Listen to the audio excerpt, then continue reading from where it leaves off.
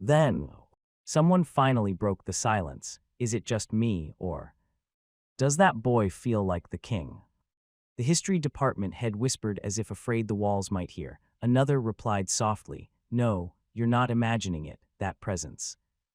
Maybe royalty, if not from here then from another nation." Even Ellen couldn't dismiss the thought. She watched Lucian leave with thoughtful eyes. On the way, the talisman department head, Oren Runeforge, kept bringing up his offer. He wanted Lucian to become his disciple, or at the very least his assistant while he stayed in the capital. Coming from a noble bloodline of master talisman makers, Oren assured him that someone like Lucian would be highly appreciated in the capital if he agreed to learn under him. However, Lucian politely declined every time. Oren looked a little disheartened, but Lucian couldn't help it. He didn't need a master. In Lucian's eyes, he already had everything he could possibly need. With Skilpdia, he could learn any skill he desired. With the magic book, he had access to all known magical knowledge. With MONSTRDEX, he could study the traits and weaknesses of every monster he'd encountered. And with the system itself, the right drops and the craft feature could give him everything else. Why would he need a mentor when his cheats was the greatest teacher of all? He couldn't even come up with a decent excuse to justify it. Lucian sighed as they walked through the academy's expansive hallway. Every corner of this place was beautiful, refined architecture, artistic detail, and an air of prestige. Lucian couldn't help but admire it as they moved forward. Soon, they arrived at one of the classrooms. Oren came to a stop in front of the door and knocked thrice. A few moments later, it opened to reveal a woman in her mid-twenties wearing the scholarly uniform of an academy professor. Her dark eyes scanned the hallway, then lit up with recognition. "Uncle Oren, what brings you to my class today?" she asked with a warm smile. Oren returned the smile and leaned in slightly. "Niece Malin, the Academy's new benefactor, would like to sit in for your lecture." Before she could respond, Oren quietly explained what had transpired earlier, how Lucian had become a major benefactor of the Academy and how there was more to him than met the eye. He leaned closer. His voice dropped to a whisper. "Make the class engaging. Pull him in. If we can spark his interest in runes and talismans, he might just stay. It would be a tremendous gain for our Runeforge family." Malin nodded thoughtfully. She too was a member of the Runeforge noble house and a respected professor on runes and talismans. If Lucian truly was as exceptional as her uncle claimed, then this wasn't just a class visit. It was a rare opportunity. Her eyes drifted past Oren and landed on Lucian, who was casually speaking with the Silverman guards a few steps behind them. He stood out instantly. Not just in appearance, but in the way he carried himself. His calm and composed demeanor was worlds apart from the typical young nobles she taught. There was an edge to him, a weight, as if he was already used to commanding attention. Malin wasn't someone who judged hastily or discriminated without cause, but as her eyes sparkled with newfound interest, one thing became clear: if what her uncle said was true, this boy could become a major asset to the Runeforge family. Malin smiled brightly and stepped aside. "Esteemed guest, please come in." Lucian gave Oren a brief nod, and the older man returned it with a look of encouragement. With that, Lucian stepped into the classroom, flanked by the Silverman guards. Malin followed, letting the door close behind them. Oren remained outside. A faint glint of curiosity and anticipation lingered in his eyes as the door shut. The moment Lucian entered, the atmosphere in the room shifted. 50 students turned in unison, their eyes locked onto the newcomer. Lucian scanned the space. The lecture hall was grand, larger than necessary for a single class. The seats were arranged in ascending tiers, allowing every student a clear view of the front where Malin would teach. Lucian's gaze moved slowly across the room, observing the reactions of the students. Some looked wary, others intrigued, a few even seemed intimidated. It didn't take long for him to notice the underlying tension: small cliques, tight-knit circles, whispering glances. Even here, the political games were in play. These weren't just students. They were noble scions being shaped into future leaders, diplomats, or manipulators. And then his eyes paused. Vivian, she sat near the middle of the hall. Her hand covered her mouth in stunned disbelief. Their eyes met. Something unspoken passed between them, a flicker of recognition, a quiet connection. Lucian gave her a small smile and a polite nod, but he didn't speak. Not now. It wasn't the right time. For the moment, just seeing her again was enough. Malin returned to the front of the lecture hall and faced her class with a composed smile. "Everyone," she began, "we have a distinguished guest joining us today. Please welcome him." Silence. The students, most of whom hailed from noble families, remained motionless, proud, elitist, quick to judge. Many of them hadn't even heard of Lucian, much less cared for introductions. To them, respect had to be earned or inherited. Their eyes flicked to the Silverman guards flanking Lucian. That gave them pause, but still no reaction. Then Clap, a deliberate clap rang through the air. It was Vivian. The sound echoed in the stillness like a ripple across calm water. Those seated near her glanced at her, then slowly joined in. The clapping grew, hesitant at first, but then steadier. Lucian smiled faintly. So she has allies here, he thought. He offered them a slight wave and a courteous nod. His calm, almost casual demeanor seemed to reassure them. The clapping grew louder, gradually spreading throughout the hall like a wave rolling uphill. Eventually, even the hesitant ones joined in, more out of peer pressure than enthusiasm. But not everyone applauded in good faith. Lucian caught the sharp, narrowed eyes of several noble boys seated near the upper tiers. Their gazes were hard, resentful, displeased, enmity. Lucian exhaled quietly, eyes drifting back to Vivian, who was still clapping softly. Her eyes never left him. She's more respected than I thought, he mused, noting the possessive glare of some of the boys. And judging by the hostile stares now aimed at him, Lucian could already tell. He de-stepped right into a nest of politics. Esteemed guest, you may take the seat at the very top, Malin said with a smile. Lucian nodded silently and began ascending the steps of the lecture hall. But then, he paused. A foot was casually extended across his path, just enough to trip someone not paying attention. It wasn't subtle. It was the kind of move that said, "You don't belong here." Lucian's eyes flicked to the culprit. A boy with striking blonde hair sat there, casually leaning back in his seat with an arrogant smirk.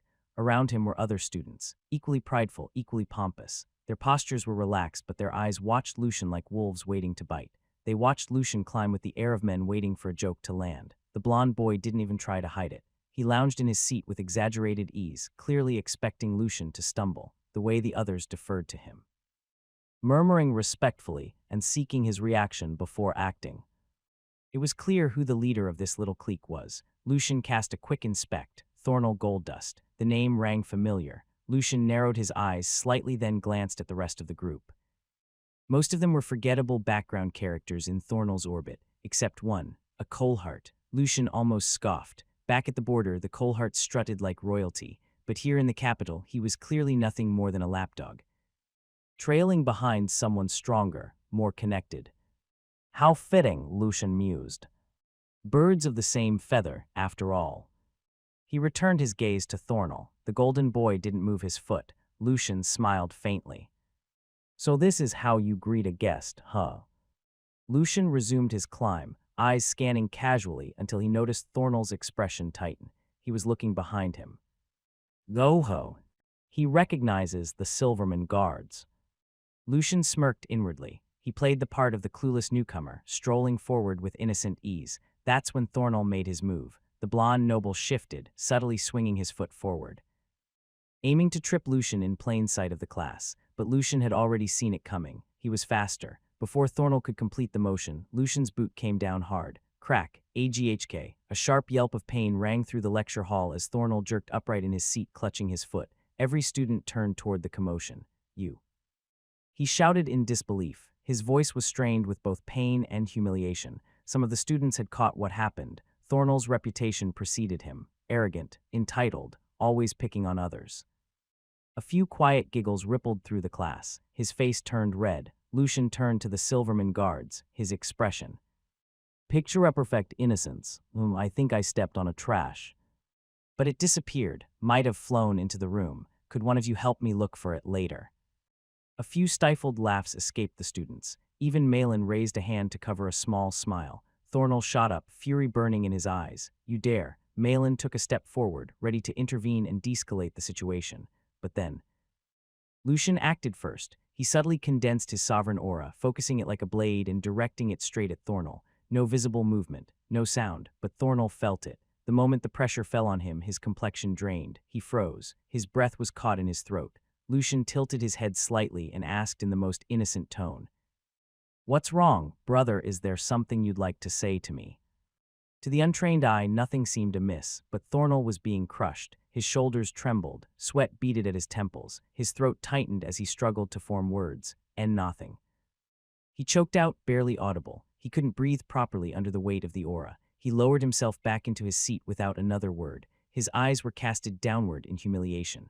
Lucian calmly withdrew his aura as if nothing had happened at all. A few sharp students across the room narrowed their eyes. They'd noticed, not all, but a handful of perceptive ones. Their eyes shimmered with interest, recognition, and silent calculation. They aren't just average nobles. Lucian then smiled faintly. Good, that worked better than expected. He had learned this trick from Headmaster Ellen earlier, how she had focused her aura on him with pinpoint control. It was then that Lucian wondered if he could do it too, so he did, and it was very effective. Malin stood at the front with amusement flickering in her eyes. The averse arrogant young master of the Goldust family. Silenced and by someone younger, no less. She caught the subtle play in Lucian's expression, the practiced innocence, the deliberate provocation. It was clear as day to her. He's playing them, how interesting. Malin wanted to chuckle, but she held it in. She had to maintain her poise as a professor. Still, she was thoroughly entertained. It seems the so-called benefactor is tougher than I thought. The atmosphere in the lecture hall had shifted. The nobles no longer looked at Lucian with mere curiosity or caution. Now, they regarded him with wary respect. Or jealousy. After all, he had just humiliated Thornell Goldust publicly. And gotten away with it. Lucian finally reached the topmost tier of the hall and took his seat. The Silverman guards stood behind him like silent statues. From below, Thornell shot him a glare filled with venom. Lucian didn't even need to hear his thoughts to know what they were. This isn't over. Lucian smirked lightly to himself. Of course it is. Then out of the corner of his eye, he noticed Vivian. She was staring at him with wide eyes. Her gaze was filled with a swirl of surprise, curiosity, and a dozen unspoken questions. Lucian met her gaze and winked. Vivian blinked in disbelief. Lucian chuckled inwardly and turned his attention forward. He leaned back in his seat with his arms crossed as he listened intently. Let's see how this academy holds up compared to my cheats. Once the tension settled and everyone had returned their gazes to the front, Professor Malin picked up a piece of chalk. Where were we? She mused, glancing at her notes, then straightening with a smile. Ah yes, we were talking about runes. The lecture hall hushed again. Runes, she began. Her voice was steady and confident, are believed to be an ancient language. No one knows who created them, but we do know this. Each rune carries power. She turned and wrote a word on the board. Talisman.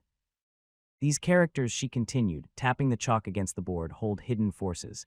Used properly, they can channel those forces into something real. A spell, a curse, a shield, or even a trap. Lucian's eyes narrowed with interest. Brief, concise, straight to the point. Good. The most practical application of runes is in talisman making, Malin said, now pacing lightly at the front. By using the right mana attribute and correct rune placement, anyone, regardless of their magic affinity, can activate a talisman's effect. She gestured to the word again. In essence, you're embedding magic into an object, and the runes are the instructions the mana follows. Lucian absorbed every word, despite having magic book to teach him about runes, hearing it from someone well-versed. In a structured and practiced flow, felt refreshing. Malin's delivery was clean, efficient.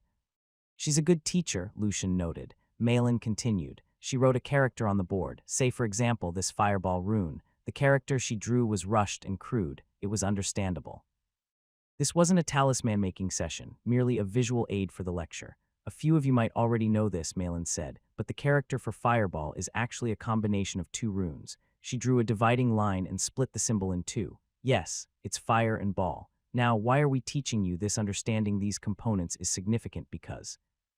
Before she could finish her thought, a loud and mocking voice interrupted. Useless. Knowing them is useless. It was Thornell Goldust. Malin fell silent. Her eyes narrowed, darkening with displeasure. Thornell, care to elaborate? Thornell stood slowly. He crossed his arms and raised his chin, clearly relishing the attention. The smug grin on his face returned as if his earlier humiliation had been erased by the sound of his own voice. Why should nobles waste time learning the scribbles of runes like some scribes or craftsmen, he said with a scoff. He continued after seeing the other's reaction. We are born to command mana. With a thought, we conjure fire. With a word, we bend lightning. Why should I study how to draw some crooked lines just to throw a fireball? Murmurs rippled across the classroom. A few students nodded hesitantly, either out of agreement or fear. Others looked unsure, glancing between Malin and Thornell. Thornell, Malin said coldly, should I take that as an insult to the noble houses specializing in craftsmanship and enchanting? Thornell scoffed. Not just them, he said without hesitation. Even the borderland houses are a joke, just dead weight on the map. He turned, locking eyes in Vivian's group. They don't contribute anything meaningful. A sharp breath was drawn from several students. Vivian's hands clenched under her desk, but she said nothing. Her calm mask didn't quite hide the fire in her eyes. Lucian raised a brow but didn't speak. He was angry too, but He simply leaned forward, interested to see how Malin would respond. Thornell, she said, her voice calm but cold, if I recall, last week you failed the rune composition practicals. Miserably. A few quiet snickers were heard. Thornell's expression twitched. Malin stepped away from the board. Her presence grew with every word. Magic isn't always about brute force or flashy chants. Runes are foundations. Building blocks of stable magic. Knowing how they work isn't just academic. It allows you to enhance, optimize, and safely store spells. She gestured to the board. A fireball cast with raw mana is fine. Until you're in a place with thin mana density, or when you're surrounded by anti-casting fields, or when your body is exhausted, then the humble talisman will save your life. Her voice dropped, sharper than a blade, but I understand. Some students prefer to remain mediocre. Oof. Lucian couldn't help but smirk. He saw Vivian covering her mouth again, trying not to laugh. Malin turned to the rest of the class. Magic is a tool, a weapon, and a science. Whether you cast with your hands or etch with ink, your understanding defines how far you can go. Suddenly, Malin showed a talisman. The runes lit up. On closer look, it was a magic circle made purely of rune characters. It hummed with condensed energy. Thornell's smirk faltered. This is an advanced magic circle created using runes, Malin said, voice still calm. Constructed without a chant, using only rune understanding and attunement. It's 10 times more stable than a freecast spell and 3 times more efficient. Would you like to test its power with your natural command of mana? The tension spiked. Thornell's lips twitched. He sat down again, frustrated, defeated. But silent, the glow faded as Malin let the mana dissolve. She turned back to the board as if nothing happened. Lucian leaned back, satisfied. That was a solid counter. But Lucian didn't want to let it slide so easily. Thornell had openly insulted the border nobles. Even Colehart, who was part of his group, didn't know how to react. Which Lucian found rather amusing. H-A-H-A-H-A, that's hilarious. Everyone turned toward the voice. It was Lucian. He leaned back casually in his seat, arms crossed, wearing a grin that danced with mischief. Professor, Lucian said, still chuckling, do you always have to deal with idiots like this? Gasps filled the classroom. Thornell's face twisted in rage. Lucian ignored him and went on. Oh, brother, you know, there really is no such thing as a truly useless thing in this world. Lucian stood up. Maxim and Edric had already guaranteed he could go wild. He didn't have to hold back. Especially not for a Goldust. Then he raised his hand and pointed at Thornell. Lucian had spent his free time studying runes in the ancient magic sections of his magic book. To draw a comparison, runes were much like kanji or Chinese characters. Each one carried its own unique meaning and function. Across the kingdom and other nations, many known runes remained shrouded in mystery. Countless symbols had yet to be fully decoded or understood, but for Lucian, that wasn't a problem. His magic book provided direct translations for every rune. In fact, Lucian believed that his crafting division might now understand runes better than the top scholars from any nation. Though that was largely because he had been feeding them translated notes all along. Given how many runes remained undiscovered or undeciphered, it wasn't surprising that most people considered the field a waste of time or even useless. But Lucian knew better. Lucian, who was still pointing at Thornell, spoke with calm confidence. Like I said, there's no such thing as truly useless. Before Thornell could get a word in, Lucian moved. He activated a skill, Phantom Ink. Divine energy surged to his fingertips as he began to write. Right into the air. At first, the class looked on in confusion, but then silence fell. Lucian's strokes glowed. What's more surprising is that the glowing strokes didn't fade. Instead, they held their form. Suspended in the air like ink on invisible parchment, a glowing character appeared. Lucian turned slightly, addressing the room. The professor is right. There's meaning behind every rune, where it came from, how it's shaped, what it represents. Take this one for example. He pointed to the glowing symbol, a fireball rune. But what if I add a new character before it? Can you guess what happens? He didn't wait for an answer. Another stroke danced through the air. This one was drawn quickly and with purpose. As soon as it connected with the first, the entire sequence pulsed with light. Then, Lucian channeled divine energy into it. The rune activated, in an instant. A golden fireball formed in the air, and then it launched straight toward Thornell. Gasps rippled through the room. The rune had actually activated. Everyone stared, witty-eyed. No base materials, no chant, no incantation. Lucian had simply written in the air. And it worked. Even more baffling, they hadn't even sensed a surge of mana. It completely defied everything they knew about magic and runes. Professor Malin was the most stunned of all. Her mind raced, trying and failing to reconcile what she just witnessed with everything she had ever learned. And now the fireball was already flying, too fast, too late to stop it. Thornell's eyes locked onto the golden flame hurtling toward him. A sharp hiss echoed from it as it drew closer. He froze in place. He was terrified, but then, just before impact, the fireball dissolved. Harmlessly vanishing into a wisp of light, a heavy silence filled the room. No one dared to speak. Then, Lucian's voice broke through, casual and unbothered. You see that everyone I added a rune before the fireball, one that means short, so now it's something like a short fireball. If it doesn't reach a target within its range, it just fizzles out. He paused, then added with a smirk. But if it does hit something, an explosion would occur. A strange glint flickered in Lucian's eyes as he looked at Thornell. Of course, the truth was, he was bluffing. There was no special effect. It was just a regular fireball with shorter range. But from the way Thornell had nearly jumped out of his skin, the bluff had landed perfectly. That's not all, Lucian added calmly. Once again, he raised his hand and began writing in the air. The base rune was still fireball. But this time he added a new character beside it. Lucian activated the rune, this time directing it upward. I added a rune called Spark, he explained. The fireball soared toward the ceiling, but before it could make contact, boom, it erupted midair, not with heat or force but with beauty. Golden sparks bloomed like flowers across the ceiling, cascading in waves of light, a dazzling display, a firework in full glory. The entire class stood entranced. No one blinked, no one spoke. All eyes followed the fading trails of light, completely mesmerized, but Lucian's gaze was critical. Not bad, he thought, but still not as refined as what the crafting division made. He made a mental note to ask them later. What extra characters did they add? Even Thornell was briefly mesmerized by the dazzling display. Until a spark of realization flickered in his eyes, he scoffed, forcing a laugh. That's still useless. What good is that on the battlefield? Lucian turned to him, visibly amused. It seems this thing never learns, he thought. He paused, letting the silence hang just long enough to sting. Then he spoke calmly. What I showed you was harmless. We're in a classroom, not a dungeon. This is a place for learning, not combat. Then his expression shifted, mischievously, but if it's battlefield application you want.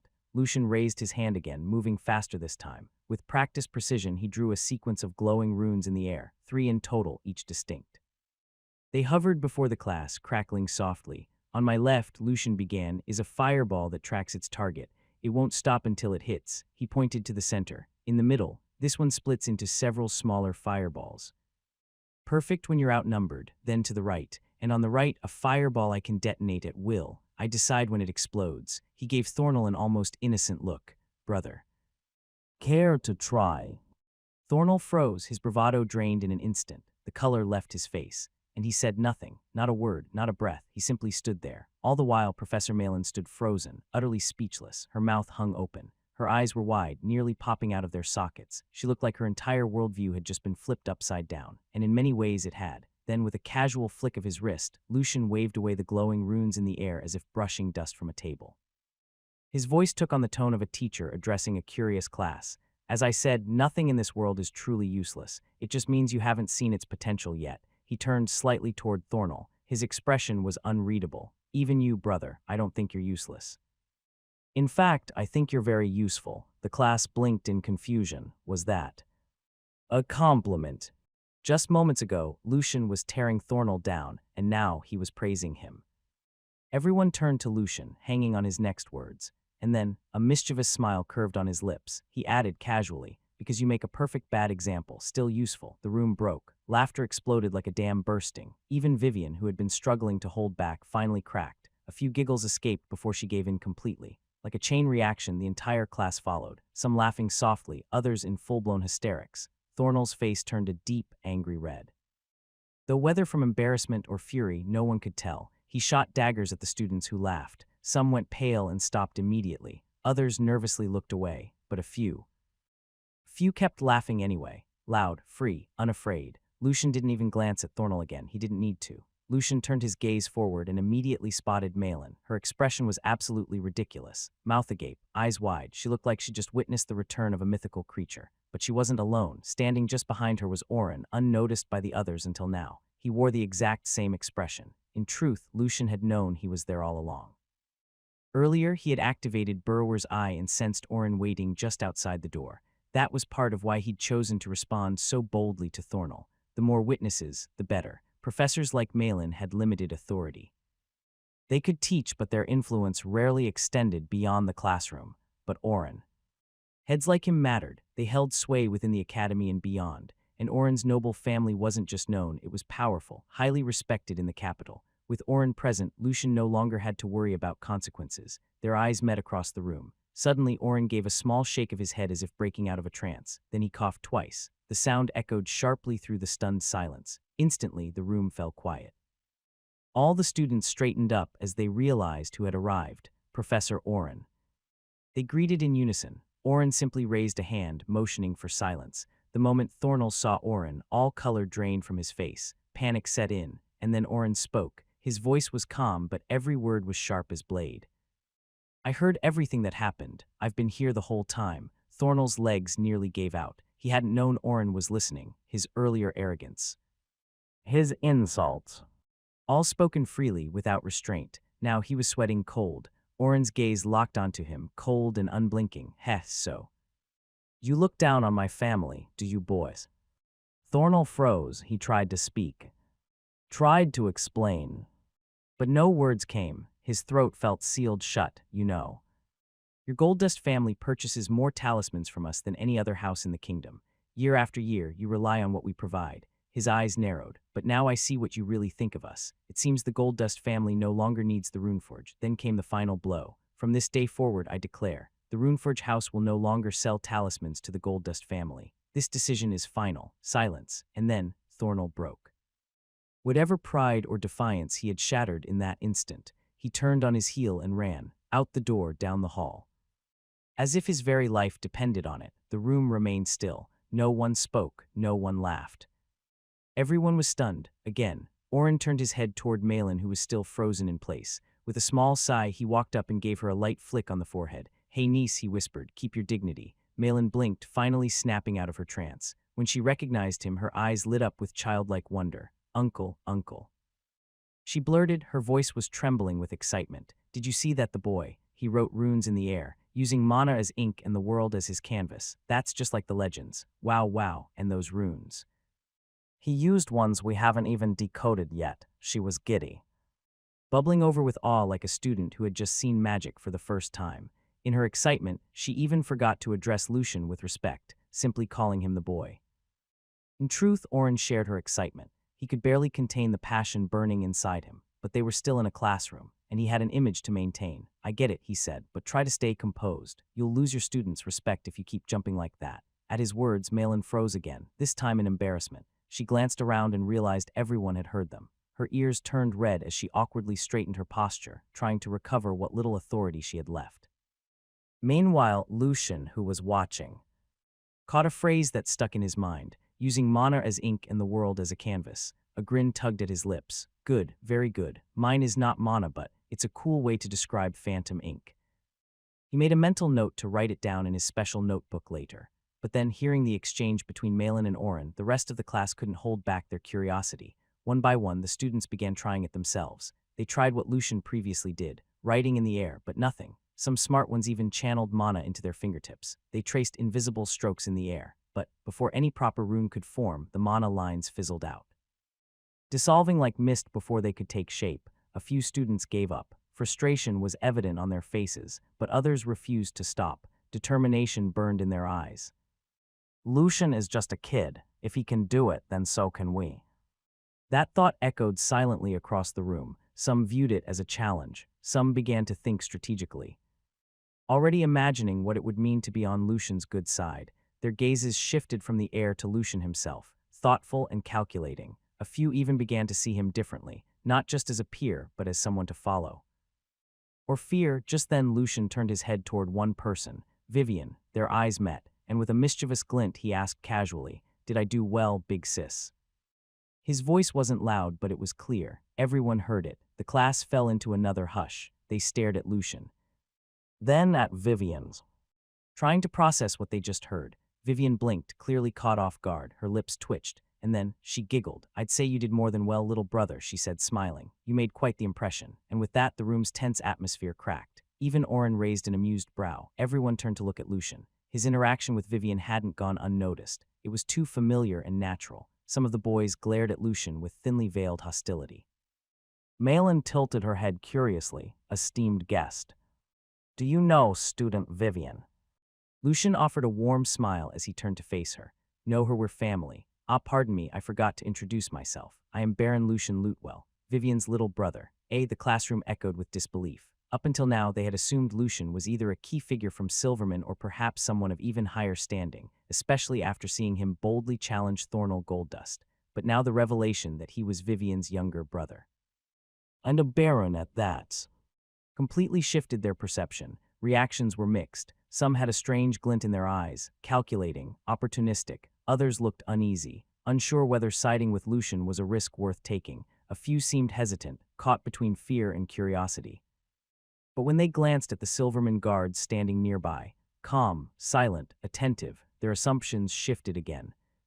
He must be deeply connected, they thought. Lucian clearly had their protection. What the students didn't know was that even the guards were shocked. This was the first time they'd learned of Lucian's true identity, but despite their surprise, their expressions remained unreadable. Regardless of noble title or family tree, their orders were simple: protect Lucian at all costs. It was also clear that Oren treated Lucian with a certain level of respect. The fact that he had openly blacklisted the Goldust family from future dealings only confirmed it. Meanwhile, Vivian stood tall, her chest puffed with pride. She was clearly thrilled. Her brother had just shaken the room with nothing but words and talent. Her friends, especially those from the border territories like her, looked at her with shining eyes. They nudged her eagerly, whispering, "Tell us more. What's he really like?" Malin and Oren, on the other hand, wore matching expressions of surprise. A baron at that age, they thought. Lucian's presence made sense now, his commanding aura. Weighty and even oppressive. It was not something an ordinary noble would carry. They couldn't help but wonder what trials Lucian had gone through to build that kind of presence. But they didn't look down on him. Not at all. After all, they themselves had once been barons too. Through hard work, trade, and sheer grit, they had risen to become an earl family. Now they dominate the talisman market. And Lucian, with the connections and force of will he was showing, it wouldn't be long before he climbed even higher. He turned to Lucian. Malin leaned in and whispered to Oren, giving him more background about Vivian. Oren's eyes widened in shock. He turned to Lucian, voice more respectful now. "Esteemed guest, I didn't realize you were Vivian's brother. She's one of our most promising talents. Strong light magic affinity, and she recently awakened a powerful skill. She's among the rare few the Academy is truly eager to cultivate." Hearing Oren's words, Lucian was genuinely surprised. He instinctively activated Inspect just to be sure. The results confirmed it. Oren was being completely honest. Lucian's curiosity burned. It had only been a little over a month since they parted ways. He wanted to see for himself what had changed. He turned his gaze to Vivian. Name, Vivian Lutewell. Age 15 years old. Race human. Job white mage. Level 23. Title, Lutewell's Angel. Academy's Angel. Skill, Wings of Atonement. Magic, Household Magic. Light Magic Intermediate. Magic Affinity. Light Magic. Favorability 90s. Status excited. Lucian's jaw nearly dropped. Damn. Even in the Academy, my sister's become an angel. His eyes sparkled with pride and a bit of disbelief. That skill, Wings of Atonement, I've never seen it in the SKILLPDIA. That means it might be a 5-star skill. Vivian had also skyrocketed from level 3 to 23 in just a month. That kind of growth was absurd for a normal person, but Lucian let out a quiet sigh. If she had stayed at Lutewell and trained there, she might have hit level 40 or 50 by now. Still, he couldn't deny how proud he felt. Suddenly, bang, the doors burst open with force. Everyone turned sharply as the head of the magic department, Belinda Cinderwin, strode into the room. The students instinctively rose from their seats in greeting, but she barely acknowledged them, offering only a distracted nod as she made a beeline toward the front. Her brows were furrowed. She looked like someone with a fire at her heels. She stopped beside Oren and spoke in a low voice. It was sharp enough that only those beside her could catch her words. "Oren, quick. I need you to verify this, these light and dark runes." The ones given by that young man. She handed him a folded parchment. Oren blinked in confusion, then unfolded it. It was Lucian's rune notes. One of the contents of the spatial bag he gave for experimental research. A part of the checklist Ellen had dumped on him, likely hoping he would fail. And the moment Oren read the first line, his expression shifted. His eyes widened. Strange and familiar rune patterns. They were paired with clearly written translations and theoretical usage. These weren't scribbles, they were breakthroughs. He blinked several times as if making sure his mind wasn't playing tricks on him. His eyes darted over the page. Faster, faster, these are, Oren gasped. He looked up. First at the runes, then at Lucian. Memories of Lucian's earlier display flooded back into his mind. The Eritan rune, the strange aura, the calm precision. He turned back to the parchment again, reading and rereading the runes, and this time.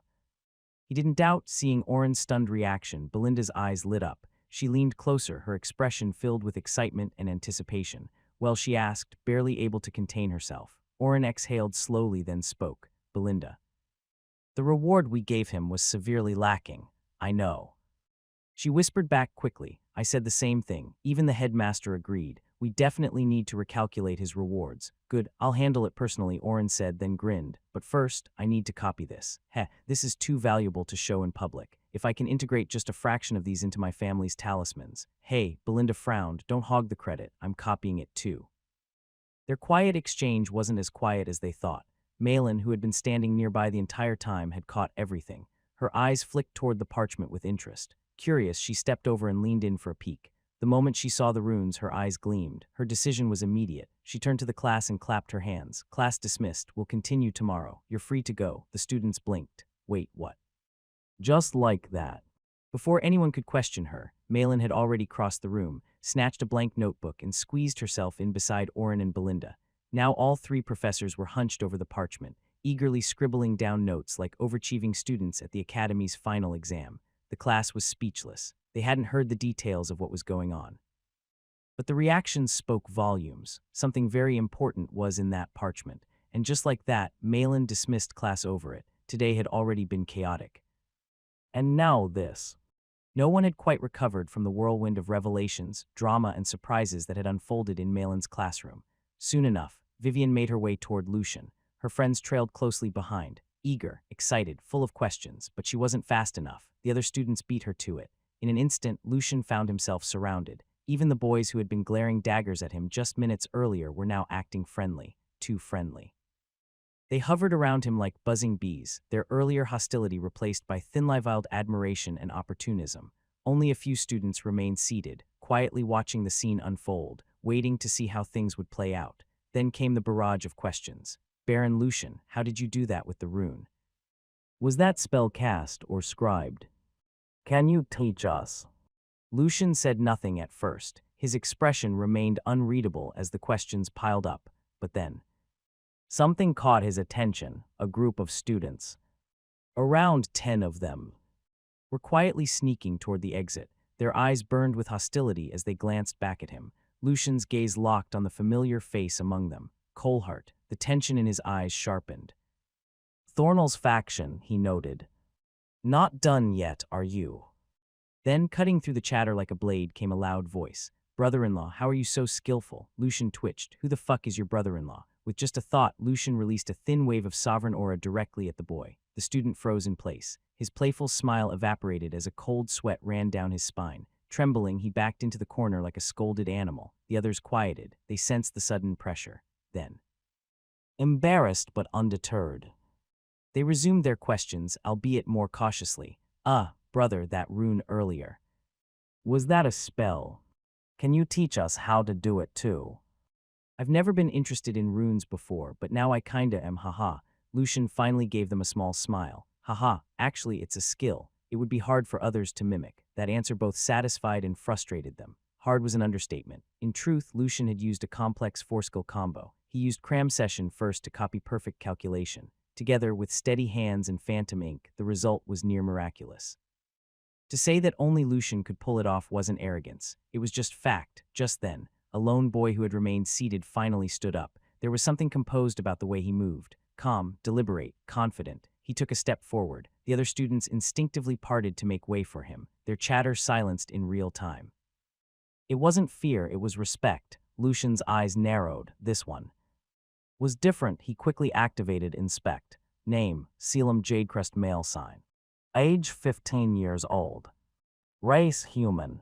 Job space mage. Level 56. Title, Jadecrest heir. Space prodigy. Skill. Spatial awareness. Item box. Magic. Space magic intermediate. Magic affinity. Space magic. Favorability 40. Status curious. Jade crest. Lucian's brows twitched. That was a ducal family, and this boy was their heir.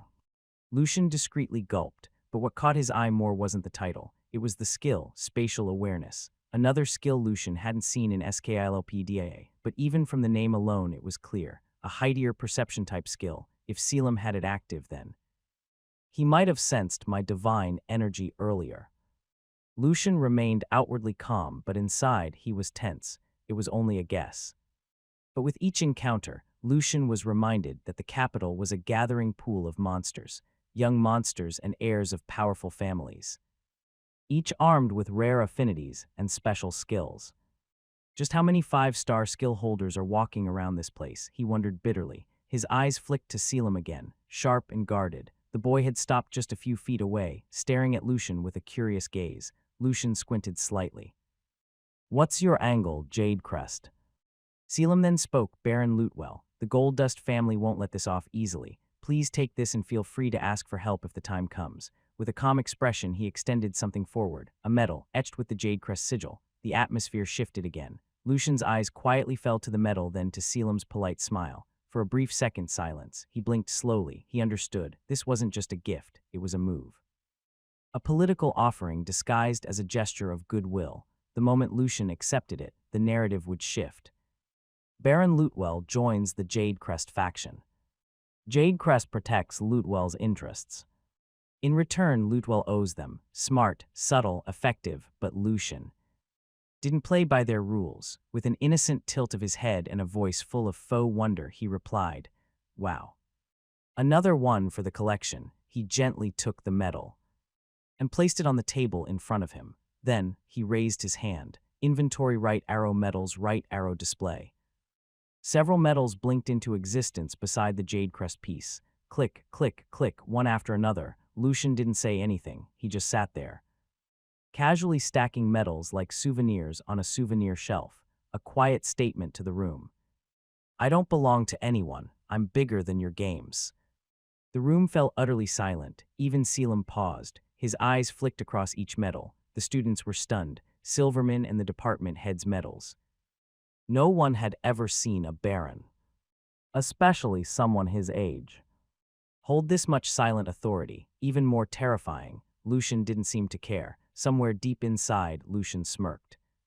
"If this keeps going, the system might just give me a title called Medal Collector." Ting, title unlocked, Medal Collector.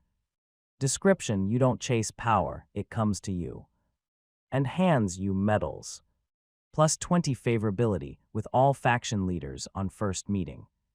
Yes, just like that. Wait, fuck, I really gained one. Lucian suppressed a laugh. For the first time, Selim seemed genuinely intrigued, not as a noble, not as an heir, but as a fellow predator sensing a rival. And Lucian, he met his gaze with that same look, cold, sharp, unapologetically sovereign. Meanwhile, the students were stunned not just because of the medals. Lucian had an item box just like Selim Jade Crest. Their thoughts raced. How many more secrets is he hiding? Their awe deepened, and then Lucian casually summoned something. In a flash, the Silverman seal appeared in his hand. Elegant, powerful, radiating unmistakable authority. Selim's eyes widened. He stiffened. And then, KKH, he choked, coughing violently. Lucian tilted his head. Feigning innocence, he twirled the Silverman seal between his fingers like it was a toy. "I like this seal more, though," he said with a calm smile. "Brother, do you have something like this?" The jab landed perfectly. A murmur spread across the classroom. Even those who didn't know what the seal represented now did. They could see the way Selim reacted. They could hear the weight behind Lucian's words. Vivian's friends looked at Lucian with sparkling eyes, equal parts shock and admiration. All they could think was, how powerful is this guy? Selim managed to recover, dabbing his lips with a handkerchief. His smile twitched. "Ahem, I see you're quite the avid collector, brother." There was no hostility, just intrigue, a new layer of caution. He smoothly changed the topic. "Cousin, won't you join the fun?" He turned his head slightly, looking toward the group by the window. The students followed his gaze. A girl stood there, calm and composed, reading a book. She closed it gently, then walked forward. The girl began walking toward them. But she didn't stop. Without a glance, she passed right by Lucian and Selim. Everyone watched in silence, curious. Then she stopped. Only when she reached Vivian did she halt. With a calm and pleasant voice, she spoke. "Classmate, you're one of the most promising talents in our batch. As a member of a ducal family, it's my responsibility to offer support where it's due. Please accept this medal. Call for me whenever you need help." Lucian pressed a hand to his face. "Quite smart, aren't we?" He quickly realized what had happened. She must have known she couldn't go through him directly, so she went around and offered the medal to Vivian instead. Vivian looked at him, silently asking for his opinion. Lucian gave a helpless nod. Another sigh escaped him. So this is how it feels to lose in a little game of politics. He was cornered. Turning down the medal would be rude. If he told Vivian not to accept it, it would come across as a direct refusal of the ducal family's goodwill. Besides, they were classmates now. Making enemies on this day wouldn't do anyone any favors. Especially since they'd be spending the next 3 years together. He sighed again. But this time with a bit more acceptance. It's not entirely a bad thing. Vivian receiving protection from a ducal house wasn't something to complain about, and from what he could tell, both Selim and the girls' families didn't seem like the troublesome type. Lucian quietly activated Inspect on the girl. Name, Leorin Rubicrest, female sign. Age 15 years old. Race human. Job void mage. Level 63. Title, The Silent Thinker. Rubicrest Noble House's prodigy. Skill, Void Sense. Magic, Dark Magic Advance. Space Magic Basic. Magic Affinity. Dark Magic. Space Magic. Favorability 70. Status calculating. Leorin Rubicrest, she was stronger than Selim, and her skill, Void Sense, felt eerily similar to Divine Sense. Could it be a variant? Her favorability toward him was also unexpectedly high. Did she notice something? He wondered, but Lucian shook his head. It didn't matter anymore. They hadn't shown any hostility. In fact, everything they'd done so far pointed to a genuine effort to connect with him, and with Divine Sense he could tell that they weren't faking it. They weren't bad people. Given everything that had happened, Lucian made his decision. He took out the Jade Crest medal and handed it to Vivian as well. Selim fell silent for a moment before letting out a soft chuckle. He shook his head and accepted the gesture without complaint, but even with 2 ducal heirs offering protection, Lucian felt it wasn't enough. Just in case. A little more insurance wouldn't hurt. He turned toward the professors. Professors, would it be all right if I gave the medals you gave me to my sister instead? The room fell into stunned silence. Even Selim and Leorin were visibly surprised. Orin and Belinda both turned their heads toward Lucian. The students watched with bated breath, half expecting a reprimand, but to their shock, Orin's stern expression melted into a wide smile. Of course, ha ha ha. He said cheerfully, but there's no need for that. I'll personally prepare a new set for student Vivian and I'll speak to the other heads as well. If you want, I can even give you my family's seal. Ha ha ha. Don't worry about your sister. She's safe here in the academy. The rest of the students were too stunned to speak. Just what kind of person is Lucian? Even the stern professors were falling over themselves to accommodate him. Lucian simply gave a small nod in acknowledgement. Vivian, still processing what just happened, looked at him in awe. Her heart felt warm. Finally, Lucian turned to Vivian with a soft smile. Sister, how have you been? The other students instinctively stepped aside, giving Vivian space. She walked over and took a seat beside him, her expression bright. I've been well, brother. I even sent you a letter saying I missed you. But now you're here, she said with a small laugh. Lucian hadn't received any letters yet. Mail from the capital to Lutewell always took time. Just then, one of Vivian's friends nudged her, whispering something. Oh, right, brother, these are my friends. She introduced the 5 girls standing nearby. Lucian discreetly activated Divine Sense and Inspect just to be safe. All of them were from border territories like them, with strengths ranging from Tier 2 to Tier 4. More importantly, they gave off a warm and sincere aura. Lucian nodded, offering each of them a polite greeting. Thank you for taking care of my sister. Lucian then asked calmly, but his tone carried weight. Sister, by any chance, has anyone here hurt you? As he spoke, a heavy pressure filled the air. His sovereign aura condensed around him, invisible yet undeniable. The air thickened. Lucian's gaze swept across the crowd, piercing and slow. Even Selim and Leorin felt it, an instinctive chill running down their spines, but they held their ground, standing tall with composed expressions. Still, they looked at Lucian more seriously now. He's indeed not ordinary, they thought. Good thing we got on his good side early. The rest of the students weren't as composed. Some flinched, others turned pale. A few looked like they were on the verge of tears. Or worse, but then, brother, that's silly, Vivian said with a laugh. Everyone's treated me well. Is that so? Lucian replied gently. In an instant, the crushing aura vanished as if it had never existed. The threatening presence faded, replaced by the warmth of an innocent younger brother. Lucian reached into his inventory and pulled out something unexpected, slime plushies. He handed them to Vivian and her friends with a smile. Then, with another flick of his hand, he brought out energy drinks, giving one to each of the students nearby. Please accept these. As a small apology for earlier, he said casually. He also handed drinks to the nearby guards. The moment they received them, the guards' faces lit up. They glanced at each other, eyebrows raised in silent communication. Selim and Leorin's expressions shifted almost in unison. They could tell. Whatever Lucian handed out wasn't ordinary. Selim examined the can in his hand, then turned to Lucian with polite curiosity. Brother, how do I open this? The others leaned in, tilting their heads as well. Lucian smiled. Just lift the handle and take a sip. Selim blinked. That sounded crude, unrefined, even. Still, the can had a certain presence, oddly captivating. He hesitated only a moment before doing exactly as Lucian said. He lifted the tab, took a sip, and then his eyes widened. A rush of vitality coursed through him, invigorating every part of his body. His fatigue vanished, his senses sharpened. Within seconds, the can was empty, yet he wanted more. Selim wore a strange, conflicted expression, like someone who just tasted heaven but wasn't allowed seconds. He turned slowly to Leorin, eyes full of mischief. Cousin, I recall you're allergic to certain kinds of drinks. You might be allergic to this too. It's best if you let me finish it for you. Leorin stared at him blankly. You really think you can trick me with that? She said flatly, trying to claim something that's not yours again.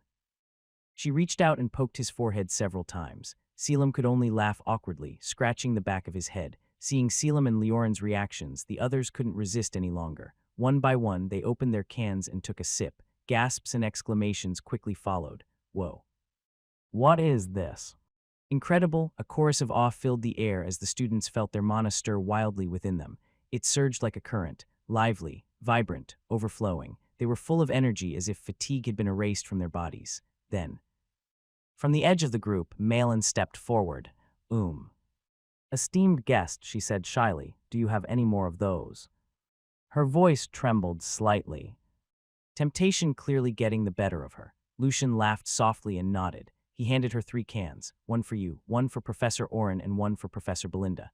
Malin accepted them gratefully as her eyes gleamed. Selim, meanwhile, perked up. Brother, he said with enthusiasm, would you be willing to sell these? I can offer a fitting price. His eyes sparkled with the kind of seriousness that only came when a noble wanted something badly. But suddenly, Selim was blasted backward by a flick of dark magic. Ha, brother, don't sell it to that idiot. Just sell it to me instead. It was Leorin, but something was off. Her cheeks were slightly flushed, and her usual calm demeanor was nowhere to be seen. Wait, is she drunk from an energy drink? Lucian blinked in disbelief. Selim stood up from where he landed, completely unharmed, and sighed as he rubbed his face. I knew it.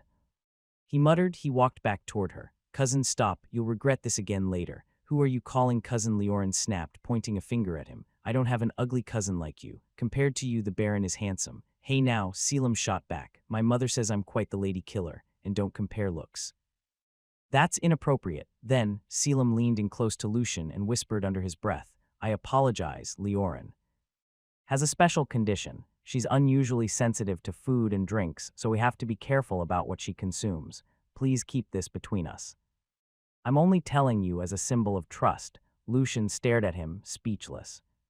So it really was the drink. Or maybe even a side effect of her skill. Selim continued in a hushed tone. She'll recover if she drinks pure water or holy water from the Holy Empire. Selim was about to turn around to fetch holy water from Leorin's bag when Lucian calmly raised his hand. With a swirl of mana, a ball of water formed midair, but it wasn't ordinary water. It shimmered with brilliance, radiating purity and warmth. Lucian had imbued it with a holy attribute. The floating sphere sparkled like liquid crystal under the sun. Selim's eyes widened. That's not normal water, he thought, but before anyone could react further, wow, sparkly water. Leorin suddenly leapt forward and gulped the floating water without hesitation, stunning everyone into silence. After draining it all, she stood frozen, silence, still and unreadable. Then slowly she turned to Lucian. Can you sell me that water too, baronets? Very effective, she spoke with her usual calm tone. She acted like nothing happened, but the deep red creeping across her ears betrayed her composure. Selim stared at her for a beat, then burst into laughter. Unbelievable. I've never seen such immediate recovery. Brother, your mana. It must be special, he said. Selim's eyes narrowed slightly, probing. Lucian met his gaze. He blinked innocently. Maybe it's because I'm more handsome than you. Selim paused, speechless. Leorin stifled a laugh, then gave her cousin a sidelong glance. Right, she said dryly. But with a clear smirk, sealing the blow. The group finally relaxed and laughter spread around. Soon, Lucian, Selim, Leorin, and the rest of the students were chatting casually. A strange but comfortable harmony formed around them. Just then, Professor Oren approached Lucian. Baron, would you mind stopping by the headmaster's office before you leave the academy? Lucian gave a polite nod. Of course, Professor. They chatted briefly before Oren and Belinda excused themselves and departed. Lucian then turned to the group. It looks like I'll have to excuse myself for now. I'd like to spend some time with my sister. We have a lot of catching up to do. A hint of disappointment flickered in the group's expressions. Even Selim and Leorin, they had taken a genuine liking to Lucian. Perhaps it was because Lucian, unlike most, didn't act intimidated by their rank. He treated them not with flattery or fear, but with ease and confidence, almost as if status didn't matter. It was bold, it was refreshing, it was rare, and for some, it might even be what they truly yearned for, a friend. I'll make time to visit again while I'm in the capital, Lucian added with a grin, and as for the drinks, brother, they're quite rare in our region. We don't usually sell them, but if the offer is fitting, I may consider it. His tone was casual, but it carried weight enough to make Selim chuckle. You drive a harder bargain than most merchants, brother, Selim replied. Then Leorin stepped forward. And the water you conjured earlier. Will you sell that too? Lucian looked at her weirdly. I'll be staying at the Silverman estate, if you ever want to talk or sample more sparkly water. Come find me, he paused for a moment then smiled softly. All right, I'll go ahead with my sister. With that, Lucian and Vivian turned and walked away, leaving the students behind. They stood in silence for a moment.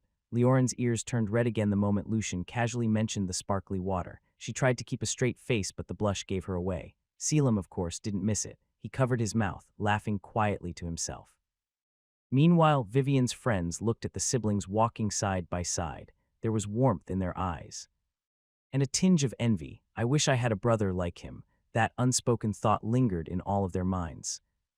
Vivian led Lucian to her residence within the academy grounds. It was a spacious and well-structured building, designed with both elegance and practicality in mind.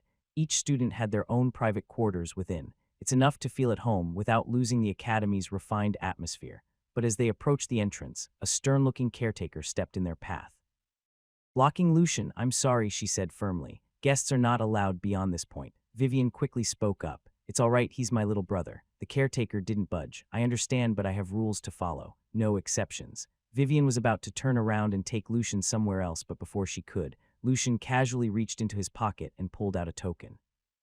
The free pass token granted by the headmaster. The moment the caretaker saw it, her eyes widened and her posture straightened in alarm. Esteemed guest, she exclaimed, her tone flipped from cold to courteous. Please forgive my rudeness earlier. You're more than welcome to enter. Lucian sighed inwardly and rolled his eyes.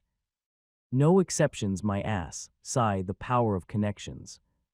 Even so, the Silverman guards couldn't come with them. Only him were allowed beyond the entrance. The guards had to remain outside. He turned to them with a small smile. Brothers, I'll just be in my sister's room for a bit. There's no danger here. In the meantime, take these and relax. He handed out snacks and drinks from his inventory. The guards' eyes sparkled and they responded with cheerful grins. For you, young master, we will. Please don't worry about us.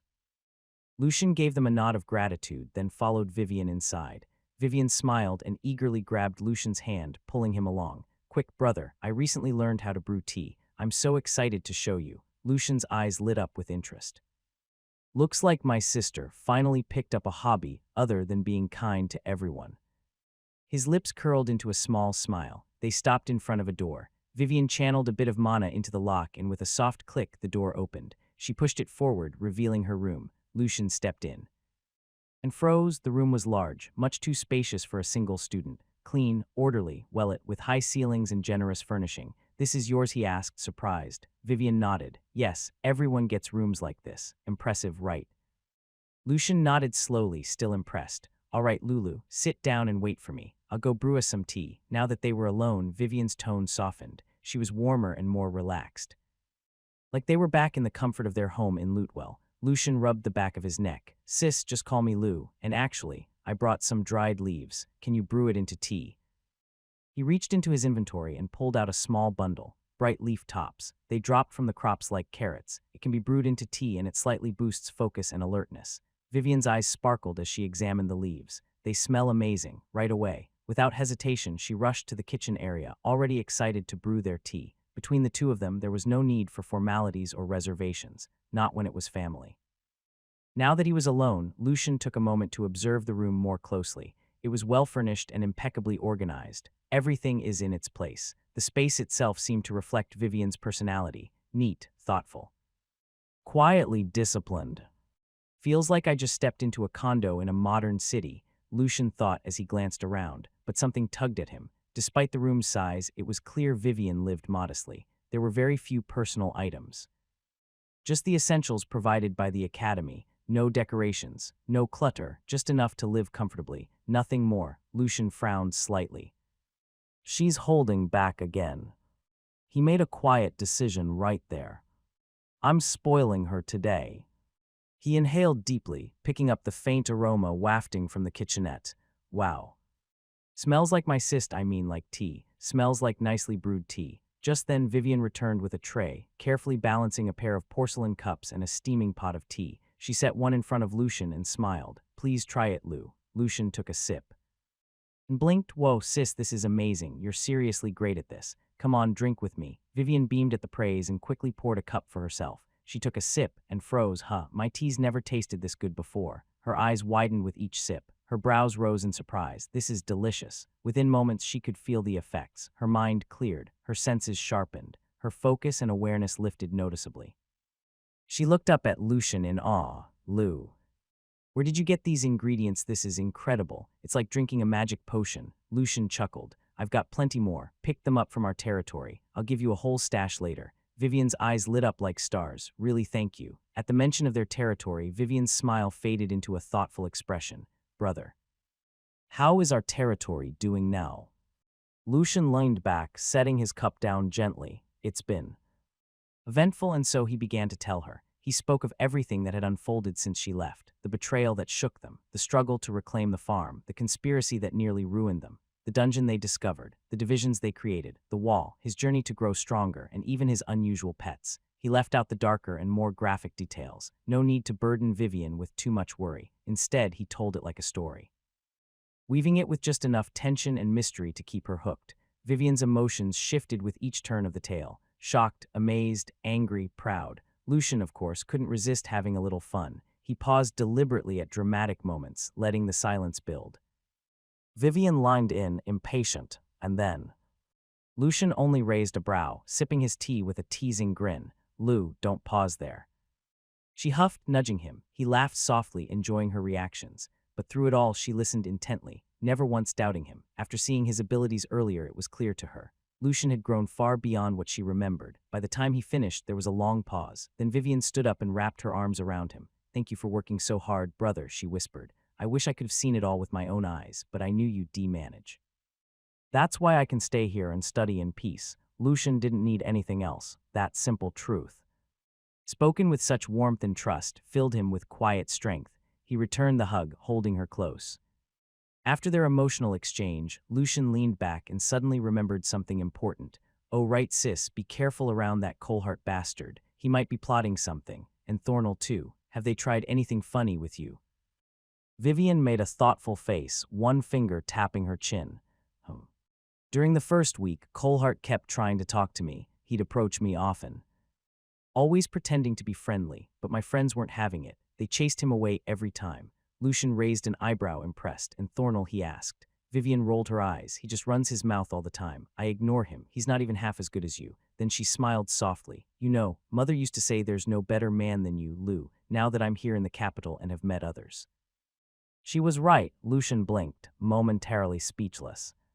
Her friends are better than I thought. I'll have to treat them well next time. He then glanced upward with a small, proud grin. Also, what a way to raise a daughter. Nicely done, Mother in heaven. He gave an invisible thumbs up to the sky. After a pause, he turned back to Vivian. What about you, sis? What was it like when you first came here? Vivian leaned back, her expression softening with memory. She spoke about the day she left. The quiet, uneventful journey made bearable by the sweet honeys Lucian had given her. She said they kept her in a good mood all the way. Then her tone changed. And then something unexpected happened. When I ate the royal jelly you gave me, I gained a skill one no one else has heard of. Lucian straightened up, intrigued. It's called Wings of Atonement. It activates automatically when I'm in danger, and I can also use it manually. Though I'm still learning to control it, I'm not strong enough yet, but it's already helped me a lot. Lucian's eyes gleamed. A skill with both passive and active effects, that's indeed rare and powerful. He couldn't help but smile proudly. I'm really glad I gave her that royal jelly before she left. Vivian continued, they also tested my magic affinity. I have an attribute in light magic. It's considered rare in the kingdom. I've already mastered the basic spells and now I'm working on the intermediate ones. Lucian smiled, genuinely impressed. They spent the next stretch of time chatting about their journeys. Then Vivian leaned in slightly, her eyes playful. Lu. Looks like your childhood dream came true. You can finally use magic now, huh? Lucian chuckled, that's right, sister, and not just that. I've gained a lot of skills. I noticed, she said, eyes sparkling. Every single one of them looked formidable. Lucian rubbed the back of his neck. But there was something else nagging at him. Sis, I've been meaning to ask. I noticed you don't have a lot of things here. Didn't you use the gold coins I gave you? Vivian paused at the question, looking a little sheepish. Lu, it was a lot. I don't really need that much money. I've been saving it for our territory, and honestly, the academy already provides everything I need. So I thought it'd be wasteful to spend. Lucian fell silent for a moment. His expression was unreadable. Just as I thought. She's hoarding it all like a savings account for home. She'll never spend a coin unless I make her. He sighed internally. Sister, he said, voice a little more serious, there's no point in having money if you never use it. Then a small grin tugged at his lips. Without another word, Lucian reached into his inventory. Time to spoil my sister rotten. A spatial bag suddenly appeared and gave the table a small tug. Lucian leaned forward with a grin. Sis, you really don't have to worry about gold anymore. Our territory earns a lot in a single day now. With a casual flick, he opened the spatial bag. Then began summoning gold coins from his inventory. They poured in one after another, coin after coin. Actually, there were over 10,000 gold coins in his inventory, and the number kept growing. His pets were still out grinding. The gold rained directly into the open spatial bag. Vivian's jaw dropped. Her eyes practically bulged. Lu, this is... She couldn't even finish her sentence. Told you, Lucian chuckled. We're not so poor anymore that we have to stress about gold. I already loaded 1,000 coins into that bag. Use them all, okay? If you go home with leftover coins, I'll be sad. He gave her a teasing smile. And if you ever run out, just say the word. I've got more where that came from. Before Vivian could react, another spatial bag floated down and tugged on the table beside them. Lucian gestured toward it. I also prepared some things for you. Just for this occasion, he handed her a neatly folded list. These are all the items inside, he said warmly. They'll help you grow stronger. It'll ease my mind knowing you're well-equipped. You can even share a few with people you trust. Vivian stared at the list in stunned silence. Just the first item made her eyes light up. More honey, she nearly drooled on the spot. But what truly shocked her was the amount listed. Spatial bag 1 item list. Honey X 500. Nectar Crystal X 200. Royal Jelly X 50. Energy Drink X 200. Coffee X 200. Flashbang X 50. Smoke Bomb X 50. Fireball Talisman X 100. The list went on and on. It was a mix of consumables and utility items, everything from energy boosters to items that could help her escape danger. Most were from the drops. Others were crafted by the crafting division under Lucian's orders. He watched her reaction with quiet satisfaction. Lucian had even debated with himself about giving Vivian a new magic attribute. It wasn't a decision to be taken lightly now that they were in the capital. But in the end, he made up his mind. Watcher magic. It paired surprisingly well with her existing light magic. The synergy between the two was excellent, and more importantly, with water magic, Vivian could create holy water. That alone would raise her value in noble circles. Especially Leorin.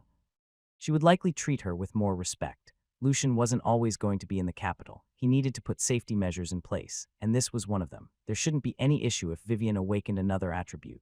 Maxim had once told him that while it was extremely rare, it was possible for someone to awaken another element, and if anyone deserved that kind of miracle, it was his sister. Lucian reached into his inventory and pulled out a honey bottle. One filled with a crystal-clear, sparkling liquid. He turned toward Vivian, who was still frozen as she stared at the list in her hands. She looked visibly shaken. "Sis," Lucian called gently, "drink this." Snapping out of her trance, Vivian blinked and glanced at the bottle he offered. She didn't hesitate. She took it and drank it all in one go. At first, her face twisted in confusion. She turned to Lucian, about to ask what it was, but then she felt it. A cleansing wave surged through her body. It was as if every cell inside her was being purified. She felt like she was floating, suspended in an endless ocean. Her mind turned soft and bubbly, light and dreamlike, then suddenly, mana rushed through her. Her mana vessels trembled, then began to change, and just like that she felt it, a new power awakening inside her. Water magic attribute. Her mouth fell open. She turned to Lucian, eyes glowing with awe, lips trembling as if she wanted to speak, but no words came out. Lucian chuckled and stepped forward. "Sis, your mouth is about to fall off." He gently reached out and closed her jaw for her. Vivian finally recovered and gave a shy little cough, but the moment quickly passed because excitement exploded across her face. Lou, I can't believe this. I actually gained the water magic attribute from that drink." Lucian smiled, amused by her witty joy, but then he gently motioned for her to sit. "It's too early to be surprised, sis." Then with a casual wave of his hand, he summoned his cheats. 3 glowing books appeared and hovered midair in front of him. Skillpdia, Magic Book, Monstrex. Vivian flinched in surprise but quickly realized they came from Lucian. Her curiosity flared. "What are those?" Lucian didn't answer directly. Instead, he opened the Skillpedia and pulled out 2 shimmering skill cards. The first, Appraisal, the one he acquired after defeating the second son of Baron Coalheart. The second, Burrower's Eye. He turned to her. His face became serious. "Sis, please don't be shocked. And keep these between us, all right?" Vivian tilted her head, puzzled. Before she could respond, Lucian leaned forward and pressed the cards to her forehead. The cards glowed brightly, then sank into her skin, disappearing in a shimmer of light. Lucian chuckled to himself. "It feels like I'm customizing a character in a game." Vivian's mouth dropped open again. Completely speechless, Lucian sighed, laughing, and gently pushed her jaw closed. A second later, it dropped open again and again. After a few more repeats, she finally managed to snap out of it. This time, Vivian's eyes were practically glowing. "Lulu, skills, skills, I learned 2 of them." She couldn't stop talking, her voice bubbling with excitement. Lucian simply listened, smiling to himself. Her reactions were so different from what he was used to, and frankly, they were hilarious. He had purposely avoided giving her any slime skills. A skill like Slime Shot would make people think she was a monster, but Burrower's Eye, that one was vague and sounded harmless. No one would question it. As for Lucian himself, he didn't have to worry. His Sovereign Aura had a mysterious effect. It could block detection and even prevent appraisal skills from working. He discovered it accidentally when Maxim and Edric asked for the tailor. That tailor had a skill that could instantly measure a person's body size, but when he tried it on Lucian, nothing happened. They were all shocked. Eventually, Vivian calmed down. Well, calmer at least. The spark of excitement was still dancing in her eyes, but she looked at Lucian now with a warm and proud smile. She even puffed out her chest a little, having a brother like him. She couldn't help but feel proud. Lucian handed her a folded set of notes. "These are exercises," he explained gently. "Try them when you have time, I promise. They'll yield good results." Vivian accepted the papers. She read through them carefully. The instructions were strange, and honestly a bit difficult, but she didn't doubt Lucian for even a second. If he said they were useful, then they were. But it didn't end there. Lucian reached up and grabbed the magic book floating in the air, flipping through its glowing pages with practiced ease. He turned to the sections covering light and water magic, searching for spells that would be useful for Vivian. Most magic as taught across the kingdom followed a rigid structure. Spells were categorized as basic, intermediate, or advanced, depending on their power level, but according to the magic book, that was not true. The book claimed those classifications were only about difficulty, not actual strength. A so-called basic spell could outperform an advanced one if the user infused it with refined mana and understood the spell deeply. In the magic book's words, magic should be free, ever-evolving, limitless in form. Established spell lists were convenient but ultimately restrictive, the so-called official spell lists taught in the kingdom. Limited, shallow, outdated. In contrast, the magic book contained hundreds, maybe thousands. Spells both known and unknown. Most were from ancient magic, entirely undocumented. He compiled a list of lesser-known spells that would suit Vivian, spells that weren't found in any academy textbook. When he finished scribbling, he handed her the paper. Vivian accepted it curiously. Earlier, she glanced at the books and saw unfamiliar symbols and odd notations. She couldn't make much sense of it, but Lucian could. That alone made her even more curious. Then Lucian looked her in the eye. Sis, learn these spells. They'll be a big help to you. The moment she started reading, she felt something stir inside her. Her mana shifted as if the notes themselves were calling to it. She looked at the page, then at Lucian, then at the floating books, and suddenly she felt it, a connection. She swallowed hard, eyes widening with a silent realization. There was a secret here. Something deep and dangerous. Hidden beneath Lucian's calm words and quiet smile, but instead of asking, she steadied herself. Her doubts faded. Her eyes burned with a new resolve. She looked at Lucian, and the determination in her gaze was unmistakable. I'll protect him, no matter what it takes. Lucian, who was still unaware of the resolve burning in Vivian's eyes, flipped MONSTRDEX to its very first page. A lush landscape illustration shimmered to life across the parchment. Summon. 2 points of light shot out of the book and spiraled down to the floor. Chirp, chirp. Moments later, 2 plump birds burst into view. They zipped straight to Lucian, circling him with delighted peeps. Vivian's stern determination melted into wide-eyed wonder. Brother, these are. She leaned forward, star-struck by the adorable creatures. Sis, meet 2 of my pets, Peek and Abu. I told you about them. Remember, they're skyskippers. When I need to send letters, they'll carry them. They can fly from our territory to the capital in no time. Lucian crouched and addressed the birds. You 2 go mark my sister. From now on, she's our main contact. Peek chirped sharply and Abu answered with a softer trill. Then both birds fluttered over to Vivian. Peek nestled against her cheek. Abu was moving a bit slower with her pregnancy. It nuzzled into her hands. Vivian giggled, gently stroking their downy feathers. They're so cute. Peek, Abu, I'll be counting on you.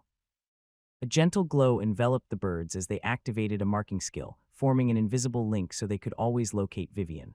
Lucian watched the scene as warmth spread through his chest. Then a thought crossed his mind. Oh sis, I just remembered. There's a dungeon on campus, right? Want to try out your new skills there? Impossible, I don't believe this. Lucian clutched his head, eyes wide in disbelief. They were currently inside the academy dungeon. Normally, students weren't permitted inside without special authorization, but thanks to his free pass token, Lucian had been allowed entry alongside Vivian and the Silverman guards. Yet none of that mattered right now. They were on the first floor, and Lucian stood frozen as he watched Vivian gleefully massacre a horde of slimes.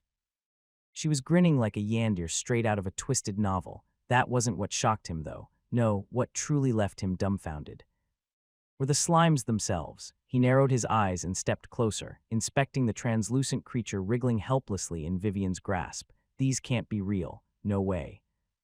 These are imposters, he said, staring at the slime twitching weakly in Vivian's grasp. Slimes aren't this pathetic. The poor thing trembled weakly. Its fragile mana core was visibly suspended inside its jelly-like body. It didn't fight back. It didn't resist. It looked like it had already accepted death. These weren't the slimes Lucian knew. No resistance, no skills. At best, it could manage a sluggish tackle. Maybe dodge once or twice if lucky. Lucian instinctively used inspect.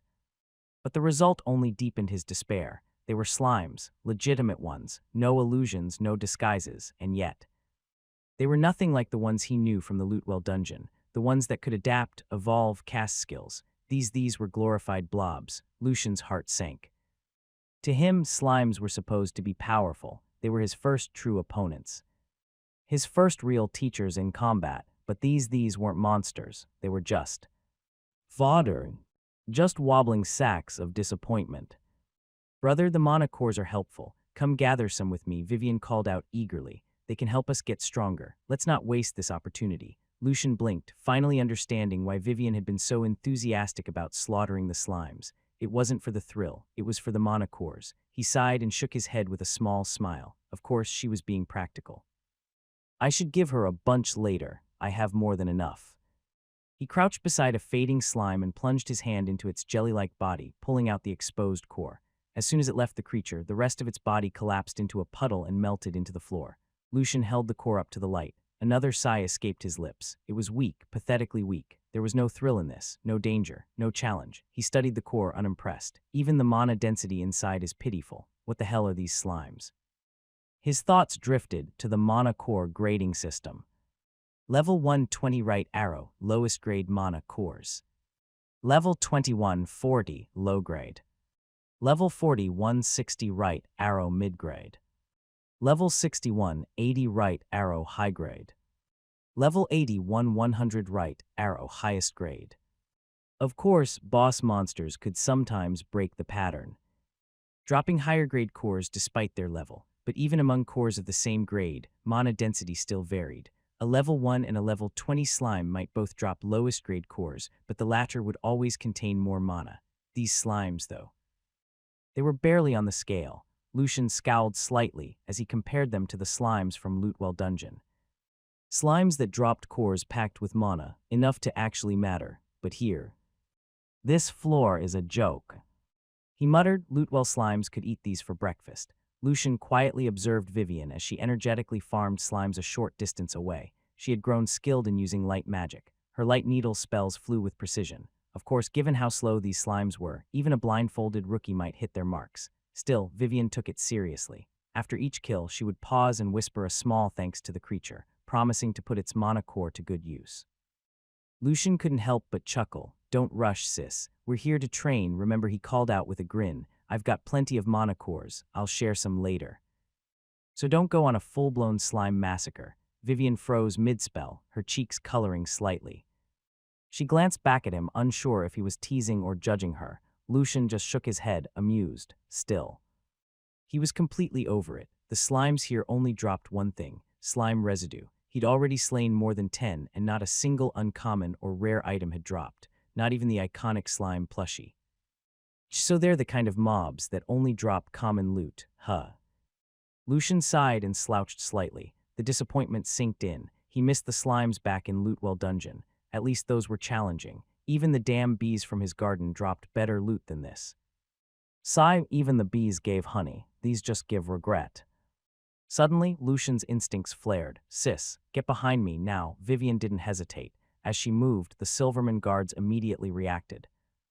Though their eyes widened in surprise, Lucian had sensed the threat before they did. They quickly formed a defensive line in front of the siblings, conjuring a wind shield in an instant, and then they saw it. A barrage of fire and ice projectiles came screaming toward them. The attack slammed into the windshield, crashing against it with a violent boom before dispersing into fading sparks. A voice echoed across the dungeon floor. Young Master Thornell, you didn't mention there would be Tier 7 guards. Another voice followed, tense. This changes everything. Are you sure about this? Vivian's eyes widened as she saw the two men standing in the distance. Her voice trembled. No way, those two. They're professors. Lucian narrowed his eyes and spotted them clearly now. Thornell's faction. Colehart stood among them and leading the assault. Two men in academy professor uniforms, both radiating the oppressive mana of Tier 7 mages. Lucian's expression darkened. This wasn't some petty student feud anymore. This was an ambush. Just then, Thornell's voice rang out with arrogance and command. You don't have to kill them, just hold the guards back. We'll handle the two. My family will make sure you're well compensated. The eyes of the two professors lit up at those words. Their hesitation completely vanished. Lucian's gaze sharpened. So even the professors can be bought. The academy is not as clean as I thought. Without missing a beat, Lucian leaned towards the Silverman guards and whispered something quickly under his breath. The guards exchanged looks, clearly surprised and hesitant, but then they saw the confidence in Lucian's eyes. They nodded. The professors began moving, trying to draw the guards' attention away from the siblings. The guards willingly took the bait and intercepted them without delay. Now, only Lucian and Vivian remained. A moment later, Thornell's group emerged, 10 students with Colehart walking smugly at his side. Lucian's eyes glowed faintly as he cast a quick inspect. Their tiers ranged from Tier 3 to Tier 5. Thornell, surprisingly, sat at the top as a Tier 5, but Lucian could tell there was no true strength behind that rank. It wasn't earned through battle or discipline. Elixirs, Lucian thought with a scoff. He bought his way up the ladders. This wasn't a threat, this was just noise. Thornell stepped forward with a sneer. Ha, you're doomed. Acting all high and mighty when you're just a baron. Boy, you've picked the wrong person to mess with. Lucian blinked at him, then let out a soft chuckle. That line was so cringe it wouldn't even make it into my collection of cool comebacks, he thought, unimpressed. Beside him, Vivian clutched his arm protectively. Don't worry, brother, she said firmly. I'll protect you. Thornell's face twisted in anger. Seeing the two of them so calm and dismissive only fueled his rage. He raised his hand. Mana gathered rapidly around him as he began chanting an intermediate fire spell. But then, Lucian raised a hand. His voice was sharp and clear. Procrastinate. The effect was immediate. Thornell froze. The swirling mana around him stilled midair, flickering uncertainly. His eyes glazed over as he slipped into a sudden, bizarre state of introspection. Wait, who am I? Why am I pushing myself so hard? Is there even a deadline for any of this? He looked like a man reevaluating his entire life plan on the spot. Coalheart, visibly confused, gave him a sharp nudge. Thornell blinked hard and snapped out of it. You, what the hell did you do to me? He demanded, glaring at Lucian. Lucian just smiled. Just a little taste of my job skill. First time using it, actually. He tapped his temple. Seems pretty effective. It was, but Lucian noted the drawback immediately. He could only target one enemy at a time, and Thornell hadn't come alone. Thornell's face twisted with fury. All of you, attack. He barked. 10 students surged forward at once, spells charging, weapons raised. Lucian's eyes flicked over the group. Oops, can't stop them all. He crouched slightly, preparing to unleash something devastating.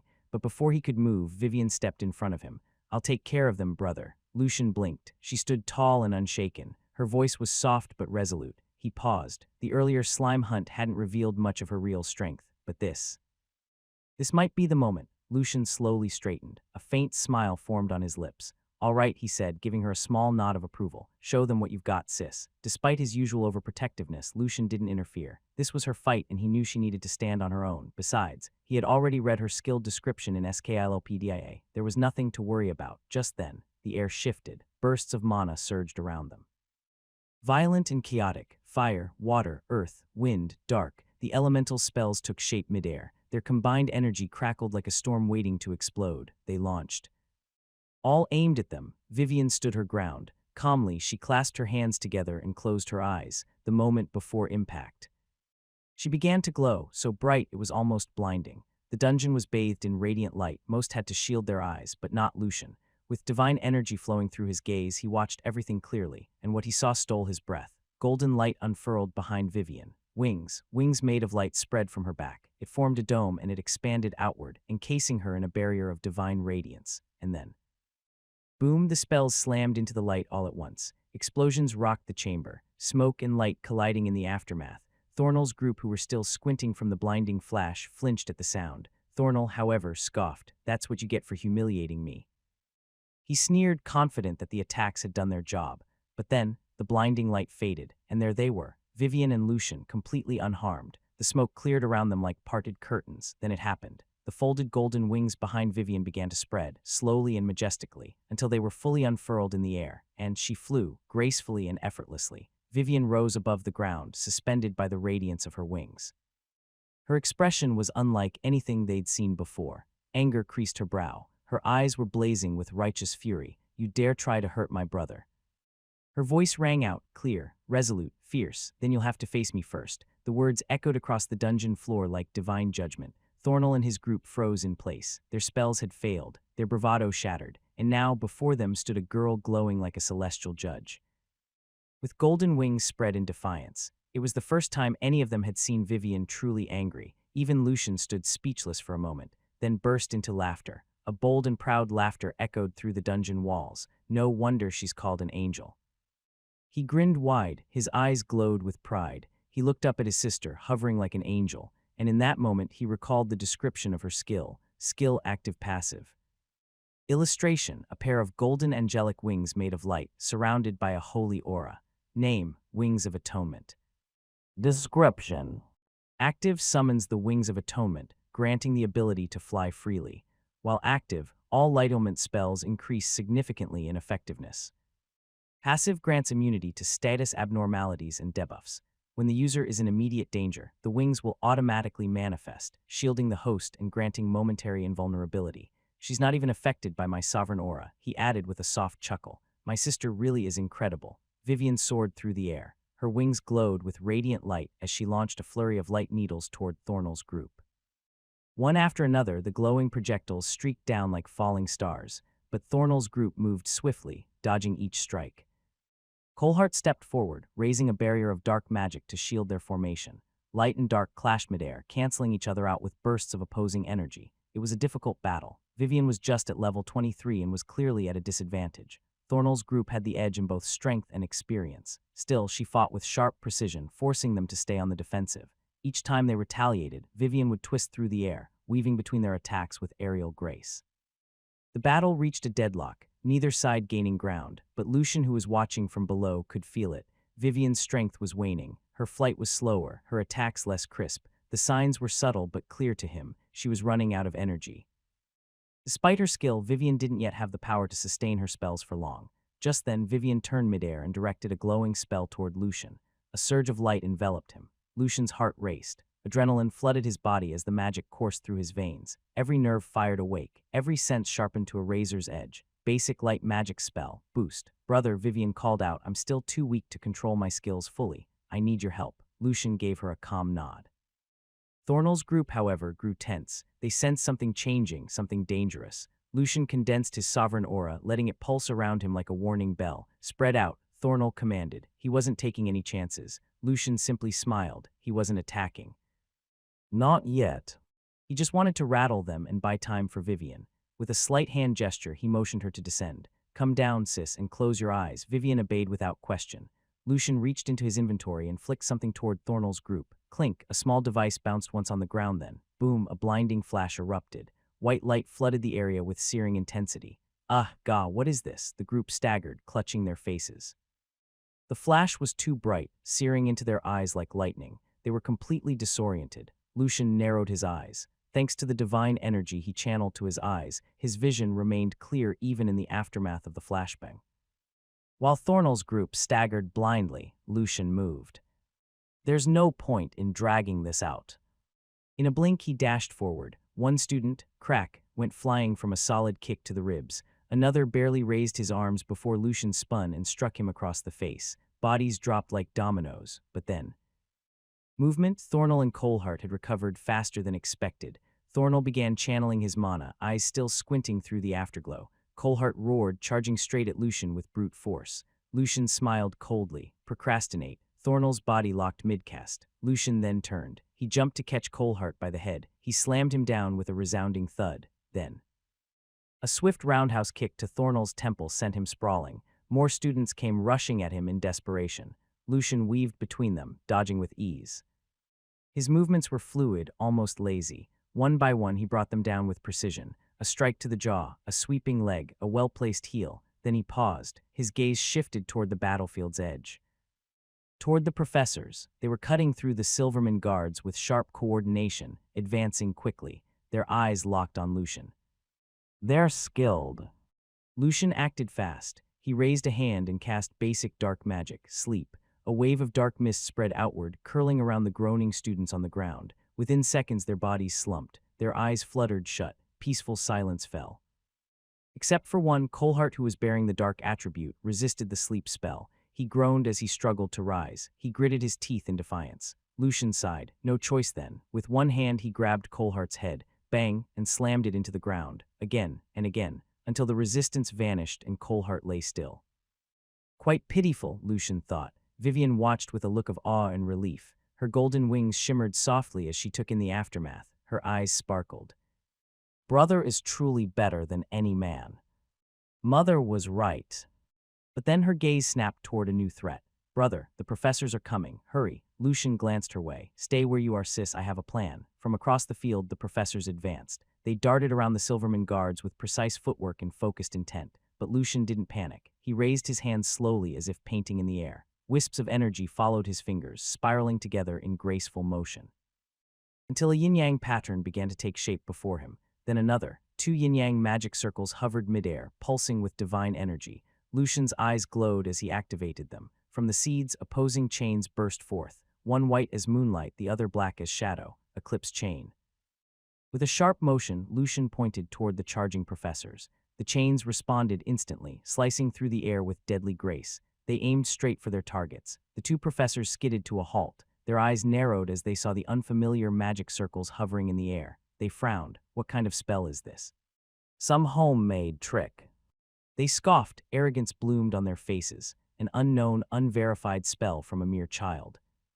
They didn't even consider it a threat. Boy, you clearly haven't seen much of the world. You shouldn't have come here. You're out of your depth. But then, something shifted. The white chains moved first. With frightening speed, they launched forward like guided spears, too fast. The professors raised their hands, casually attempting to swat them away like flies. But the moment contact was made, the chains coiled tightly around their bodies. What? Their limbs locked. Their mana gone. They can't even use skills. A wave of panic rippled through both men as they realized their mana vessels were being forcefully suppressed.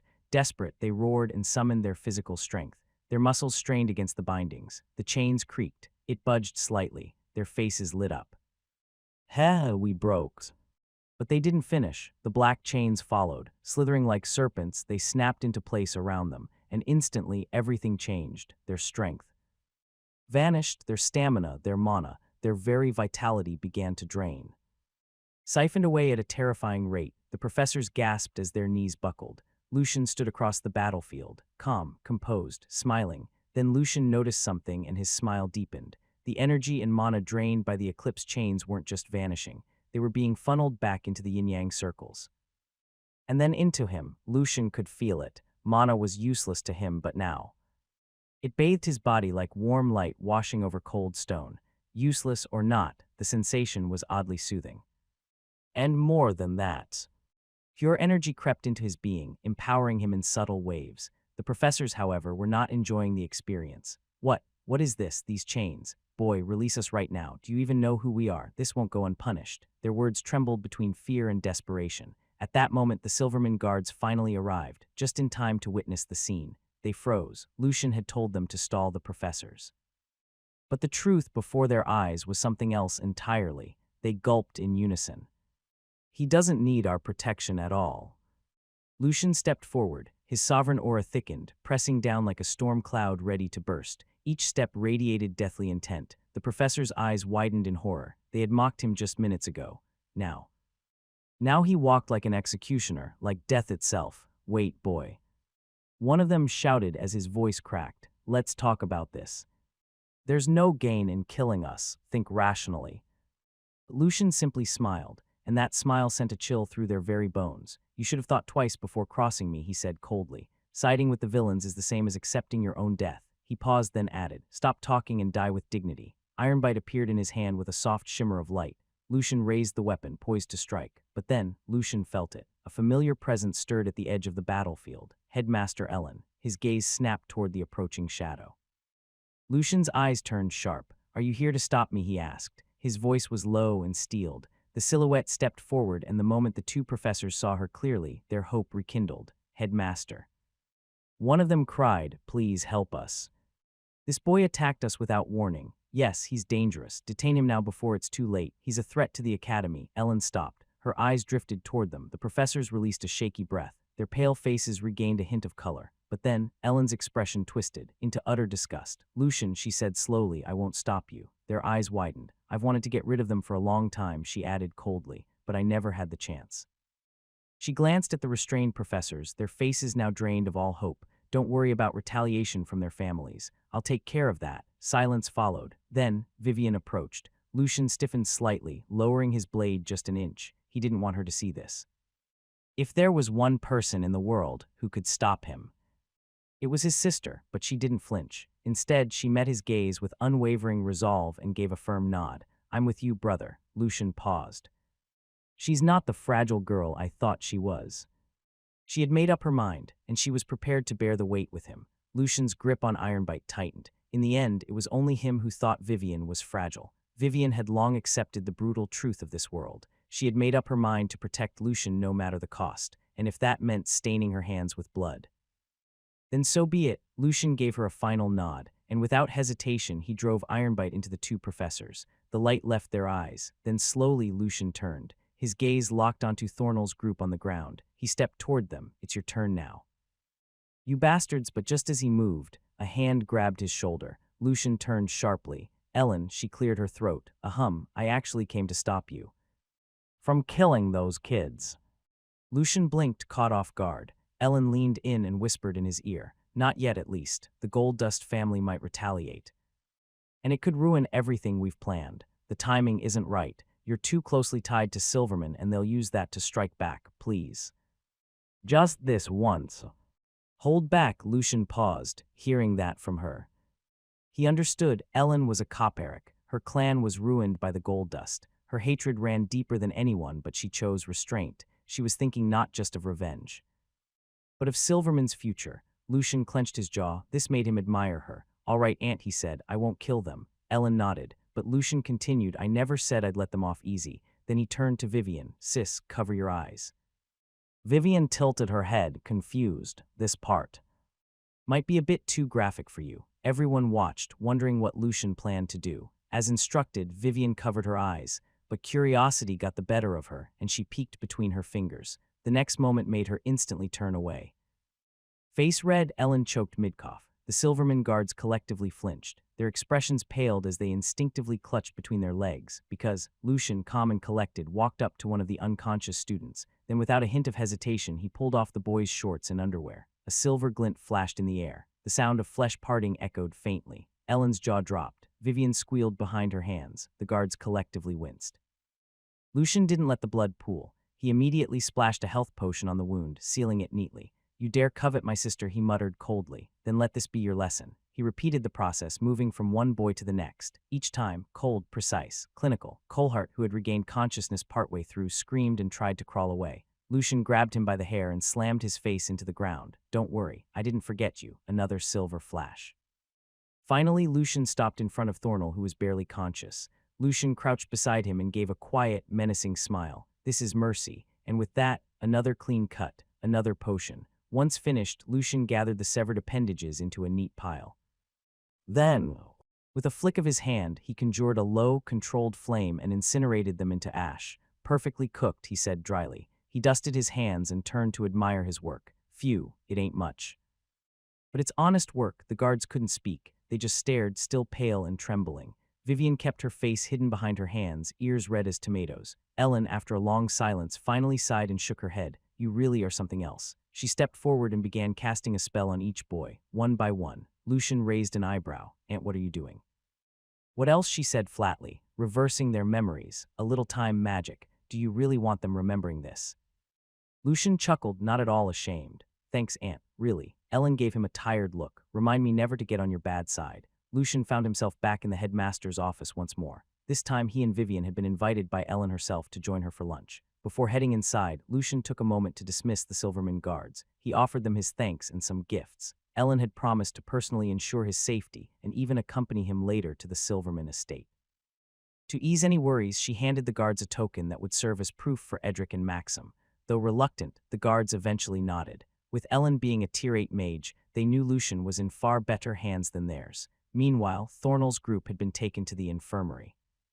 None of them had regained consciousness yet. Before Vivian left for her afternoon classes, Lucian turned to her with a touch of concern in his voice. "Sis, are you okay? No side effects from using your skill?" Vivian smiled gently and placed a hand on his shoulder. "Lou, I told you before that my skill consumes mana. When it runs out, it can stay active for longer. That's the only time when the side effects start to kick in. But don't worry, it's only been 2 minutes of skill usage and I still have plenty of mana left." She paused, her smile growing playful. "And I still have those honeys you gave me. Even if the side effects start, I'll recover quickly." Lucian exhaled slowly.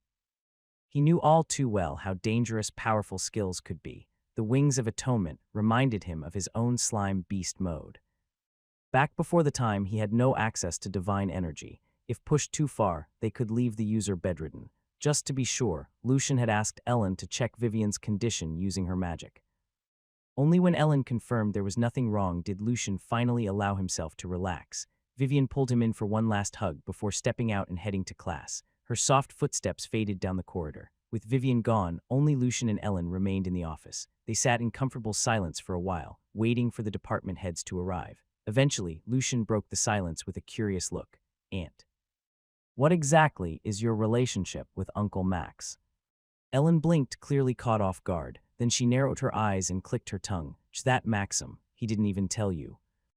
She crossed her arms, clearly annoyed. "HMPH, I'll let him say it himself. but despite her tone, she couldn't fully hide the complicated emotion in her voice. With a flick of her finger, a veil of dark magic shimmered into place. It isolated the room so that sound would not leak. Her voice lowered. I'll give you the short version. We had a close relationship in the past. He saved my life. More than once, back then he was my hero. She paused. A smile tugged at her lips, but it was tinged with sadness. But when he was cursed around 20 years ago, he started pushing people away. He never even came to see me. Not once. She looked down for a moment. The weight of time pressed into her voice, I think. He was afraid I'd pity him, that prideful man. She gave a soft sigh.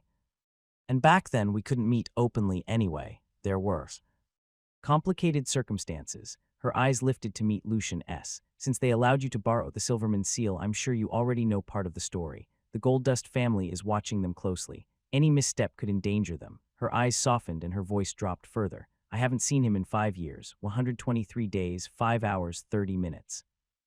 And 24 seconds. Make that 25. He doesn't know that since I only peeked from afar. Lucian's back straightened slightly. Wait, is this the true power of a chrono witch? She can even count time that precisely. She even remembers the seconds. Sensing his shock, Ellen gave a small cough and waved her hand. I was bluffing, probably. Lucian could only shake his head, unsure whether to laugh or be impressed. Lucian shook his head and gently steered the conversation elsewhere. Then, how did you become the headmaster, Aunt? Ellen's expression softened. A faint smile played on her lips as if she were dusting off a memory long tucked away. The former headmaster was my master, she said slowly. After my family was destroyed, Maxim saved me, but he couldn't bring me into the Silverman estate to avoid suspicion. So he begged my master to take me in as his disciple. She let out a small laugh. I disguised myself, dyed my hair black. I became someone else entirely. That was about 30 years ago. We were all so young back then. Her voice trailed off and her eyes dimmed with sadness. She continued in a quieter tone. My master eventually left to travel the world. He couldn't bear staying in this kingdom. Not after it took his daughter's life. He passed the mantle to me before he left. Lucian listened intently, sensing the pain behind her words. She was the most talented girl I know, Ellen said. I treated her like a younger sister. Her name was Shana. Lucian flinched. The name struck something deep inside him, something unexplainable. It was like a whisper from a forgotten dream. He tilted his head slightly. The name was unfamiliar, yet hauntingly familiar. Before he could ask anything more, a knock echoed from the door. Headmaster, it's us. Ellen blinked and waved her hand to dispel the dark barrier. You may enter, she called. Soon the door opened and the department heads entered. Baron, you're here. Oren and Belinda were the first to greet Lucian with warm enthusiasm. The others quickly followed, offering respectful nods and greetings. Now that they knew of Lucian's true background, their attitudes hadn't shifted to arrogance but rather a deeper respect. They understood. Lucian wasn't just talented. There were likely even greater forces behind him. After the greetings settled, Ellen clapped her hands once, drawing everyone's attention. Let's begin. Oren stepped forward. His tone was serious but sincere. Baron, we've realized something after reviewing the rewards we gave you earlier. They were severely lacking, what you shared with us. It's revolutionary. It has the potential to shift entire fields of study. He paused, then continued with genuine intent. We've been discussing it ever since. Honestly, no material thing can truly match what you've offered, so instead of guessing, may we ask, is there something you would like? Lucian remained silent for a few moments. Truthfully, he didn't care much. Nothing excited him more than drops from monsters and the system, but then something came to mind. Professor, he began earlier, you blacklisted the Goldust family from buying talismans from your family business. But they could still find a workaround. Buying them through proxies or affiliated groups. Would it be possible to extend that blacklist to include anyone connected to the Goldust faction? The room fell quiet for a moment. At Lucian's words, Ellen's eyes sparkled. But she quickly masked it behind a composed expression. When she had heard what Lucian did in class earlier, she'd been elated. Her authority only reached the boundaries of the academy. She couldn't influence decisions made in the private businesses or family affairs of others. But this move by Oren, which was triggered by Lucian's influence, was a direct blow to the Goldust family, a setback they wouldn't see coming, and Ellen couldn't have been happier. That's not really a reward, Oren said with a chuckle. I already planned to do that anyway, but is there anything else you'd like? Lucian's eyes flickered with interest. He fell silent for a moment, then spoke. Actually, if possible, could I have more monocores? I'd appreciate it if they're high grade or even the highest quality. A heavy silence fell over the room. Ellen cleared her throat gently before answering. We must apologize, young man. Dungeons that yield high-grade or highest-grade monocores are tightly regulated by the royal family. Even the explorers who obtain them are required to sell them directly to the castle. She folded her hands on the table. They're used to power the kingdom's most critical formations. Like the capital's barrier and other national artifacts, still. With my authority, I might be able to hunt a few monsters and acquire some for you. It'll just take time. Lucian nodded, unbothered. He hadn't really expected much in the first place. After all, those cores only dropped from monsters between level 60 and 100, but then Oren offered a compromise, if that's the case. How about we provide you with mid-grade mana cores instead? At those words, Lucian's eyes brightened. That was more than enough. The airship blueprint alone required 100 mid-grade cores. With this, he could finally afford it. Then Oren spoke again. Also, if you have other rune designs. Aside from the light and dark ones you already shared. My family would be very interested in purchasing them. Belinda, standing just behind him, quickly chimed in. Same here. Their interest sparked a ripple effect. One by one, the other department heads leaned in with intrigued expressions. Oren and Belinda had already shared what happened in the classroom earlier, and it was no surprise. Runes weren't just used for talismans. They served as the foundation for entirely new spells. In fact, many established magic spells today had been born from ancient rune studies. That was one of the runes' greatest values. They weren't just tools, they were the roots of magical evolution. No wonder scholars continued researching them even after centuries of little progress. Lucian stared at them, momentarily speechless. He did have a few rune notes. He'd shared them with the crafting division already. It wasn't a big deal to him, and if he could gain something in return. That was even better, but first, he activated his divine sense, subtly examining each of the department heads. If he detected even a trace of greed or ulterior motives, he would back out immediately. But to his surprise, what he sensed was completely different. Their colors were warm, genuine. Their interest wasn't driven by ambition or profit, but by pure passion. They truly loved magic. What Lucian didn't know was that these individuals had all been handpicked by Ellen herself when she took the position of headmaster. Each one had been chosen not for influence or connections, but for their devotion to their field. They were researchers and specialists who cared more about magic than politics or power games. Seeing that, Lucian smiled softly and gave a nod. Since they were requesting something personal, the rewards would come from their own pockets as well. Not from the Academy's official resources. The rewards were as follows. History Department Head Olga Landgrave gave Lucian a land deed in the noble district of the capital. His family held a long-standing lineage in the kingdom, and they owned a few unused properties. Olga is someone who was driven by a deep thirst for knowledge, especially anything as ancient and mysterious as runes. Enchantment Department Head Viral Munchant promised to enchant any item Lucian wished. Naturally, her offer extended to Vivian as well. She had taken a particular liking to the chalk, sun and night thread that Lucian had shared. It was a valuable addition to her craft. Monster Taming Department Head Drake Wormhold promised Lucian the newborn of his family's best tamed monster. He had been impressed by the special monster feed Lucian provided, which had visibly boosted the mood and vitality of even his most aggressive monsters. His family was known throughout the capital for producing the finest tamed monster. Martial Arts Department Head Ryu Ashbourne handed Lucian a complete set of martial arts techniques. It wasn't limited to just unarmed combat. It included weapon mastery techniques as well. These were carefully selected from his family's secret archives. Alchemy Department Head Elira Flaskvale gave Lucian a collection of her family's rare alchemical recipes. She was especially intrigued by the variation of slime gel he had given. They were something she had never encountered before. New formulas were already forming in her mind. And so it continued. Each department head offered a reward that suited their craft. There's even a talk for future exchanges. But they decided to leave it in the future. But the reward that shocked everyone the most came from Elira, not the alchemy recipes. But the declaration she made, the moment the words left her mouth, both Ellen and Lucian's eyes lit up in excitement. Elira declared that from now on, her family would no longer sell potions or elixirs to the Goldust family or their associates. It was a bold move. Her family, like Runeforge, belonged to a lineage of craftsmen. The same kind that Thornell Goldust had dared to mock. This declaration was not only a business blow, but a direct slap back at the Goldusts. To Lucian's glee, he handed Elira several unique potion recipes he had acquired from the system. They were unheard of in this world, but the effects were remarkable. One could heal old scars. Another made the skin smooth and flawless. One prevented aging over time. Another could even regrow hair. and many more. Alira's eyes sparkled as she received the pages. Her instincts told her she made the right choice.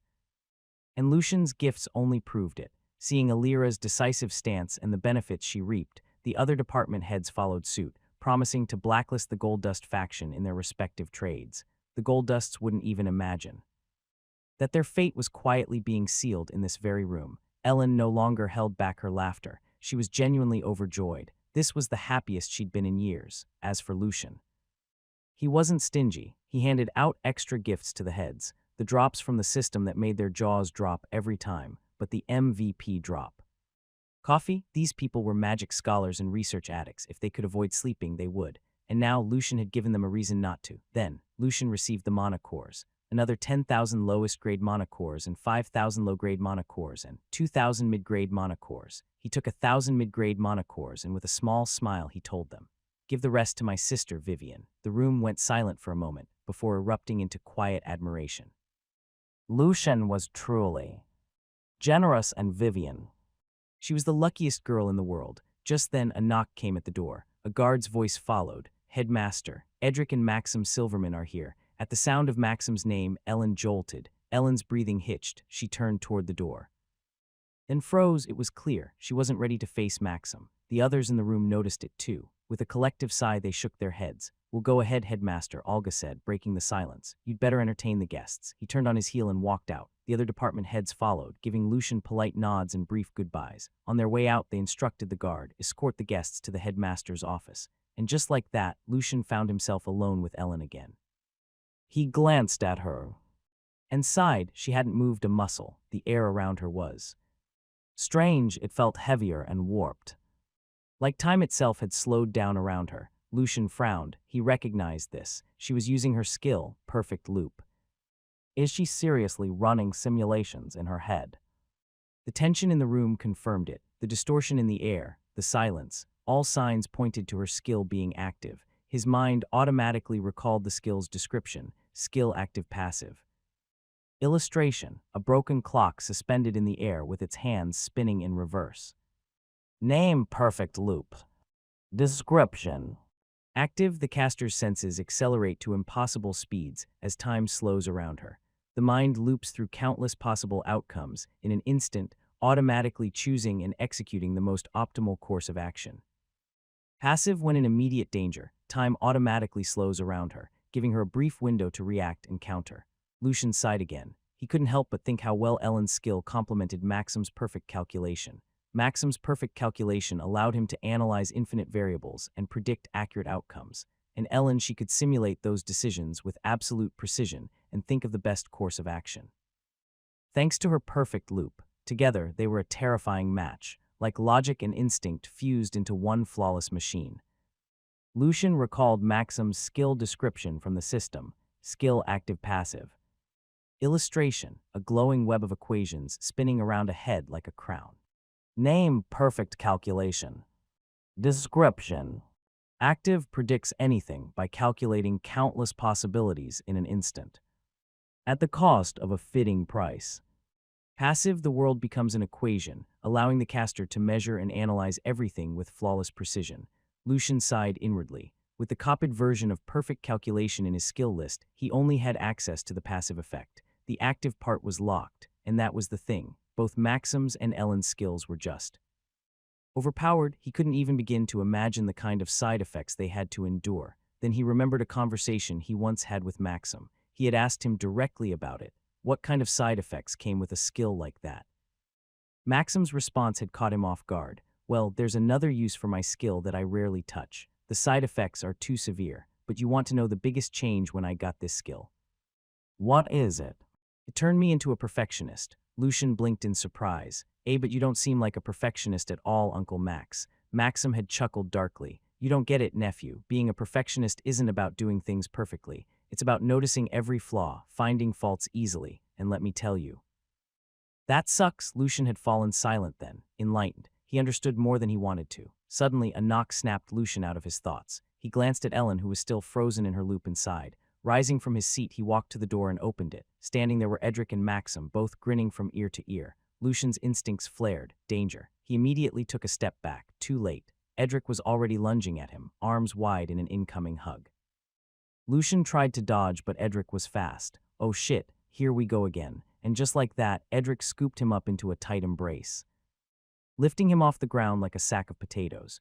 "Ghhha, my dear nephew, I heard what happened from the guards. You really are my family's lucky charm." Still holding Lucian, Edric added with glee, "I can't wait to see the look on those bastards' faces after this." "Ghhha. Maxim just shook his head as a quiet smile tugged at his lips. He stepped forward, heading toward Ellen, who had finally stirred. Their eyes met. Neither spoke, but the weight of everything unspoken filled the space between them. Edric and Lucian both froze, immediately sensing the tension thickening in the air. Without a word, Edric gently released Lucian, and the two silently stepped aside to give the duo their space. Lucian pulled 2 cans of coffee from his inventory and handed one to Edric. Edric blinked in surprise at the unexpected drink. His eyes flicked to the can, then to Lucian. But he said nothing. Now wasn't the time to ruin the mood. They sipped in silence, eyes locked on the unfolding scene. Maxim and Ellen hadn't spoken. The tension was almost unbearable. Then finally, "Ellen," Maxim said softly. His voice cut through the stillness. Ellen flinched ever so slightly. Her response, however, was anything but expected. "Who are you again?" Maxim froze in place, caught completely off guard. Edric chuckled under his breath, clearly entertained. Lucian twitched. "The hell women, even when they grow old, they never learn how to be honest." He rolled his eyes in disbelief. She used perfect loop for this. This is the best course of action she could come up with. What a total waste of a 5-star skill. Lucian didn't want to watch the drama anymore. Seriously, they were old enough. They should just be honest with each other. Edric took a slow sip from his coffee, smirking. "Women." Lucian heard him and nearly choked on his drink. He took a sip of his own to stifle the reaction. Then their eyes met. That was a mistake. Both of them suddenly struggled to hold back laughter. Their lips twitched as they tried to keep straight faces. Edric leaned in closer. His voice was low with amusement. "Haha, you see that, nephew, if I had a daughter, I wouldn't let her grow up like that. I'd scold her if she wasn't honest." Lucian raised an eyebrow, sensing something ominous. Then came the real punchline. "So rest assured," Edric said with a grin, "you should just marry my daughter and become part of the family." Lucian choked on his coffee. He glared at Edric. "Uncle Ed, don't force me to commit a crime. Your daughter's not even born yet, and I'm not a pedophile." Edric threw his head back and laughed, not too loud. "Come now," Edric said with a smirk. "I'm sure you don't want to watch some old romance play out. We shouldn't be here. Let's leave the 2 old bones alone." Lucian nodded in agreement, though a part of him doubted this would be resolved anytime soon, especially with Ellen still pretending not to know Maxim. So before they left, Lucian decided to give things a little nudge. "Uncle Max," Lucian said with feigned innocence, "Aunt Ellen said earlier that she misses you so much. She was just sultry that you didn't come to see her while you were cursed. You never even visited her once." At those words, Maxim's eyes lit up, wide, surprised, apologetic. Ellen, on the other hand, Lucian didn't get to see her reaction, because the moment those words left his mouth, Edric suddenly grabbed him around the waist like he was hauling a bag of potatoes, and bolted at a blinding speed, as if his life depended on it. "Nephew, don't play with fire. We almost died back there," Edric hissed. His eyes were wide and his jaw was clenched as he ran. Only then did Lucian notice how pale Edric had become. Ghostly pale. Had Ellen done something he hadn't even sensed it? Within moments they were already outside the academy gates. Only then did Edric stop and exhale sharply, shoulders sagging in relief. Lucian, still reeling, swayed a bit as Edric finally set him down. His vision spun from the sudden acceleration. A Silverman carriage was already waiting just outside the academy gates. The coachman blinked in surprise at their sudden appearance, but ever the professional, he quickly composed himself and gave a respectful nod when he saw them. Edric turned to Lucian. "Come, nephew, let's visit the market district. Let's see if anything catches your eye." Lucian's eyes lit up with excitement. He had been curious to see just how grand the capital's marketplace was. Without hesitation, he climbed into the carriage with Edric. The interior was as luxurious as expected, with fine cushioning and polished wood paneling. Outside, the elegant silver horses trotted forward smoothly, pulling them into the heart of the capital. Lucian watched the passing scenery with bright eyes, until Edric broke the silence. "Nephew," he said, grinning, "I heard from the guards. You cut off some students' dicks, Ghhha. Not a bad move at all." He let out a booming laugh. Lucian tilted his head, unsure how to respond. Edric continued, clearly enjoying himself. "They're not gonna go around announcing it. I mean, would you admitting it is like waving goodbye to their status as heirs. If they can't do the deed, they can't carry the bloodline. Simple as that." He leaned back, smirking. and with the old witch's help, they won't even remember that it was you who did it. Ghaha, smart, very smart. Lucian's eyes sparkled. Then Lucian asked something that had been nagging at him. Uncle Ed. I thought the Goldusts were supposed to be formidable, ruthless, and calculating, but that Thornell bastard was openly arrogant. Like he wasn't even trying to hide it. I expected more cunning from their side. Edric fell silent. He turned to the window, watching the passing scenery with distant eyes as if pulled into a memory. His expression shifted. You can't blame the new generation, nephew. They've never seen the golden era of nobles. He paused. Then turned to look Lucian directly in the eyes. Back then, the Goldusts were terrifying. Cold, methodical. That's how they managed to wipe out the Copperic lineage. They didn't boast, they didn't bluster. Everything they did was behind the scenes, quiet and precise. He leaned back in his seat, eyes shifting upward as he continued. They didn't dare act arrogantly here in the capital. Because they couldn't. Lucian narrowed his eyes slightly, intrigued. Edric's voice lowered. Because during those years, the capital was the safest place in the kingdom. Not because of the guards, not because of the law, he exhaled slowly, but because an assassin emerged, a shadow that moved in silence. He hunted down every corrupt noble, one by one. Without fail, a faint smile touched Edric's lips. They called him Thousand-Skill Luke. Lucian tugged at his collar. Thousand-Skill Luke sounds formidable, he muttered. But there was a gnawing unease in his chest. Something about the name stirred a strange curiosity within him. He couldn't let it go, based on the name. Does he really have 1,000 skills, he asked. Edric glanced at him, then gave a slow shake of his head. No one knows for sure. The Assassin's Guild gave him that title, but one thing's certain. He's a man with a terrifying arsenal of skills. Lucian's eyes narrowed. His thoughts were now racing. Did he crack the code to learning skills, or did he once possess the Skullpedia? Goosebumps crept across his skin. The possibility was both terrifying and exciting, but he pushed the thought away for now. Thousand-Skill Luke. Lucian made a quiet promise to himself. He would uncover the truth about that man. Sooner or later, Lucian turned to Edric once more. Then why didn't he kill the Goldusts? Edric exhaled slowly. He may be an assassin, but he's not a mindless killer. He never moved without reason. And never without proof. Every noble he assassinated. He left behind evidence, documents, confessions, proof of their crimes. He paused as his eyes darkened, but the Goldusts nothing, no traces, no wrongdoing that anyone could find. He looked Lucian in the eye, and if he had tried to kill a high-ranking noble without just cause, the king himself would have had to intervene. Edric leaned back and sighed as if recalling something from long ago, but the truth is, no one knows what happened. The legend vanished over a decade ago, maybe 13 years now or something. That's why I say, you can't blame the new generation. They've never heard of him. And in that silence, evil found its way back into the kingdom. Lucian opened his mouth to ask more, but, oops, we're here, Edric said with a grin. Welcome to the noble district market, nephew. Lucian let out a soft sigh as he turned to the window. He looked out at the street. His eyes lit up with wonder. Towering buildings lined the road. Their elegant exteriors were polished to a shine. Ornate balconies, gilded signboards, marble columns. Everything here screamed luxury. Seeing Lucian's awe, Edric chuckled. Let's park and start buying whatever catches your eye. Don't worry about the cost. I've got it covered, ha. Lucian gave a small nod, hopeful. Maybe something would catch his interest. Soon, they stepped down from the carriage. Lucian took in the surroundings. The streets were wide and clean, flanked by expensive shops and decorated parks. Every detail seemed meticulously curated for wealth and status, but something felt off. It wasn't as crowded as he expected. He slowed his steps. Uncle Ed. There aren't many people around. Are you sure this is the market? Edric laughed. Of course, this is the market, but it's in the noble district. That's why we got here so fast. It's near the academy. He clapped Lucian on the shoulder. Let's look around. If you don't find anything that suits your taste, we'll head to the commoners' district. The market there is a whole different world. Lucian nodded. Though his hopes were low, this wasn't really his scene. Nobles sought jewels, perfumes, rare luxuries, none of which appealed to him. He glanced around. Men and women dressed in fine silks strolled leisurely, bags in hand. Nearby, noble ladies sat beneath parasols at a tea shop. Their stifled giggles echoed like practiced melodies. Flowery words drifted through the air, sweet and artificial. Stern-looking guards stood by every storefront, stone-faced and still like statues in armor. It was undeniably a luxurious street.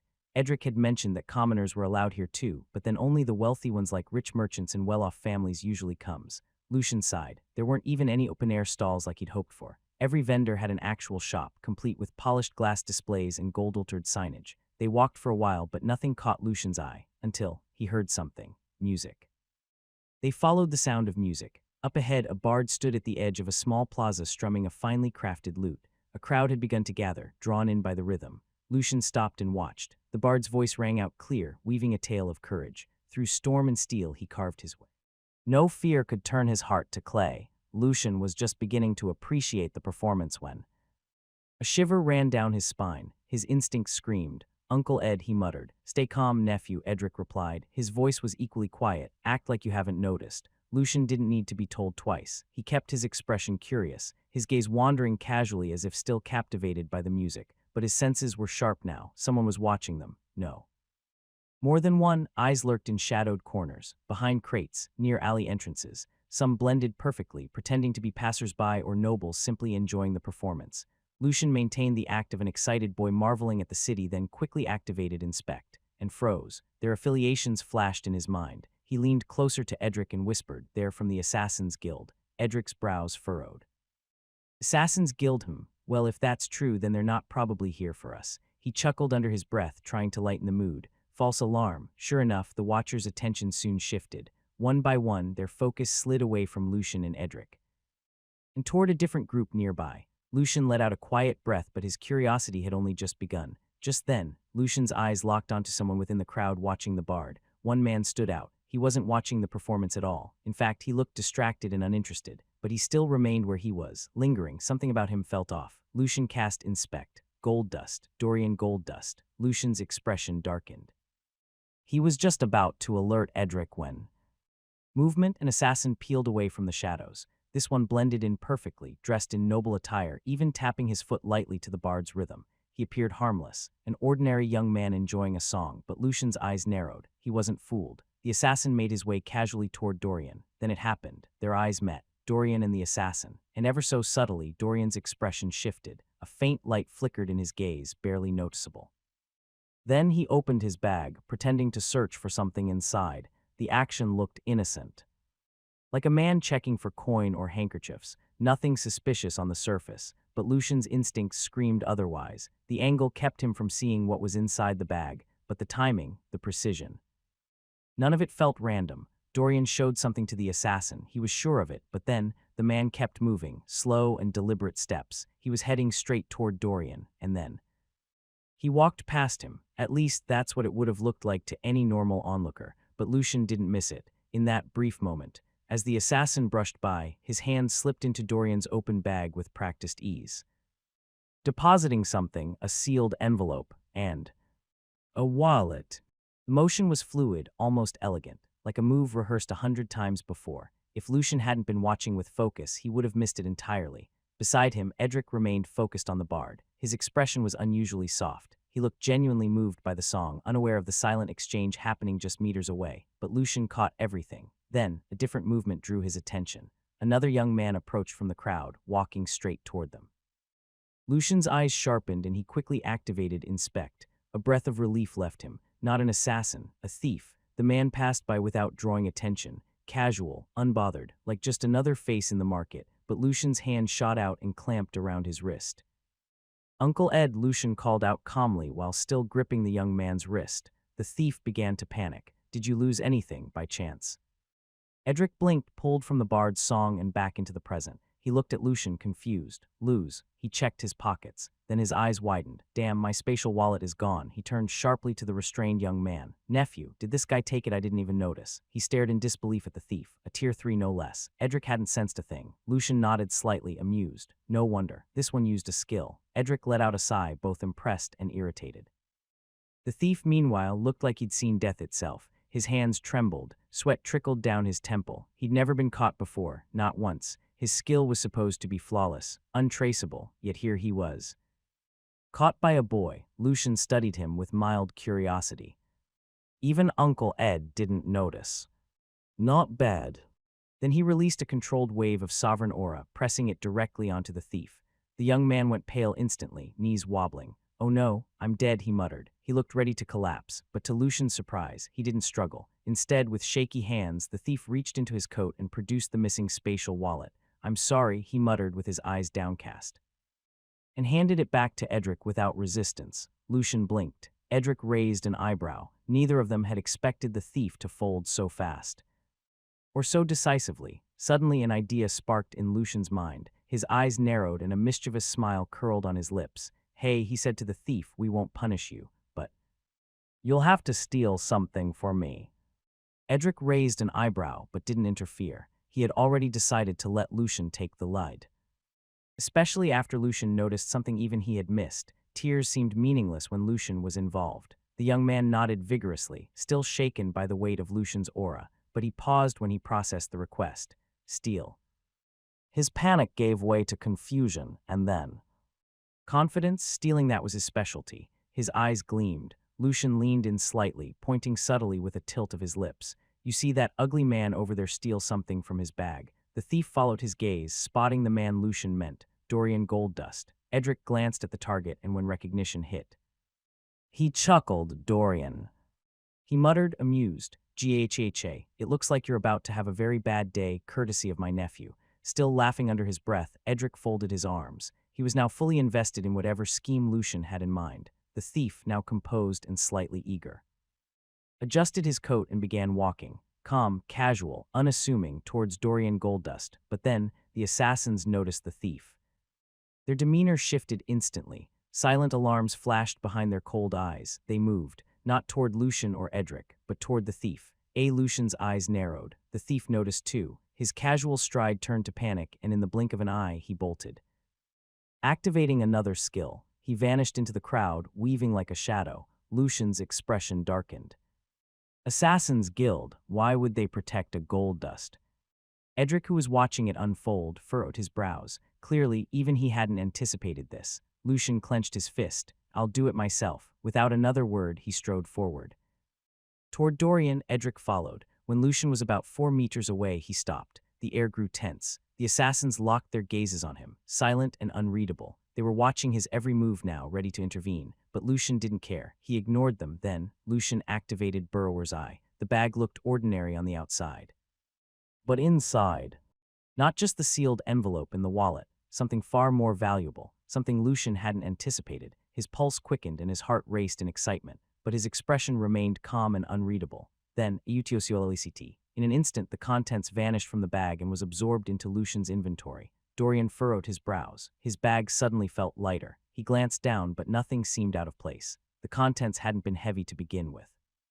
Still, something felt off. He scanned the crowd, and then locked eyes with Edric. His expression twisted. Oh my, what a surprise. I didn't realize such an important man was here. His tone was laced with mockery. Edric met his eyes with a cold and steady gaze, completely unshaken. He studied Dorian for a moment, then offered a small smile. Haha, I see you can still smile. I guess you haven't heard the news yet. Dorian's smile faltered. His gaze sharpened. What news? Now it was his turn to scrutinize Edric, but Edric only chuckled. Gahaha, you'll have to find that out yourself. The laughter rang with amusement, but beneath it was an ominous undertone. Dorian felt it. A chill crawled down his spine. He didn't know what Edric was talking about, but he knew one thing, whatever it was, it wasn't good. Suddenly, a carriage barreled down the street, racing straight towards them. Dorian smirked. Oh-ho, looks like my family's carriage is here. You might want to step aside. It doesn't slow down for anyone. If you end up flat on the ground, well, that's just nature sorting the weak. Lucian turned his gaze. 2 majestic golden drakes pulled the speeding carriage. Their scales gleamed like burnished gold, and each thunderous step shook the cobbled street. They looked fierce, relentless, terrifying. Passers-by cried out and scrambled out of the way, pressing themselves against walls and storefronts. Gasps rippled through the crowd. The beasts charged forward like they owned the road. Dorian wore a smug grin, but Edric didn't move, not even a step. To yield would be to admit inferiority. The golden drakes were nearly upon them now. The air grew tense, people held their breath, and still, Edric and Lucian stood firm, unshaken, because Lucian's eyes narrowed. And then he condensed his sovereign aura, not toward Dorian, not toward the crowd, but aimed directly at the 2 golden drakes. Get behind me, nephew. I'll protect you, Edric said swiftly, stepping in front of Lucian on instinct. But Lucian simply nudged him on the side without saying a word. Edric paused. That small gesture told him enough. Lucian was planning something, and then the golden drakes drew near. Lucian's eyes sharpened. Without a word, he condensed his sovereign aura. He directed it straight at the incoming beasts. Instantly, the drakes faltered. They screeched in alarm. Their movements became erratic. Panic surged through them as if they were struck by an invisible force. Their claws skidded against the ground, disrupting the rhythm of the carriage. The coachman struggled to regain control, but the drakes were no longer listening. What? Dorian shouted in disbelief. These were their prized Tier 6 tamed monsters, well-trained, obedient, proud, yet now they were completely out of control. The coachman was finally thrown from his seat, crashing to the ground. The reins slipped from his hands. The carriage lurched violently, then collapsed under the chaos. And just like that, the drakes were free. The beasts looked around wildly, their instincts untethered. The sheer pressure of their presence sent a wave of fear through the gathered crowd. Nearby noblewomen screamed in terror. Even some noblemen stumbled and fell back in panic. Guards rushed forward, drawing their weapons. The tension in the air thickened. But Lucian didn't flinch. The drakes locked eyes with Lucian. Then they charged. Seeing this, Dorian smirked triumphantly. Edric, it looks like you've stirred up our drakes. You're doomed, ha ha ha. Edric tensed, ready to step in the moment danger struck. But as the drakes neared Lucian, something unexpected happened. They slowed. Dorian's smug grin faltered. The massive beasts came to a halt in front of Lucian. Their intense gaze lingered on him. Then, without warning, they lowered their heads and sat. No, they knelt. The wild, aggressive monsters were bowing before him. Gasps rippled through the crowd. Every onlooker fell silent. Even the guards froze, unable to process what they were seeing. The beasts that were aggressive moments ago now looked completely tame, almost adorable. Edric stood frozen in disbelief. He slowly turned toward Dorian. The man's jaw hung slack. His face was a perfect portrait of shock and confusion. He couldn't believe what he was witnessing. Suddenly, a mischievous idea sparked in Lucian's mind. The drakes were large. In fact, most of the onlookers couldn't see exactly who they were kneeling to, and Lucian was more than happy to take advantage of that. He turned to Edric with his eyes gleaming, then instantly shifted into character. Lucian was now playing the part of an innocent, witty-eyed boy full of admiration. Wow, Uncle Ed, look. He shouted. He made his voice loud enough for everyone to hear. I didn't know your family was so amazing that even the Goldust drakes kneel to you. They're so cute. Gasps and giggles rippled through the crowd. Dorian's face twisted with rage. Edric was caught off guard. He blinked in confusion, but only for a second. Then he grinned wide and burst into laughter as he caught on Lucian's act. Gahaha, of course. He bellowed like they say. Animals recognize greatness. If they kneel to us, it just proves they know who the superiors are. Ghchchchchche. His booming laugh echoed down the street. The crowd erupted. Some chuckled. Others whispered excitedly. Noble ladies clutched their fans, delighted by the unexpected drama. They were already spinning this bizarre event into their next round of gossip. And just like that, Lucian had flipped the entire scene on its head. Dorian's eyes swept across the crowd. His expression darkened. Then with clenched fists, he marched toward the drakes. He needed to reassert control, to discipline them, harshly if needed. Meanwhile, Lucian's eyes briefly flicked toward the shadows. The assassins were retreating. Their mission was complete, and with the crowd's attention fixed on the scene, they slipped away unnoticed. Dorian stopped just short of the kneeling drakes, his glare burning with fury. You too, he said sharply. Come now, or I'll beat you again when we get home. At his words, the drakes raised their heads and gave a sharp, angry cry. Then they pressed themselves even closer to Lucian, curling around him protectively. Their demeanor softened, acting almost playful and affectionate. Like loyal pets refusing to leave their favorite person, the message was clear. They didn't want to go with Dorian. Dorian's jaw clenched. His eyes slowly shifted to Lucian. Boy, he growled, step aside. There was a flicker of realization in his gaze now. Lucian wasn't ordinary. That presence, that quiet confidence, there was power behind it. Still, Dorian saw him as an obstacle and an enemy. By association with Edric, step aside or else, he warned coldly. You'll get caught up in me punishing my mount. Lucian met his gaze directly, unflinching. He said nothing, but his aura answered for him. Lucian condensed it and released a controlled wave targeting Dorian alone. The effect was immediate. Dorian stiffened, caught off guard. He faltered, taking half a step back, but he quickly recovered. His face hardened as he wrapped himself in a thick layer of mana. Power surged around him and the air hummed with tension. Dorian's expression turned cold and murderous. His eyes locked onto Lucian with fierce intent. This boy must not be allowed to live. Mana surged to his hands, swirling with lethal energy. He began to weave a spell. His voice was low but dangerous. I warned you. He raised his hand toward Lucian, ready to strike, but before he could release it, a powerful gust tore through the space between them. A sharp, howling wind exploded outward, stopping Dorian in his tracks. The air itself bent under the weight of the pressure. Edric stepped forward, his cloak whipping behind him as the wind curled around him. Condensed, sharp, deadly. His voice was calm, but it carried like thunder. I'm warning you too, Dorian. If even a single hair on my nephew's head is harmed, his gaze sharpened into a blade, your head will fly on the spot. The pressure from Edric's wind aura crashed into Dorian like a mountain. The air grew heavy. Even the crowd felt the intensity. Dorian's body stiffened. His mana flared defensively, but it was already too late. Tier 8. He gasped with his eyes wide with disbelief. He stepped back instinctively, shaken. No, that can't be, he muttered under his breath, but Edric heard him. A smirk tugged at the corner of his lips. You assumed Tier 7 was my ceiling, Edric said. His voice was laced with amusement. That's your limitation, not mine. Dorian's face darkened. His jaw was tight with restrained fury. He stepped aside without another word. He didn't stay. Without sparing Lucian another glance, he turned and began to walk away. On his way out, he muttered something to the coachman still sprawled on the ground. Whatever it was, it drained the color from the man's face. Then just before leaving, Dorian cast one final glance at Edric and Lucian. His eyes burned fiercer than before. There was no more arrogance in them, only cold calculation. And with that, Dorian vanished into the crowd.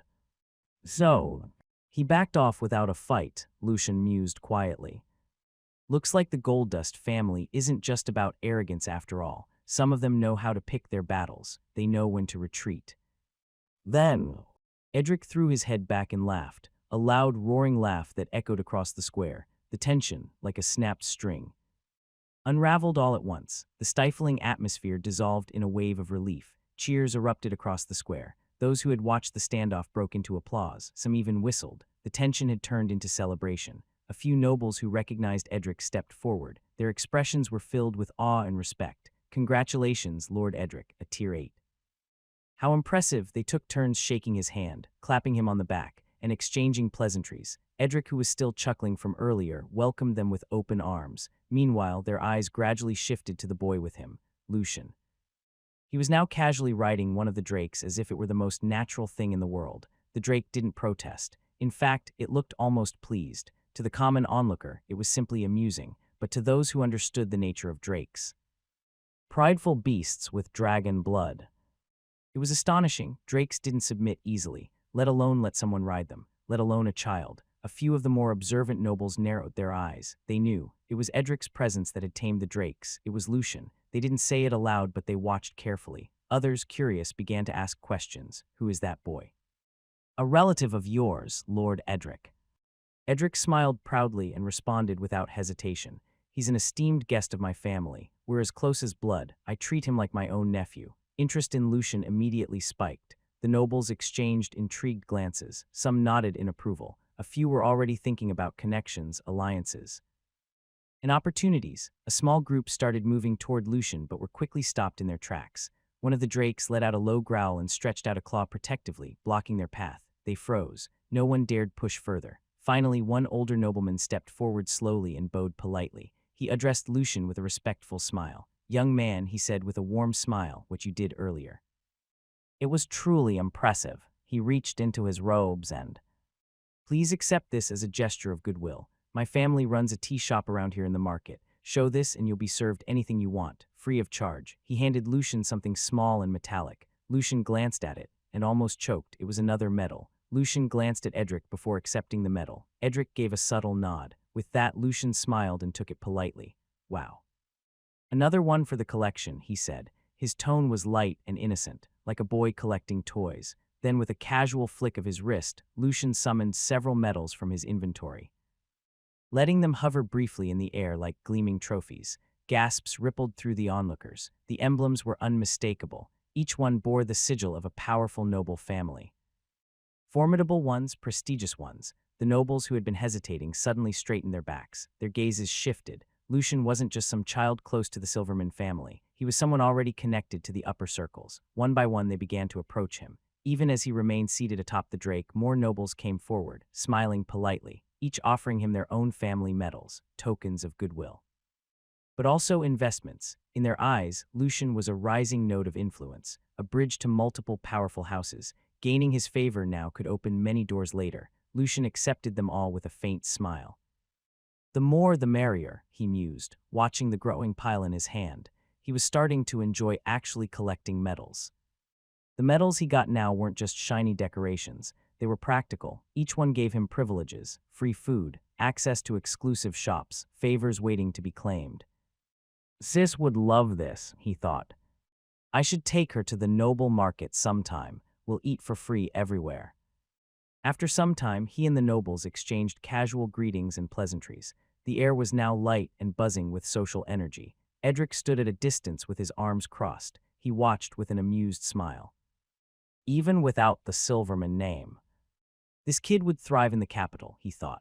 Lucian turned to Edric with a grin forming on his lips. Uncle Ed, should we head to the Commoners' District Market area? I think I can find something I want there. There was a glint in his eyes, one that hinted at another plan brewing in that clever mind of his. Edric raised a brow then smirked. Of course, nephew, let's go. Oh, wait a moment. If we ride the drakes, we'll get there much faster. He looked at the massive beasts with amusement.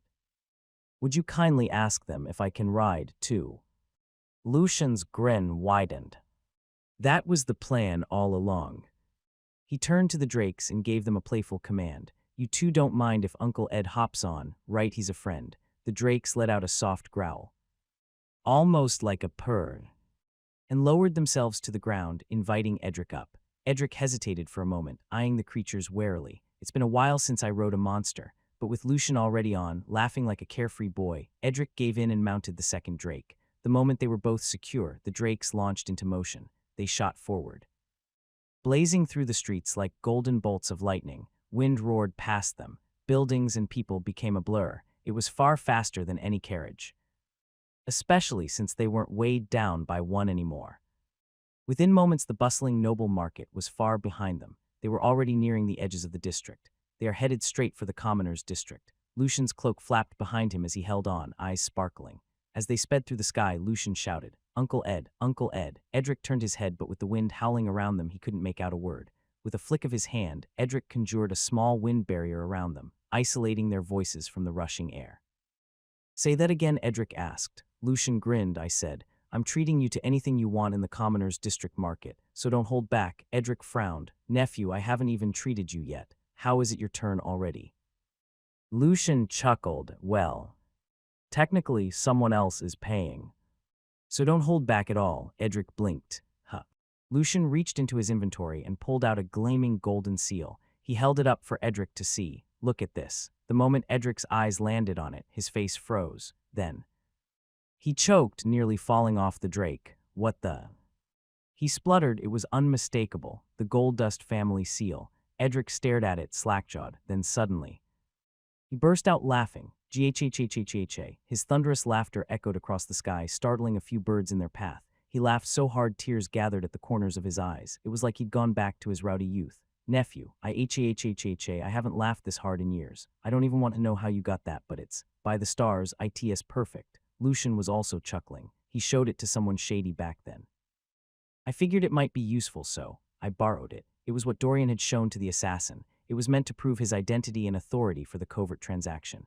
Edric wiped a tear and gasped for breath. Borrowed, he says. Gahaha, let's use it. Let's go on a grand buying spree and bury Goldust in mountains of unpaid bills. Lucian's grin turned even more devilish. Exactly my thought, but first, let's change appearances. Can't risk being recognized. Edric straightened up and cracked his knuckles. Disguises then mayhem. Let's make this outing legendary. The two cackled like criminals on the run, soaring through the sky, leaving behind a trail of wind and plans for delightful chaos. Lucian activated basic dark magic spell, Illusion. A shimmering black mist swirled around their faces, cloaking their features in shadow. Lucian closed his eyes, visualizing the face he wanted. Slowly, the mist began to shift. It molded and settled into a new image, a familiar one. When the spell finished, it was flawless. To any untrained eye, there was nothing out of place. The illusion was seamless. Of course, that was thanks to the divine energy, making it hard to detect. Lucian now wore Thornell's face, and Edric looked exactly like Dorian. When their eyes met, both burst out laughing. You look absolutely hideous, Uncle Ed. Lucian grinned. Speak for yourself. Edric shot back, chuckling. I'd cry if I woke up like that. Their laughter echoed as they continued on their way. A few minutes passed before Lucian asked, Uncle Ed, what's the deal with those assassins earlier? Edric grew quiet with his brows furrowing. I'm not sure, but I'll say this. The Assassin's Guild isn't what it used to be. Lucian tilted his head. Edric gave an amused smile as if recalling something strange and distant. You know, 12 years ago, something unbelievable happened. The king's roar echoed across the entire capital. Lucian blinked, his roar. Edric nodded. It lasted for about a minute, maybe more. I was in the capital then. I heard it clearly. At first, it sounded like he was mourning, grieving, but halfway through, that sorrow turned to fury, raw, terrifying fury. He paused, the smile fading slightly. The king has always been calm, composed, cold even. I've never seen him show much of anything. Almost like a statue, but that day something broke in him. Lucian listened closely, fully absorbed. There were whispers from inside the castle. That he suddenly bolted from the throne room. No warning, no escort, just vanished. Edric looked off into the distance as if reliving it all. They say his first stop was the Assassin's Guild. You know how their bases constantly shift. Always hidden, he found them anyway. And rampaged. But strangely, he didn't kill anyone. He held back. Lucian's brows furrowed. Why? No one knows, but after that he stormed into the magic tower. Same story, destruction, chaos, but no deaths. It was like Edric's voice dropped lower, like he was searching for someone, and when he didn't find them, he threw a tantrum big enough to shake the capital. Lucian's heart tightened. That was 12 years ago. I might have just been born. He thought of the king again, powerful, distant, untouchable, and now unpredictable. What could have driven someone like that to lose control? Who or what was he looking for? Edric gave a small laugh, though his tone remained somber. Every noble in the capital remembers that day, but none of them dare speak of it. Not even in whispers. They're afraid the king might come knocking next. After all, he's already at the peak of Tier 9. No one in this kingdom can stop him. He leaned in slightly, voice playful again. So let's just keep this between us, nephew. Ha ha ha. Lucian gave a dry chuckle in return, though something about the story left him deeply unsettled. Soon, they finally arrived at the commoners' district. Lucian glanced around, eyes wide with curiosity. It was nothing like the border territories. The streets were clean and wide, with well-maintained stone roads stretching far ahead. The buildings were modest, but their charm was undeniable. Each home was uniquely painted with little details that reflected the personality of those who lived inside. It wasn't as extravagant as the noble estates, not even close, but to Lucian there was something comforting about it all. Children ran and played without a care in the world. Neighbors gathered in front of their homes, laughing and chatting like family. Lucian took a deep breath, letting the peaceful atmosphere sink in. So this is what normal life in the capital feels like. Carriages rumbled by from time to time. Some people rode mounts, horses, wolves, even a few exotic beasts, but none drew as much attention as their golden drakes. The moment the drakes passed, heads turned. Young boys stared in awe, whispering how cool they looked. Girls peeked from behind corners, their eyes shimmering with fascination. Others, especially the adults, were more cautious. They glanced with quiet wariness, clearly sensing the presence of nobles. A few excited children even tried to approach, only to be pulled back quickly by anxious parents. Lucian sighed, watching the quiet reactions unfold. If I weren't in disguise, I would have loved to talk to them, ask them about the city, their favorite places, their stories. They pressed on. As they rode deeper into the district, other mounts instinctively moved to the sides of the road. Unable to match the sheer presence of the drakes, even from afar, people continued to watch with admiration in their eyes. But also a respectful distance. After nearly an hour of riding, they finally arrived at the heart of the market. Look, nephew, Edric said. Told you, it's completely different here. More people, more life. And a whole lot more to buy. Lucian looked around and couldn't disagree. It truly felt like another world. The market was alive with color, sound, and motion. Stalls and tents lined the broad avenues. Their vibrant fabrics fluttered in the breeze. The air was thick with the scent of fresh bread, roasted meats, sizzling oil, and sweet spices. Merchants stood behind their tables, calling out to passers-by with practiced enthusiasm. They were offering everything from glittering jewelry to polished weapons and crates overflowing with strange exotic fruits. Music drifted through the air, played by street performers on handmade instruments, while children weaved between legs and stalls, chasing each other in playful chaos. In one corner, a fortune teller laid down cards with quiet mystery. In another, a blacksmith struck steel with rhythmic precision. Lucian's eyes scanned the lively crowd. There were fewer nobles here, but still a lot. Some wandered curiously, others confidently, even trying to haggle with the more expensive vendors. Lucian had underestimated the commoners' market.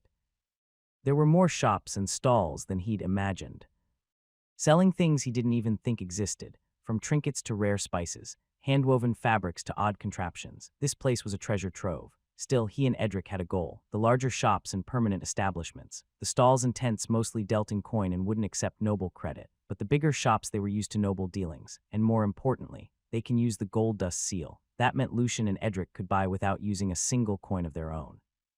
Lucian smirked. Uncle Ed, Lucian began, lowering his voice slightly. Do you know where the shop for spatial bags is around here? Edric gave a knowing grin. Of course, I'll take you there. But first we need to park the drakes. There's a place nearby that caters to noble mounts. He turned the reins and led them through a quieter side street, eventually arriving at a spacious compound with high wooden gates and a large open lot beyond. As they approached, a stable attendant stepped forward. His eyes widened slightly at the sight of them, and though he said nothing, it was clear he recognized Dorian's face. He quickly scribbled something in a ledger, then offered a respectful nod. Rest assured, noble sir, I'll personally see to your drakes' care until your return. Lucian gave a faint nod and took a moment to feed the drakes himself and gently pat their necks. Behave while we're gone, he whispered. With that done, he and Edric stepped away and grinned like mischievous boys. All right, Edric said, now to the real fun, their first stop. The spatial bag shop. It didn't take long to find it. Tucked at the corner of a busy intersection stood a well-maintained building with smooth stone walls, polished wooden accents, and a gleaming silver sign carved in the shape of an open spatial bag spilling stardust. As they approached, a uniformed guard at the entrance stepped aside, offering a respectful bow. Welcome, honored guests. Inside, the shop was just as refined, tastefully decorated with glass display cases, velvet-lined shelves. Softly glowing light crystals that gave the whole room a warm ambience. The shopkeeper emerged from behind the counter, a middle-aged man with neatly combed hair and an attentive air. He greeted them with practiced elegance. Esteemed guests, he said with a low bow, thank you for gracing my humble store. Please take your time. Let me know if you require any assistance. Lucian's gaze scanned the store. His eyes flickered with interest. He didn't waste time. How many spatial bags do you have in stock? He asked directly. The shopkeeper reached into the inner pocket of his coat and pulled out a neatly folded note. He glanced over it briefly, then looked up with a respectful bow. We currently have approximately 150, young master. Lucian raised an eyebrow. Less than I expected. But he nodded in understanding. This was the commoner's market after all. Spatial bags were expensive items, not something that sold in bulk. Still, even a smaller quantity held incredible value. Gather them all, Lucian said flatly. I'm buying everything. The shopkeeper blinked, stunned for a brief second, but then his face lit up with a professional smile. At once, young master. He clapped his hands sharply, and a few well-dressed assistants quickly moved into action, sweeping through the store with practiced efficiency. One by one, the spatial bags were collected and placed inside 10 large sacks. When everything was gathered, the shopkeeper turned to him once more. How would you like them delivered? Young master, we can have them sent discreetly to. No need, Lucian interrupted. We'll handle it ourselves. With that, he casually tapped each sack. He stored them all directly into his inventory. The room fell silent. Every assistant, every clerk, even the shopkeeper, stared in disbelief. That shouldn't have been possible. They all understood the nature of spatial magic. You couldn't store spatial bags inside another dimensional space. Yet Lucian had done it as if it were nothing. Still, to the shopkeeper's credit, he recovered quickly. Ahem, very well, young master, he said smoothly. Shall I prepare the contract? Lucian nodded. Make it out to the Goldust estate, and the total. The man hesitated only for a moment before answering. We can offer all 150 bags for a fair price of 8,000 gold coins. Lucian narrowed his eyes. His voice dropped coldly. What are you mocking me? The shopkeeper froze. Double the price, Lucian continued, and make sure that is what's written in the contract. After all, 8,000 wasn't nearly enough to put pressure on Goldust. He wanted them to feel it. The shopkeeper's eyes sparkled with understanding. As you wish, young master. He immediately moved to draft the documents, his hands working quickly. Soon enough, the contract was prepared and laid out on the counter. Lucian pulled out the Goldust seal. Seals have another important use. When imbued with mana, they could act as a stamp for formalizing important documents. Lucian channeled mana into it. With a soft click, a mechanism within the seal activated. Then he pressed it down on the parchment. A golden sigil appeared on the document, the crest of House Goldust. And just like that, the transaction was complete. The shopkeeper personally escorted them to the door, bowing deeply and repeatedly. Lucian walked out with a confident smile, and Edric chuckled beside him, clearly enjoying the charade. But then Lucian's attention shifted. He spotted another shop just across the street, a shop filled with raw gemstones. It was nothing like the elegant jewelry stores nobles typically frequented. This place dealt in unrefined, untouched stones. Their magical essence were still intact. not yet diluted by aesthetics or polished into useless trinkets. Lucian's eyes gleamed. These were true resources. His crafting division could work wonders with these stones, embedding magic circles and special runes into them for powerful effects. He also thought of giving the finished products to Vivian, and perhaps her friends too. Without hesitation, he entered. The moment the shopkeeper stepped forward to greet them, Lucian raised his arm and pointed across the entire shop floor. "I want everything." From there, he gestured to the entrance, to the very back. "All the raw gemstones, put them in a spatial bag." The shopkeeper blinked in shock. He then bowed. "As you command, young master." Soon, assistants gathered every gemstone. Sack after sack was filled with uncut gems, glittering faintly even in their raw forms. As for the contract, the same ritual repeated. The gold dust seal pressed down with a pulse of mana. The sigil burned onto the document. Another extravagant transaction complete. And another shopkeeper left stunned as he bowed them out with trembling hands and a heart full of profit. Next stop, an equipment shop. Lucian's eyes lit up the moment he stepped inside. Rows of weapons lined the walls: swords, spears, bows, staves. Racks of armor also stood proudly on display. From heavy plate to lightweight leather, each piece were crafted with care. Without hesitation, he walked straight to the counter. "I'll take everything," Lucian said, calm and direct. The shopkeeper froze, clearly thinking he'd misheard. Lucian clarified with a slight smirk. "Your entire stock, armor, weapons, everything. Pack them into spatial bags." He took this chance to stock up for his people back in Lootwell. The sheer variety meant that his allies could choose what suited them best. Soon the once-bustling equipment shop was stripped bare, but Lucian wasn't done. He spotted a shop displaying goods from foreign nations: exotic blades with unfamiliar runes, cloaks made from unusual beast hides, even perfumes and spices from across the sea. He bought it all. A few streets later, he swept through a herbalist shop, purchasing every medicinal herb, alchemical ingredients, and rare flower the vendor had. Then came a textile boutique, where bolts of high-grade silk, threads, and noble-quality cloth were put into sacks and vanished into Lucian's storage, one shop after another. Edric burst into laughter every time Lucian declared another full sweep, and Lucian, he laughed with him. It wasn't just shopping. It was robbery in broad daylight, not from the shops, of course, but from House Goldusts, who would soon receive bill after bill for this noble expedition. Every contract bore the Goldust seal, and every sum was overpaid by design. By the end of it, Lucian had spent more gold than some baronies could muster in a decade, and none of it came from his own pocket. They continued their spree, looking like the most generous nobles in the district, while behind the scenes, a mountain of unpaid bills began to bury the Goldust family. Finally, Lucian turned to Edric and said with a grin, "Uncle Dorian, please help me spend. It's getting tiring being the one buying everything." Edric raised an eyebrow, amused by Lucian's deadpan delivery. "Gahhha, you said it. All right then, I want that." He pointed boldly at a nearby shop.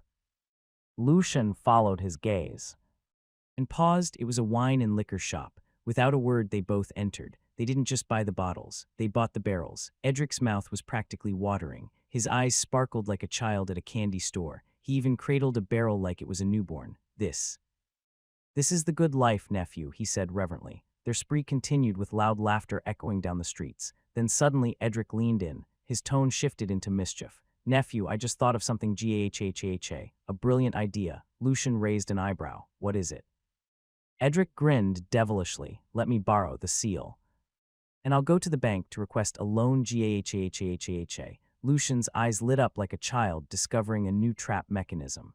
"Uncle, you're ruthless. I like that." They both erupted into laughter that turned heads as they passed. Onlookers instinctively moved out of their way, unsure whether they were drunk or dangerous, probably both. And so Edric took the Goldust seal and went on his business errand. Meanwhile, Lucian continued wandering the square alone. His hands were in his pockets and a satisfied smile appeared on his face. He would wait for Edric there. That's when he caught a delicious scent in the air. He looked up. Food stalls. The air was filled with the savory aroma of grilled meat, sizzling oil, sweet pastries, and bubbling stews. Lucian's stomach growled. Lucian followed the scent wafting through the air. His nose guided him through the bustling street. Before long, he stumbled upon a row of food stalls lining the path. Each one was sizzling with enticing aromas and colorful displays. The sight tugged at his memories. It's been a while. Memories of his past life surfaced. Back when he was still a student, he'd stop by stalls like these after school and feast on whatever his allowance could buy. Fried, grilled, skewered. He'd devour it all in carefree mukbang sessions. But after dropping out completely, those carefree food runs had become a distant memory. Now standing amidst the mouthwatering chaos once again, nostalgia hit him hard. He scanned the stalls and realized something troublesome. There were too many choices and they all looked incredibly appetizing. The street stretched endlessly, packed with food vendors and long lines of eager customers. Yet one stall stood out. It was empty, no crowd, no customers, just a small stand in one corner. Curious, Lucian approached. The girl behind the stall noticed him and immediately brightened. Her eyes sparkled with hope. "Good day, customer." She greeted enthusiastically. "Please try our food. I promise it tastes amazing." She looked to be in her teens. Her voice was tinged with genuine excitement. She was clearly thrilled that someone finally came. Lucian gave a small nod and looked over her offerings. Skewers, spring rolls, neatly wrapped handheld snacks. They all looked simple, but surprisingly tempting. Lucian picked up a skewer and took a bite. His eyes lit up. The meat was tender and perfectly grilled. Each bite released savory juices that danced across his tongue, teasing his taste buds with rich, smoky flavor. "Nice barbecue," he said between bites. "What kind of meat is this?" The girl beamed. "Customer, it's actually orc meat." Lucian almost choked. That explains the empty stall. Monster meat was edible, but in this kingdom it was still considered unusual, something avoided by the general public. Eating monsters hadn't become normalized here yet, but there was no denying the truth. It was delicious, addictively so. Lucian shrugged inwardly. As long as it was tasty and didn't kill him, he had no problem eating it. In most games, monster meat was shown to be both nutritious and flavorful, and now that he tried it, he agreed. He didn't hesitate, skewer after skewer. Spring roll after spring roll. Lucian feasted. Munch, munch. Before long he was full. He leaned back with a satisfied sigh. "I'll take the rest too. Pack them for me." The girl's eyes sparkled with joy right away. She quickly boxed everything up, and Lucian stored the food neatly into his inventory for later. Then, without hesitation, Lucian reached into his inventory and pulled out 5 gold coins. He placed them on the counter. The girl's eyes widened. This." She stammered, unsure. "It's too much." "Take it," Lucian said firmly. "Food this good deserves more recognition." She looked overwhelmed, clutching the coins with trembling fingers, but then paused. Her gaze drifted sideways, toward someone seated nearby. Lucian followed her line of sight. Off to the side, at a modest table covered in a dark cloth, sat an old woman. A crystal ball rested in front of her, its surface faintly glowing beneath the sunlight. One could immediately tell that she was a fortune teller. But what struck him most was something else. He hadn't sensed her presence at all, her existence simply blended in the surroundings. The old woman turned her head, calm and poised, and addressed the girl gently. "Take it, then go back first." Hearing her, the girl nodded quickly. "Thank you again, customer," she said, bowing to Lucian with genuine gratitude. She packed up her things and began preparing to leave. Lucian watched the exchange carefully. "They're connected," he realized. His attention shifted back to the old woman, and that's when he felt it, a distortion. The space around her shimmered subtly as if the air itself was bent in layers. Lucian narrowed his eyes and activated divine sense. A wave of awareness flowed over him and he exhaled in relief. She wasn't malicious. Her aura radiated a soothing warmth, kind and even comforting, but it wasn't pure serenity. There was something else, a quiet storm swirling around her, an undercurrent of uncertainty and quiet resignation. It made Lucian gulp unconsciously. Then, eyes met and a heavy silence fell between them.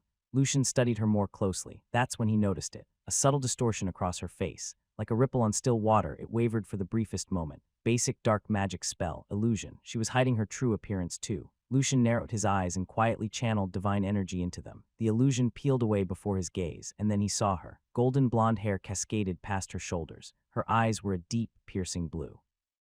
Her skin was impossibly smooth, glowing faintly with a timeless grace. But what struck him most, long, pointed ears. Lucian's breath caught. Then elf.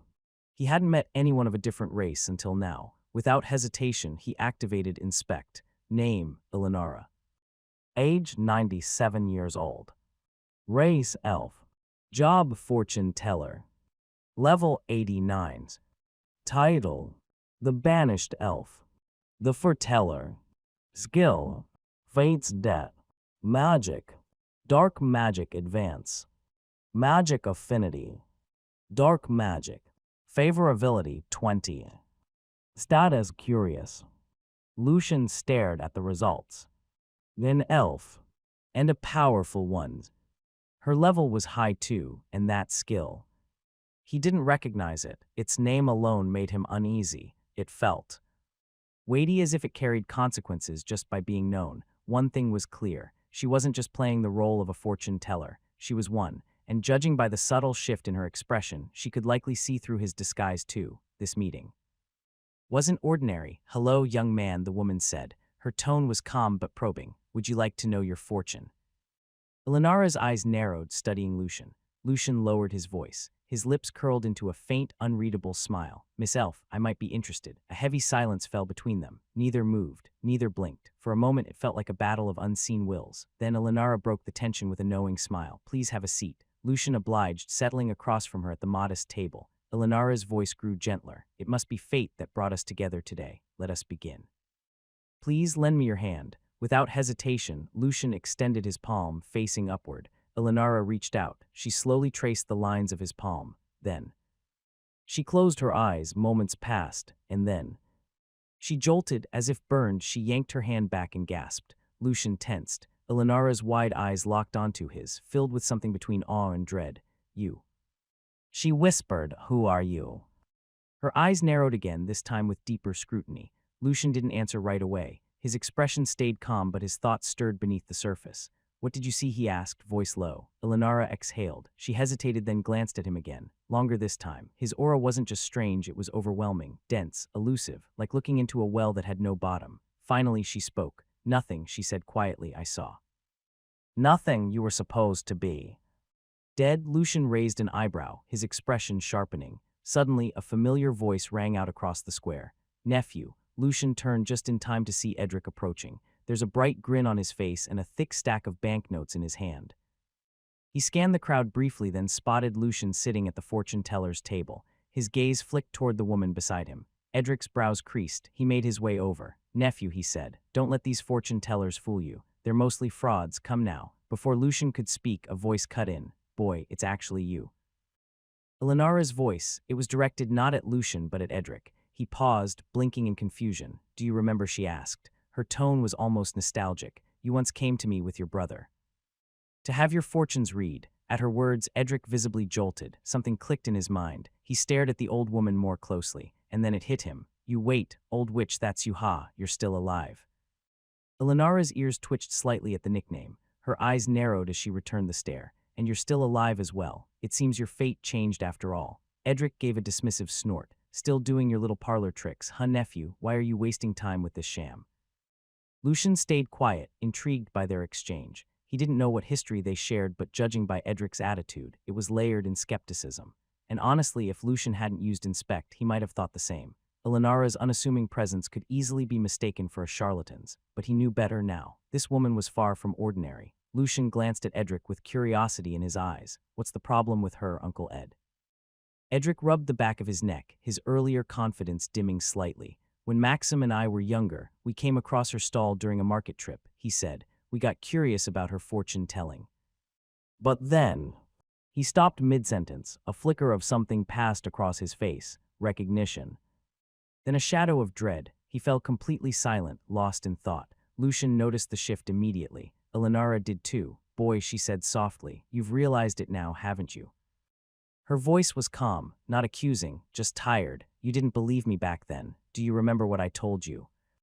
Edric didn't respond, but the look in his eyes said enough. "I warned you," Elenara continued. "I told you your brother would face doom, and I said, don't trust anyone, even those closest to you." Edric clenched his jaw. He opened his mouth to speak, then closed it again. He was remembering, processing, regretting. Lucian stayed silent, letting the moment unfold. "You two were too confident in your skills," Elenara went on, her voice steady. "But there are things no calculation can predict. Things buried beneath smiles, cloaked in trust. Lies hidden within truth. That's where fate truly lives." She paused, then added, "I even tested you back then, and you didn't believe me." Edric's eyes lit with realization. "That test," he murmured, "you mean that question?"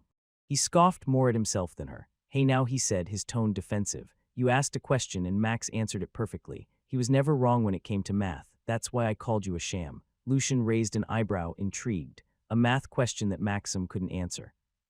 He frowned. "Surely it's not some unsolvable equation. I swear, if the answer turns out to be syntax error, I'm walking away." "May I ask," Lucian said, "what exactly was the question?" Both Elenara and Edric turned to look at him. Elenara's lips curved into a knowing smile. Edric, meanwhile, gave a smug little smirk, arms crossed. With a calm gesture, Elenara spoke. The answer, she said softly, is easy. Then she looked Lucian straight in the eyes. If you divide 100 by 3, what is the answer? Lucian's mind paused, then clicked into place. His eyes lit up. Wow. Clever's very clever. No wonder perfect calculation didn't help. Edric scoffed. See, nephew, that's what I mean. Maxim gave the perfect answer, down to the decimal. But this old witch still said he was wrong. How could that be? Lenara gave a patient sigh. That's exactly why I said not to be overconfident in your skills. I wasn't testing his math. I was testing his perspective. But you two didn't believe me. Lucian chuckled, unable to hold it back. He turned to Edric. Uncle Ed, Uncle Max was indeed wrong, he said. There was no need for perfect calculation. It's not even a math question. Edric blinked, clearly skeptical. What do you mean it's not math? Repeat the question, Lucian prompted. If you divide 100. No, Lucian interrupted. From the very start, word for word. Edric huffed but played along. The answer is easy. If you divide 100 by 3, what is the answer? Lucian nodded. Exactly. Edric paused, his brow furrowed, then his eyes slowly widened. Wait. The answer is easy. Lucian grinned. Perfect. Edric's jaw fell slightly open. That's the answer, that's stupid. Elenara laughed slightly. Ha ha ha, boy, even this young man is more clever than you and your brother were, and you had the nerve to call me a sham. Sigh. It's hard to be a good person. Edric coughed awkwardly, looking away. Ahem, he muttered while rubbing his neck. That was our mistake, old witch. But really, why couldn't you just tell us our fortune directly? Elenara gave him a flat look. You really think you would have believed me? She leaned back slightly, voice calm but edged with weariness. And whoever said fortune-telling was easy, changing fate isn't like flipping a coin. It shifts the balance of the world itself. Preventing one tragedy might invite another, sometimes worse. Every gift of foresight comes at a cost. Every thread of fate I touch demands a price. She looked between them. That's why I only give hints, ambiguous clues. I can't interfere too much. Or I pay the price. Edric fell quiet, visibly taken aback. For once he had nothing to say. All right, he muttered. But don't call me boy anymore. I'm not that young fool from before. To me, you're still a boy, Elenara said without missing a beat. And don't call me old witch either. Lucian chuckled at the exchange. Then Elenara turned to him. Her eyes softened, but deep within them was something else. Contemplation, heavy and distant, like watching a storm build at sea, and then she spoke with quiet certainty. But you. Young man, her voice lowered to a whisper, you are not bound by destiny. Lucian blinked. Elenara continued, fate's laws can't touch you. You exist beyond them, that means. You can alter the fate of others, without suffering the consequences. Oh, it's getting late now, Elenara said as her voice faded. Let's continue our conversation another time. With that, she rose to her feet, picked up her crystal ball, and offered them a parting smile. Until we meet again. And with that, she was gone, leaving behind two men staring blankly at the space she once occupied. Lucian remained still. His thoughts were in disarray. He had more questions than ever. And not a single answer.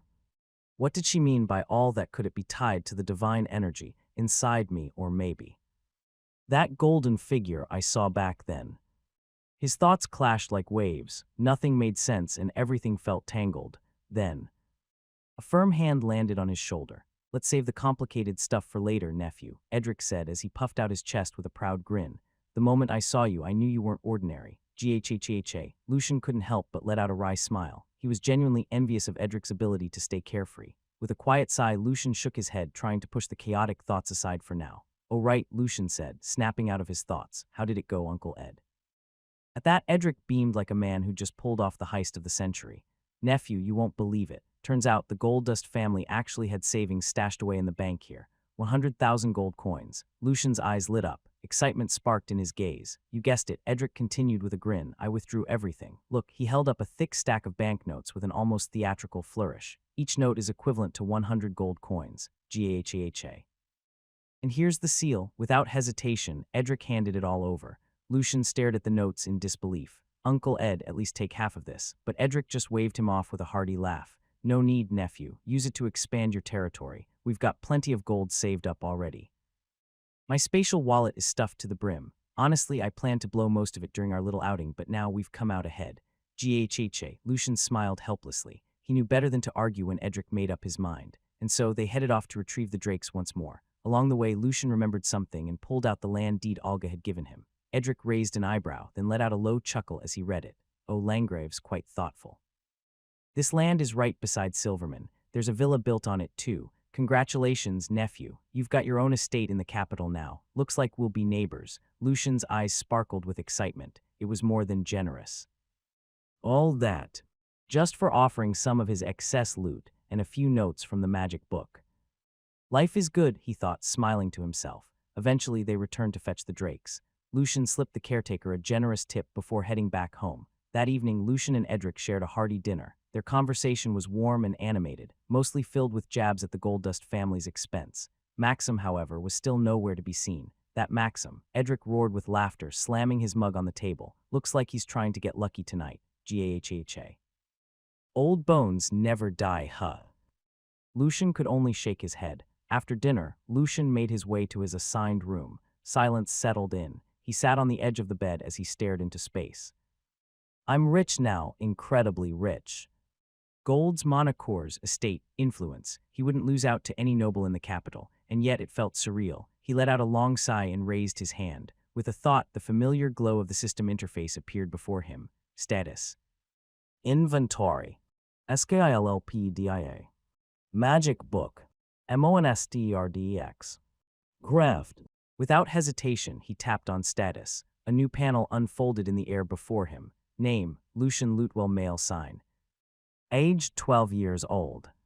Race, human reincarnated. Job, dropouts. Level 41. Titles. Young Lord of Lutewell. Menace to society. Side hustle hero. Miracle Lord. Underdog champion. The chosen sovereign. Medal collector. Skill. Drop rate max. Auto collect. Cram session. Extra credit. Procrastinate. Slime-based mode. Phantom Ink magic. Eclipse magic basic. Light magic basic. Dark magic basic, magic affinity. Eclipse magic. Light magic. Dark magic charisma max.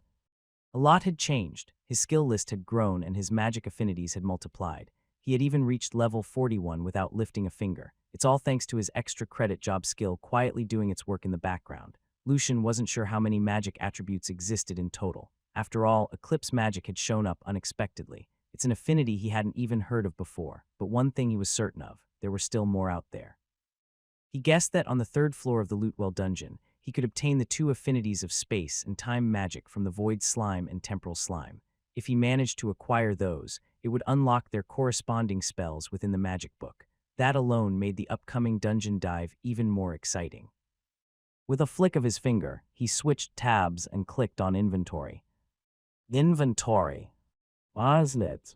1,000 mid-grade mana cores. 5,000 low-grade mana cores. 15,200 lowest-grade mana cores. 1,000 banknotes, 100 gold coins per note. 9,169 gold coins, 1 gold coin, equals 10 silver coins, 100 copper coins. 9 silver coin, 1 silver coin, equals 10 copper coins. 6 copper coin. Inventory slots, 55. Spatial bag empty x40. Spatial bag with items inside x99. Spatial bag with items inside x20. Spatial wallet x1. Energy drink x30. Coffee x60. Lucian had money now, a lot of it, and for the first time he found himself wondering, how was he supposed to spend it all? It was easy money too, the kind that just fell into his hands without effort. So this is how corrupt politicians must feel, he mused. Except in his case, he stole from the bad guys. Did he feel guilty? Not in the slightest. In fact, he felt like he was floating on clouds. On top of the gold, he also had a mountain of mana cores. He couldn't use them to level up, but he could put them to good use. Why not invest in recipes from the craft feature? Without hesitation, he navigated to the craft menu. Craft. Consumables. Equipments. Tools. Artifacts. Amacia. He started browsing the consumables section. The deeper he went, the more ridiculous and expensive the recipes became. Potions, elixirs, talismans, even food recipes. and other magical oddities filled the list. The sheer variety was overwhelming. Lucian had to be strategic. He began listing the ones that seemed most useful for his current situation, prioritizing based on urgency and practicality. After all, budgeting even in wealth was a necessary skill. But as he continued, his eyes kept widening. 100 low-grade mana cores for a soup. 500 mid-grades for a breathing charm. The absurdity only escalated. Then he saw it, lifelink talisman. He clicked on it out of curiosity. And nearly choked. The recipe alone cost 1,000 highest-grade mana cores. And that's just the recipe. What kind of ingredients does this thing even need? A dragon's heartbeat, the soul of a phoenix? Even if he bought it, the ingredients would be another nightmare. Lucian sighed, leaning back. He'd have to be smart about which recipes to invest in. Buying on impulse here could ruin his entire mana core savings. He backed out and opened the equipments tab. Instantly, his eyes lit up. He could purchase individual weapon and armor recipes, but what really caught his attention were the equipment sets. Most of them were still hidden behind question marks, showing only their names. But even just the names were enough to stir his imagination. Elder Dragonscale set. Obsidian Dragonbone set. Drakehide set. Skyclaw Sentinel set, and more. Each one sounded formidable. Lucian's mind was already spinning with possibilities. He wanted to unlock the dragon sets most of all, but he didn't even have the dragon materials.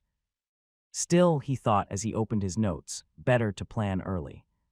He started listing them down one by one. Next, he moved on to the tools section. Compared to the previous categories, everything here felt practical and grounded. No flashy items or absurd mana core costs, just solid utility. One item immediately caught his eye, Gemcarver's Kit. With the mountain of raw gems sitting in his spatial bags, this was exactly what his crafting division needed. A quality toolset could turn ordinary stones into masterpieces or, better yet, into powerful crafting materials. Lucian nodded in approval and marked it with a check on his shopping list. He continued browsing. There were also tools like beast collars and whistles, designed for taming and managing monsters. He wasn't entirely sure what effects they had, but if they were system-crafted, he trusted they'd be useful.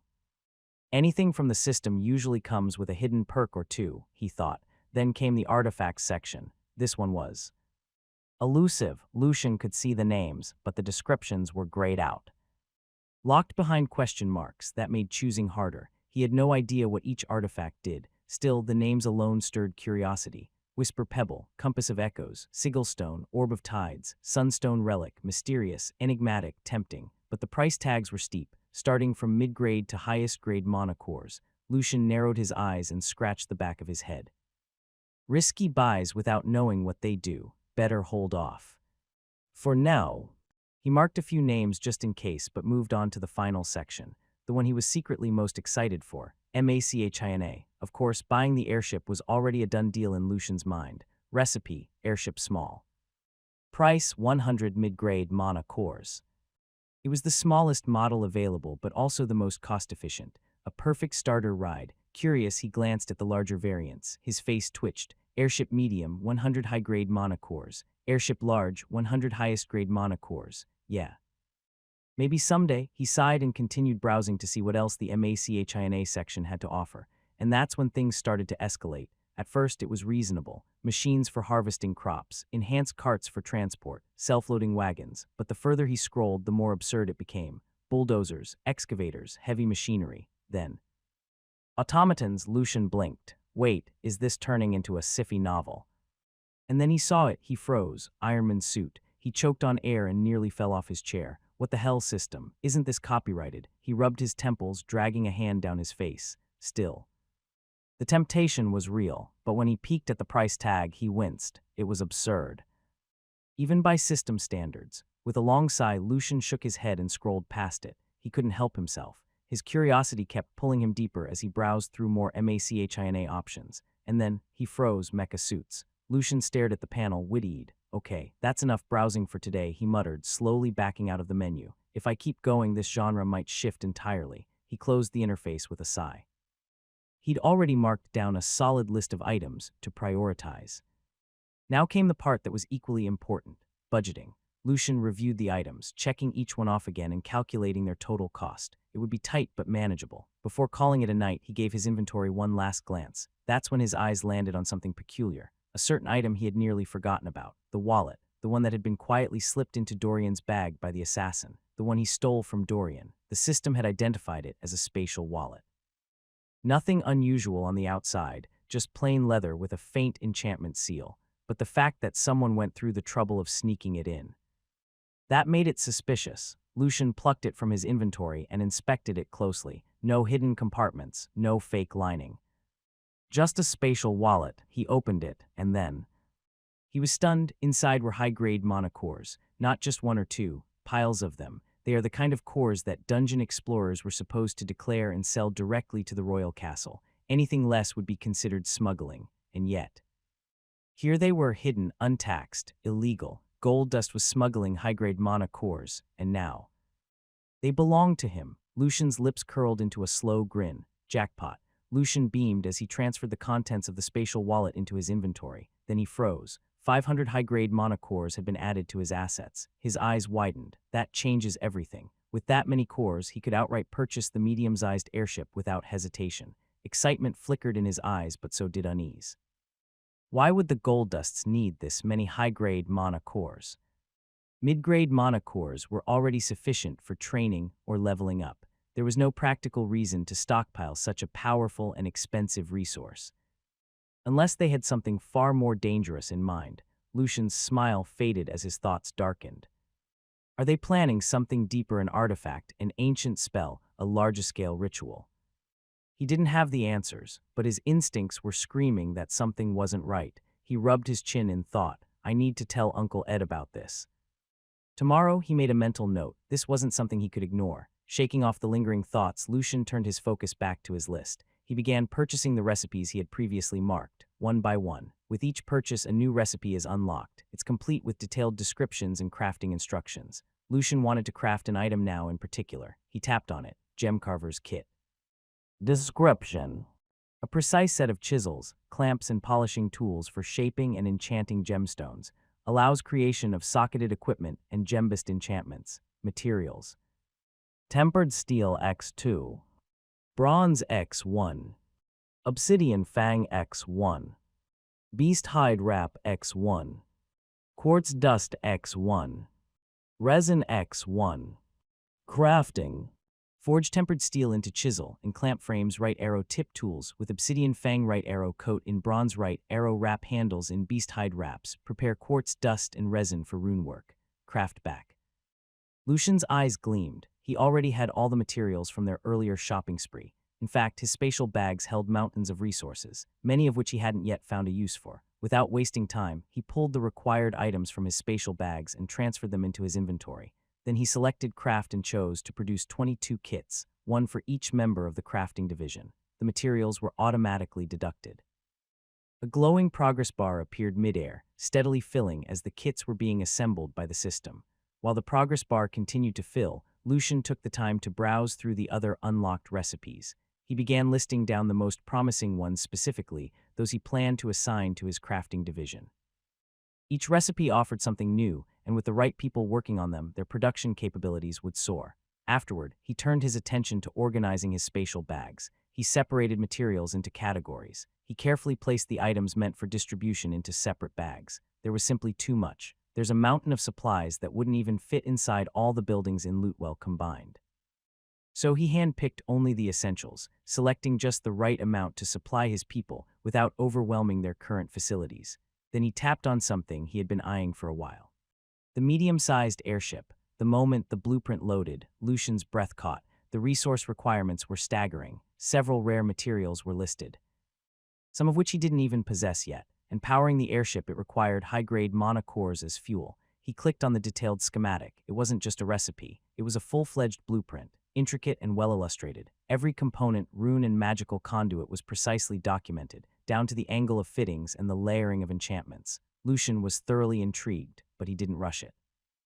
Not only was the project resource-intensive, but it also relied on a steady supply of high-grade mana cores. If only the Lootwell dungeon could yield them, he mused. Most border dungeons were limited, capped at tier 6 monsters at best, but his own dungeon, it was different. He could feel it. It had the potential to produce stronger enemies, slimes specifically. And with them better mana cores, he just needed time and patience. Soon after, the progress bar filled completely with a soft chime. 22 gemcarvers kits appeared in his inventory. Each kit was stored in a beautifully crafted container, sleek, polished, detailed with elegant engravings. As expected of the system, always precise, always aesthetic. With everything now sorted and prepared, Lucian made up his mind. He sat cross-legged on the bed, closed his eyes, and focused. He reached out mentally to connect with his mini version. The environment shifted, warm lighting greeted him. To his relief, he wasn't in the church this time. He was seated at a large table inside the town hall. He glanced across the table and spotted Sebas, hunched slightly over a stack of documents. The moment Lucian arrived, the ambient air shifted. His sovereign aura flowed subtly. Sebas paused. He felt it, but he wasn't surprised. Clara had told him this might happen. "Young lord, welcome home," Sebas greeted with a smile of genuine warmth on his face. Lucian smiled back. "Sebas, it's late. Why are you still working?"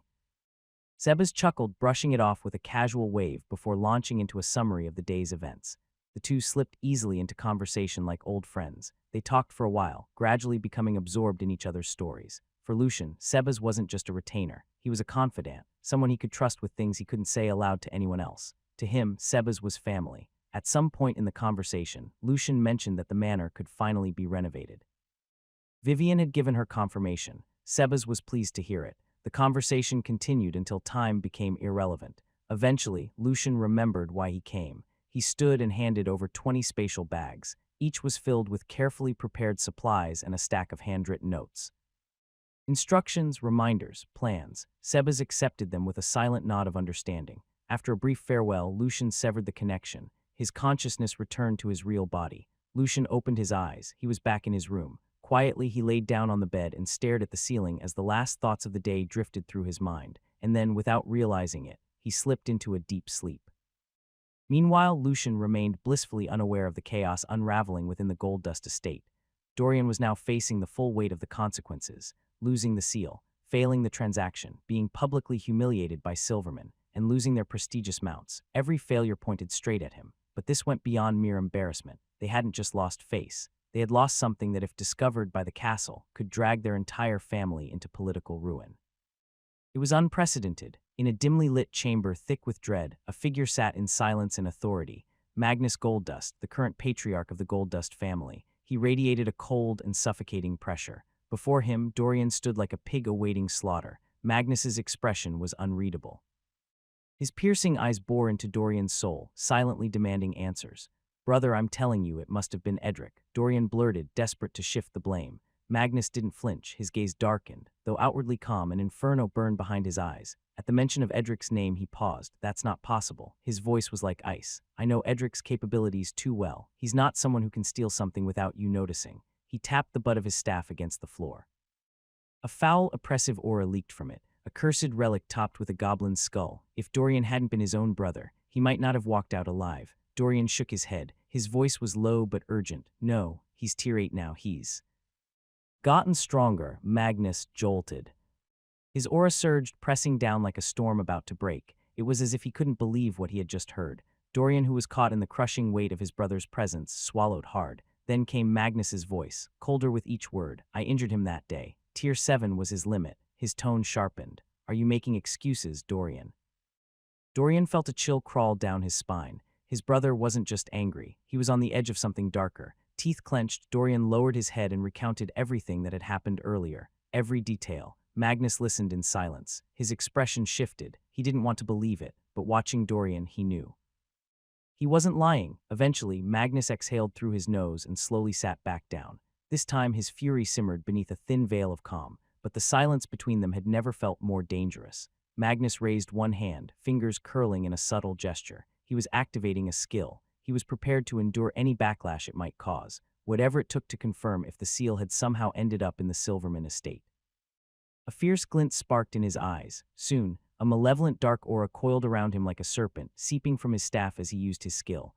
Magnus groaned slightly under the strain but held firm, pushing through the discomfort. Then, just as the aura surged forward, it disintegrated midair. Magnus froze. His eyes widened. His skill had failed. He turned slowly, trying to pinpoint the seal's direction, but there was nothing. No signal, no trace. He couldn't locate it. "That's impossible," he muttered as his jaw tightened. "Unless the seal is in another dimension, or hidden within the dungeons." Then, Magnus turned to Dorian once more with a glint of realization flashing in his gaze. It's not Edric. The seal isn't in the Silverman. Dorian stiffened. His mind scrambled. If not Edric, then who? Then he remembered Lucian, that strange aura he had felt, that unnatural pressure, but he quickly dismissed the thought. No, that's ridiculous. He's just a kid. Isn't he? Magnus's voice cut through the silence. No one must know we lost the seal. This is a political disaster waiting to explode. If word reaches the castle, we'll lose more than reputation. We could lose our standing entirely. He paused. His voice turned heavy. Contact the Assassin's Guild again. He then added, send people into the nearby dungeons. Deploy only those we trust to lead the search. If I can't locate the seal using my skill, then it must be hidden inside a dungeon. Finally, his eyes sharpened as he delivered one last warning. Don't fail me again, Dorian. This is your last chance. Dorian swallowed hard. Why, yes, brother. He turned and left, feeling smaller with every step, but he did as ordered, relaying Magnus's commands to their most trusted aides without delay. The next morning, a scandal broke across the noble circles like wildfire. Noble craftsman families, one after another, had blacklisted the Goldust family and all their known associates. The reason? Thornell Goldust had openly mocked the prominent craftsman families. Now the consequences were unavoidable. It wasn't just hearsay anymore. The headlines were printed in the morning papers, and the gossiping noble ladies turned it into the day's main entertainment. When Magnus read the news, his fury surged to new heights. His aura flared uncontrollably, warping the air around him. The furniture trembled. The walls groaned. He was no longer capable of keeping his composure, not when it was clear. Someone was deliberately sabotaging them. His voice thundered through the estate. Bring Thornell here. Now, servants and aides scrambled to obey, rushing out of the room. Magnus gritted his teeth. This will ruin everything we've planned, but this was only the beginning. Soon after merchant began arriving at the front gates of the Goldust estate. Each of them demanded payment for unsettled bills, all tied to a recent, extravagant purchases. A guard quickly reported the matter to Magnus, but Magnus, who was still seething from the morning news, turned his fury on the guard. Why are you bothering me with trivial matters? Go to Dorian and let him deal with it. The guard hesitated. Marquis, it's not just one or two merchants. It's a whole line of them. They all brought contracts stamped with the Goldust seal, and the purchases. They're all massive. At the mention of the Goldust seal, Magnus's eyes lit up. Then his expression turned dark. He waved his hand. Let one of them in. Now, he paused, then added, wait, choose one below tier 5. A merchant was then brought before him, clutching a stack of official-looking documents. Magnus snatched them and read. His eyes narrowed. Commoners District Market. His gaze dropped to the bottom of the contract. There it was, the Goldust seal. Clear, authentic, unmistakable. His face hardened. This wasn't just sabotage, it was a message. Someone was playing a dangerous game. Using his own authority against him, Magnus raised his goblin-topped staff. Bleak mana seeped from it like smoke, coiling through the air before enveloping the merchant. With a flick, the spell activated. The merchant's eyes glazed over. Hypnotized, who made the purchases? What did they buy? Describe them. The man answered without resistance. But as the words spilled out, Magnus's expression twisted. The descriptions matched Dorian and Thornell. Magnus's eyes narrowed. He summoned 2 more merchants to cross-check the accounts. The others confirmed the same fabricated identities. Dorian and Thornell seen in the Commoners District making outrageous purchases. By the end of the 3rd interview, his face had gone rigid. His voice was low, measured. A well-crafted plan. Who is targeting my family? His eyes drifted upward, toward the direction of the Silverman estate, but after a moment he shook his head. Then a commotion erupted outside the estate walls. Loud voices, shouting. The merchants who had been waiting outside were growing restless. They were no longer asking politely. They were protesting. Word had spread in their midst. Goldust was refusing to pay. A crowd was forming and fast. Guards rushed to reinforce the gate, but it was clear. The situation was spinning out of control. Magnus's fists clenched around his staff. If this continues, the castle will get involved. Unbeknownst to anyone, Edric had been working behind the scenes. Despite his easygoing demeanor, he was far from naive when it came to politics. In truth, he had made ruthless decisions in the past. To his enemies, he was a merciless force. Had he been indecisive, Silverman would have crumbled long ago. Even so, Edric remained cautious. Lucian had done more than his share. It was time for Edric to do his part. He didn't want Lucian tangled too deeply in the mess, not if he could help it. Before long, Maxim arrived. Edric glanced at him with a smirk. Max, you missed all the fun. Then again, I'm guessing you found a different kind of fun. At those words, Maxim flinched just a little. He let out a few awkward coughs. A hum. What are you talking about, brother? Edric only chuckled and began recounting everything that had happened after he and Lucian left the academy the day before. As Edric told the story, Maxim's expression twisted into a ridiculous mix of emotions. Joy, shock, excitement, disbelief. His face changed by the second, struggling to keep up with the tale. By the time Edric reached the juiciest parts, both men were grinning like devils. Their laughter echoed through the room as Edric relived every moment with vivid satisfaction. They couldn't help but feel deeply grateful to Lucian. He had done what neither of them had managed in all these years. A long-standing grievance had finally been scratched. Just a little, but when Edric recounted what the fortune teller had said, even Maxim's laughter died down. If her words were true, then their original fate was destruction, and yet, with Lucian's presence, they had somehow sidestepped that doom. They no longer doubted her. She wasn't some wandering mystic spouting vague riddles. She was the real thing. She had seen through their disguises that day and identified Edric instantly. Only one conclusion filled both of their minds. Lucian must be protected, no matter the cost. Then the tone shifted. Edric's expression hardened as the conversation turned to the Goldust family. A strange glint flickered in both men's eyes. Their smiles vanished.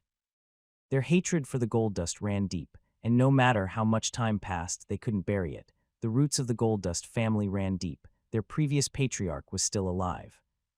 He was a powerhouse shrouded in mystery. Even now, no one knew the exact nature of his abilities. Strangely, neither Edric nor Maxim could remember what his skill even was. It was during his reign that Goldust had reached the height of its influence. Untouchable, untraceable, untarnished. Back then, no rumors, no scandals, no traces of corruption ever stuck to them. Even when wrongdoings were suspected, there was never any proof, and that in itself was suspicious.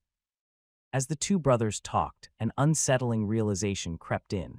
Their memories of the old man were blurred. No matter how hard they tried, they couldn't picture his face. Their teeth clenched, because long ago, their father had fought that very man and lost his life. Yet now they couldn't even recall the face of the man who had killed him. Edric had stepped up as patriarch after their father's death as the eldest son. The Goldust elder who was wounded in the same battle had faded from the spotlight. He handed authority to Magnus, but he had never truly disappeared, and neither had the bitterness. The old grudge still burned. That's why Edric remained cautious. He had already confided in Maxim about the scheme he set in motion to strike back at Goldust.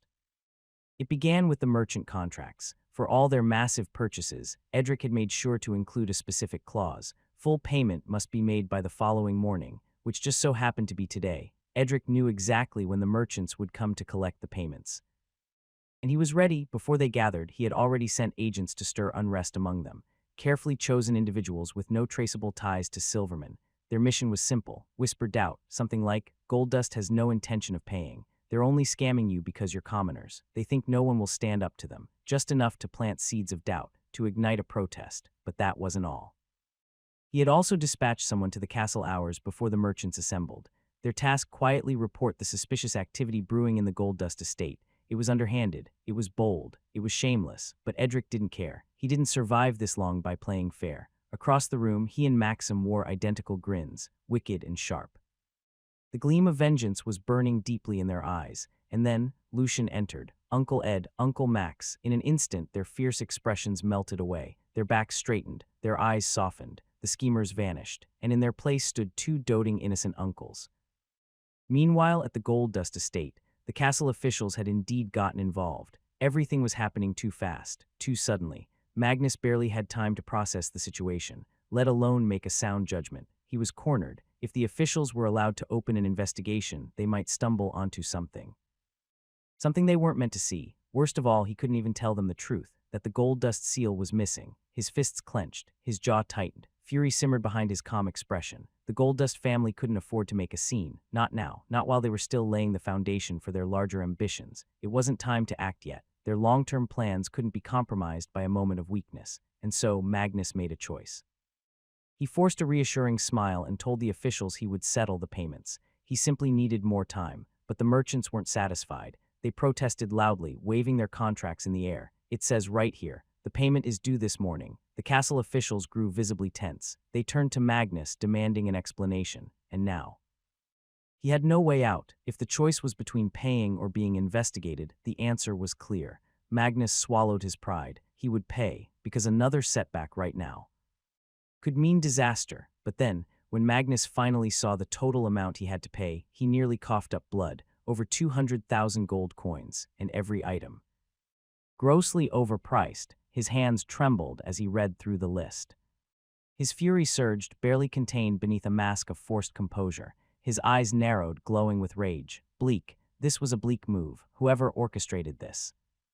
There's only one fate waiting for you. Misfortune after misfortune. Even Magnus could see the pattern now. Then came the final blow. The aid he'd sent to the bank returned. Empty-handed, their savings. Completely drained, that was the moment he snapped. Furniture shattered, chairs splintered. The walls trembled as Magnus stormed through the villa, hurling objects in blind rage. His grip tightened around his goblin staff as mana pulsed from his body in uncontrollable waves. He couldn't keep his calm anymore, and yet he couldn't strike back, not with the castle officials still present. Not while the merchants stood protected under legitimate contracts, each stamped and sealed with verified sigils. If even one of them vanished, it would ignite a scandal they couldn't contain. The officials were watching, and they wouldn't leave until every last merchant was paid. Magnus was trapped, utterly and humiliatingly trapped. He swallowed his rage and made a bold decision. Most of Goldust's gold reserves were stored in their territory at the northwest border, but retrieving them would take too long. Time he didn't have, so he resorted to equivalent payments. Gems, antiques, artifacts, even mana cores. With every item handed over, his heart twisted. They were bleeding resources. A fortune lost in mere hours, and worst of all, it wasn't even for something they did. Eventually the merchants left, smiling and satisfied, and the castle officials departed soon after. Their duty was now fulfilled. The street fell quiet once more, but Magnus stood frozen with a strange glint flickering in his eyes. This was more than just a loss. It was a devastating setback, a hole torn in the heart of their long-term plans. He clenched his jaw. This can't go on. I have to report. Lucian sat across from Edric and Maxim, with Ellen having just arrived to join them.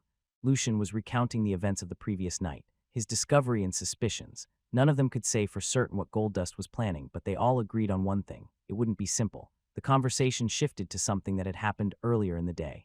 Ellen revealed that Thornell had been summoned back to the Goldust estate. However, she had already made arrangements to prevent his aides from following.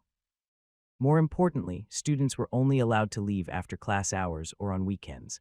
Thornell had no excuse. She also mentioned with a faint smirk that ever since that incident where Lucian cut that thing off, Thornell and his group had been noticeably quiet and extremely shy. Lucian chuckled, amused by the lingering trauma. Then Maxim turned to Lucian. "Nephew, is it all right if you let Ellen touch that good item?" Lucian, without hesitation, nodded. Of course, go ahead. Maxim had already explained everything to Ellen the day before. Their reunion, the revelations, the chaos. It all came back to Lucian. He had been the light behind it all. Now, as the crystal hovered before her, Ellen drew in a steady breath and stepped closer. She extended her hand and touched it. In an instant, her mana surged. Warmth pulsed through her veins. Her eyes lit up with clarity and awe. She looked at each of them, breathless. "I can feel it. The wall is gone." She turned to Lucian. "Nephew, I'll never forget this. If things go well, I'll help you in any way I can. Just say the word." Lucian smiled. "No need to be so formal, Aunt. We're not strangers here." They talked for a little while longer. Then Ellen rose to leave.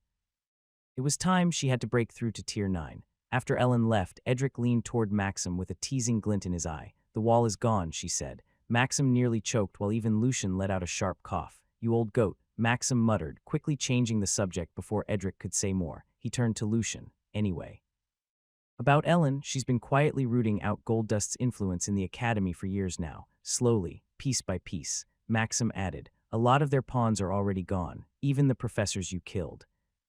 They were next on her list." Lucian raised a brow. Ellen had also been making strategic allies. Though she couldn't control them directly, she had earned their respect. Still, what Lucian had done went even further. It struck harder, deeper. And it hit Goldust where it hurt. They spoke for a little while longer, catching up and weighing what might come next. Then Lucian brought up something. "There are still 3 days before the grand celebration," he said. "I'm planning to do a dungeon run." Maxim and Edric looked at him. "My goal is to reach level 50, fast." Edric and Maxim led the way. They didn't allow Lucian to go alone. Lucian didn't mind. For once, he could relax and let someone else take the lead. There were countless dungeons scattered across the capital, but they were headed for the closest one open to the public, Apex Dungeon. To save time, they boarded the wind chariot, soaring swiftly above the capital. Meanwhile, the 2 drakes had officially become Lucian's tamed monsters. He'd named the brutish-looking male Korak and the sleek, deadly female Viren. He stored them inside the monstrdx. If Goldust ever caught wind that drakes were spotted in the marketplace, they could simply claim the creatures had been sold off. Edric and Maxim had no objections. It saved everyone the trouble of explaining where the drakes had gone. As they flew, Edric began briefing Lucian about the dungeon ahead. Apex Dungeon has only 5 levels, he said, but don't underestimate it. Even the weakest monsters are Tier 3. And that's just on the first floor. Lucian's eyes lit up. That was exactly what he wanted to hear. More experience points, more worthwhile fights. He had no desire to return to the Academy dungeon and deal with the disappointing slimes again. Stronger dungeons were a welcome challenge. After about an hour of travel, Edric leaned forward and pointed ahead. "Look, we're here, nephew." Lucian glanced down and spotted a cluster of establishments below. Some were gathering spots for explorers. Others appeared to be manned by officials. They landed at one such place to park the wind chariot, entrusting Storm to the staff. After receiving a token for safekeeping, they set off toward the dungeon. The road leading there was surprisingly beautiful. Wide, clean, well-paved. The surrounding buildings were large and well-maintained. Small markets lined the way, offering essentials for dungeon divies, potions, gears, tools. A few clinics stood nearby as well, and uniformed guards made steady patrols. Lucian looked around. There weren't many explorers in sight. Maybe it's because this area is close to the noble district. Or maybe there's a more convenient dungeon nearby. Or maybe the Apex dungeon is just that intimidating. As they followed the polished stone path, the dungeon entrance finally came into view. It was enormous. Lucian slowed to a stop, taking a moment to admire it. Unlike Lootwell Dungeon, where they had to descend underground, this one stood at the surface. The entrance opened into what looked like the base of a mountain. Its jagged slopes towered in the distance. It was bold, majestic, intimidating. They resumed walking. "Nephew, you don't need to worry about the monsters on the first level," Maxim said with a grin. "The slimes back in your territory are probably better." He chuckled, then added with a shrug, "Well, I haven't been inside another dungeon in 20 years, so who knows, ha." They shared a light-hearted moment as they continued walking. But then, Lucian noticed something strange near the entrance. The guard standing watch picked up some silver-framed magnifying glasses and peered through them. He aimed directly at their group. Lucian tilted his head. "What are they doing?" "Ah, that's a magic tool," Maxim explained. "It detects if someone has the item box skill. It can even reveal the contents. It's said to be crafted by the king himself," Edric added. "The idea was to stop smugglers from sneaking out high-grade and highest-grade monocores, though. Someone's already figured out how to bypass it, huh?" Lucian's curiosity was piqued. He quickly activated Inspect, Pocket Glass. Type Magic Tool. Rarity Epic. Description: a small round crystal set in a silver frame.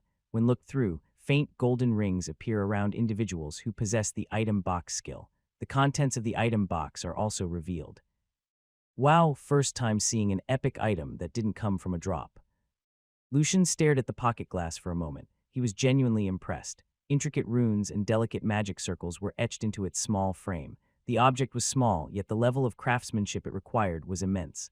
Only a skilled and dexterous enchanter could carve so many precise runes onto something so compact. He couldn't help but be impressed. The king really is formidable. The ability to see inside someone's item box, that was genius. Lucian's mind immediately turned toward his craft feature. Maybe there's something better hidden in the system. I need to find one, something discreet, not as flashy as this pocket glass. He made a mental note to search for it later. The guards let them pass without issue. They even greeted them respectfully after recognizing Edric and Maxim.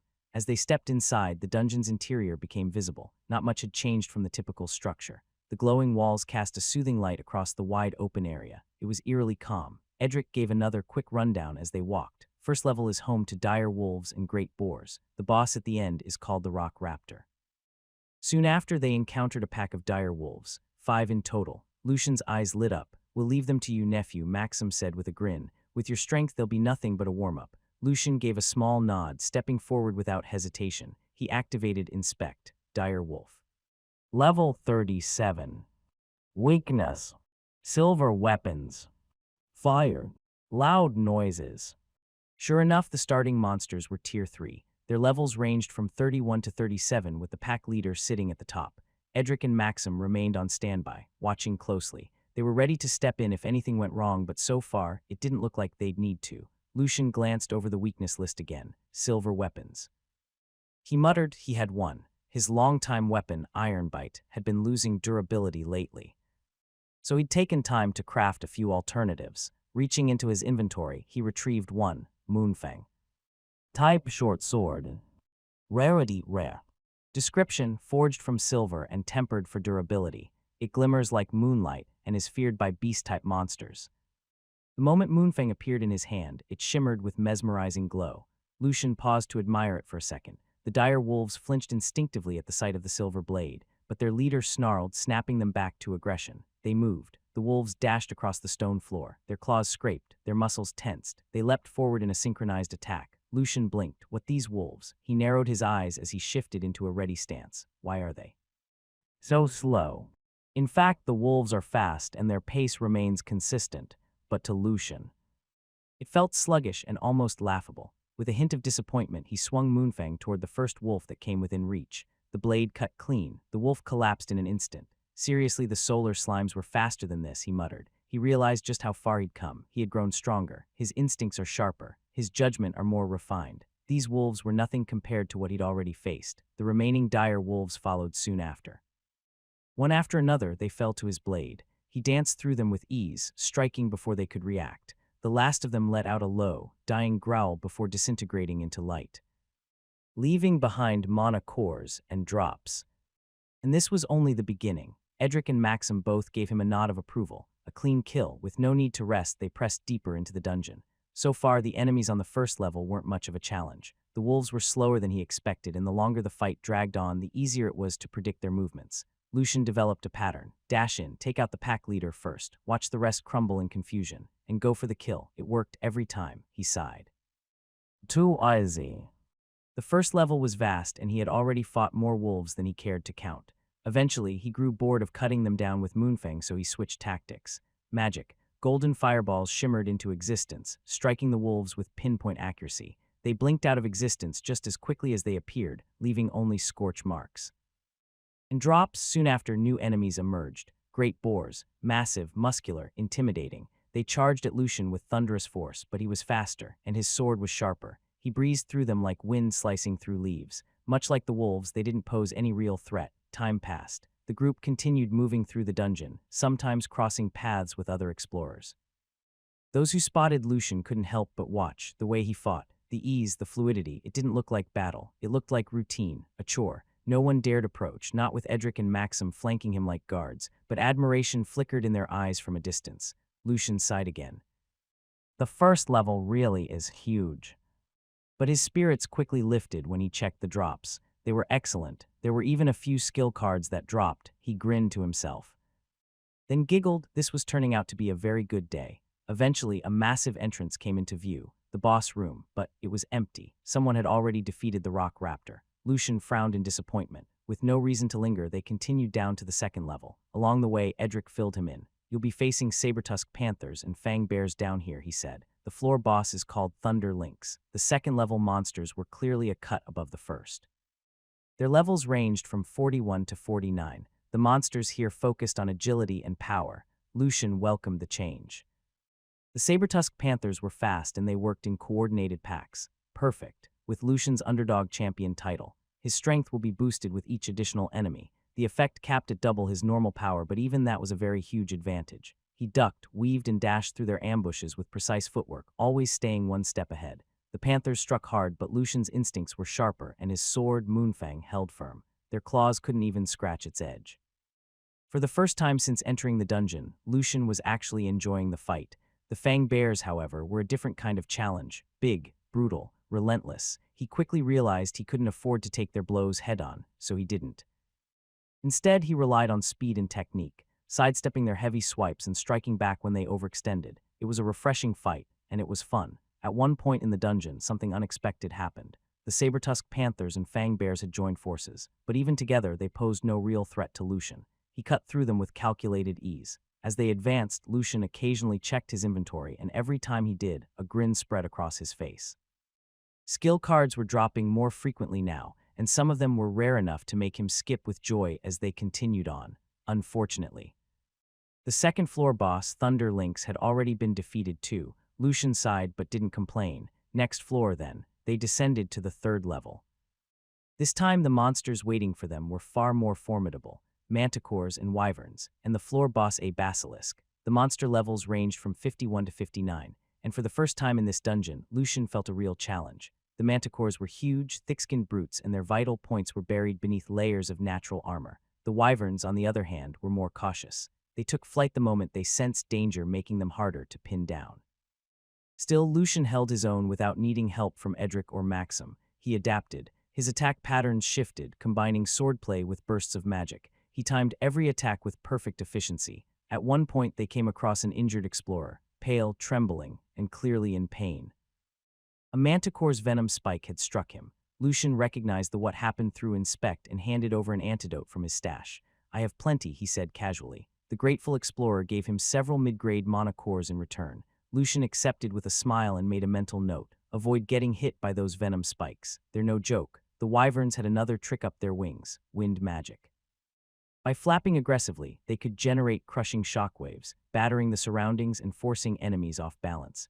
When they saw an opening, they'd swoop in from the air, slashing with razor-sharp claws before retreating to the skies. To Lucian's surprise, some of them can even breathe fire and in some cases, even poison. The third level was no joke.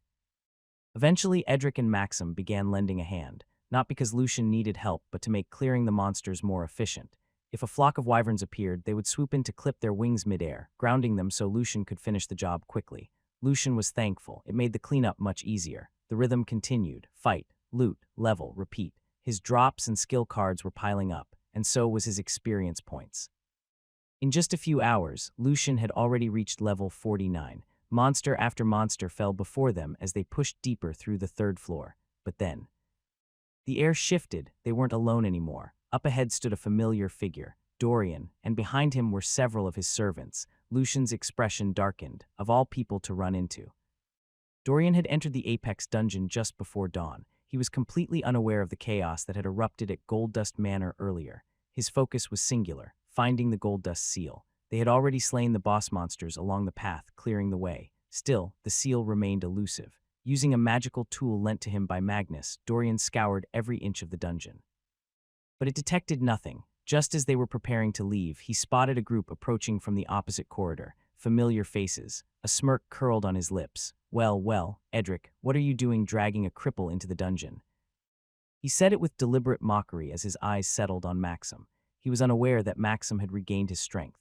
Maxim only smirked back in silence. He was not hiding it, but he had no intention of revealing it too. Edric was holding back a laugh. He decided to play along. He furrowed his brow. "Watch your words, Dorian. This is still a dungeon." As he spoke, Edric let his mana stir. The wind shifted around him, brushing through the air with an invisible tension. Edric stared Dorian down.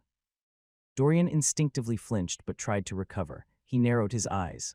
Quit bluffing. If something happens to me, everyone will know who did it." Edric let out a booming laugh at that. Then his smile dropped. "Ghaha, do you want to try me?" His mana surged and it shrouded the corridor like a gathering storm. The atmosphere shifted. The servants behind Dorian froze. Their faces became pale. They felt it. Tier 8. Edric wasn't just threatening them. He had the power to follow through. They looked at Dorian in alarm, silently pleading for him not to escalate things. Dorian clenched his jaw. With a darkened expression, he barked, "Let's go. There's nothing here anyway." The servants exhaled in relief. Without another word, they followed Dorian as he turned away. Edric didn't stop them. He simply watched in silence. His mana slowly settled around him like a calm after the storm. But then, Dorian paused. He pulled out the magic tool from his coat and activated it. One final check just to be sure. His eyes narrowed as the readings appeared. Nothing. The Goldust seal wasn't with them. His brows furrowed. Impossible. He refused to believe it. There was no way he was wrong. Determined, he reached into his bag and pulled out a slender magnifying lens. It was actually pocket glass. He peered through it, scanning the trio. And to his surprise, none of them had an item box. His gaze sharpened as it landed on Lucian. There was something off about that boy, something he couldn't quite place. Suspicion flickered in his eyes, but after a moment he turned away without a word. Then he left. The trio continued deeper into the dungeon. Lucian had one simple goal in mind, reach level 50, but as they arrived at the boss room, the chamber was empty. There shouldn't be anything there anymore, but Lucian paused, then suddenly he flared. A wave of revulsion surged through him.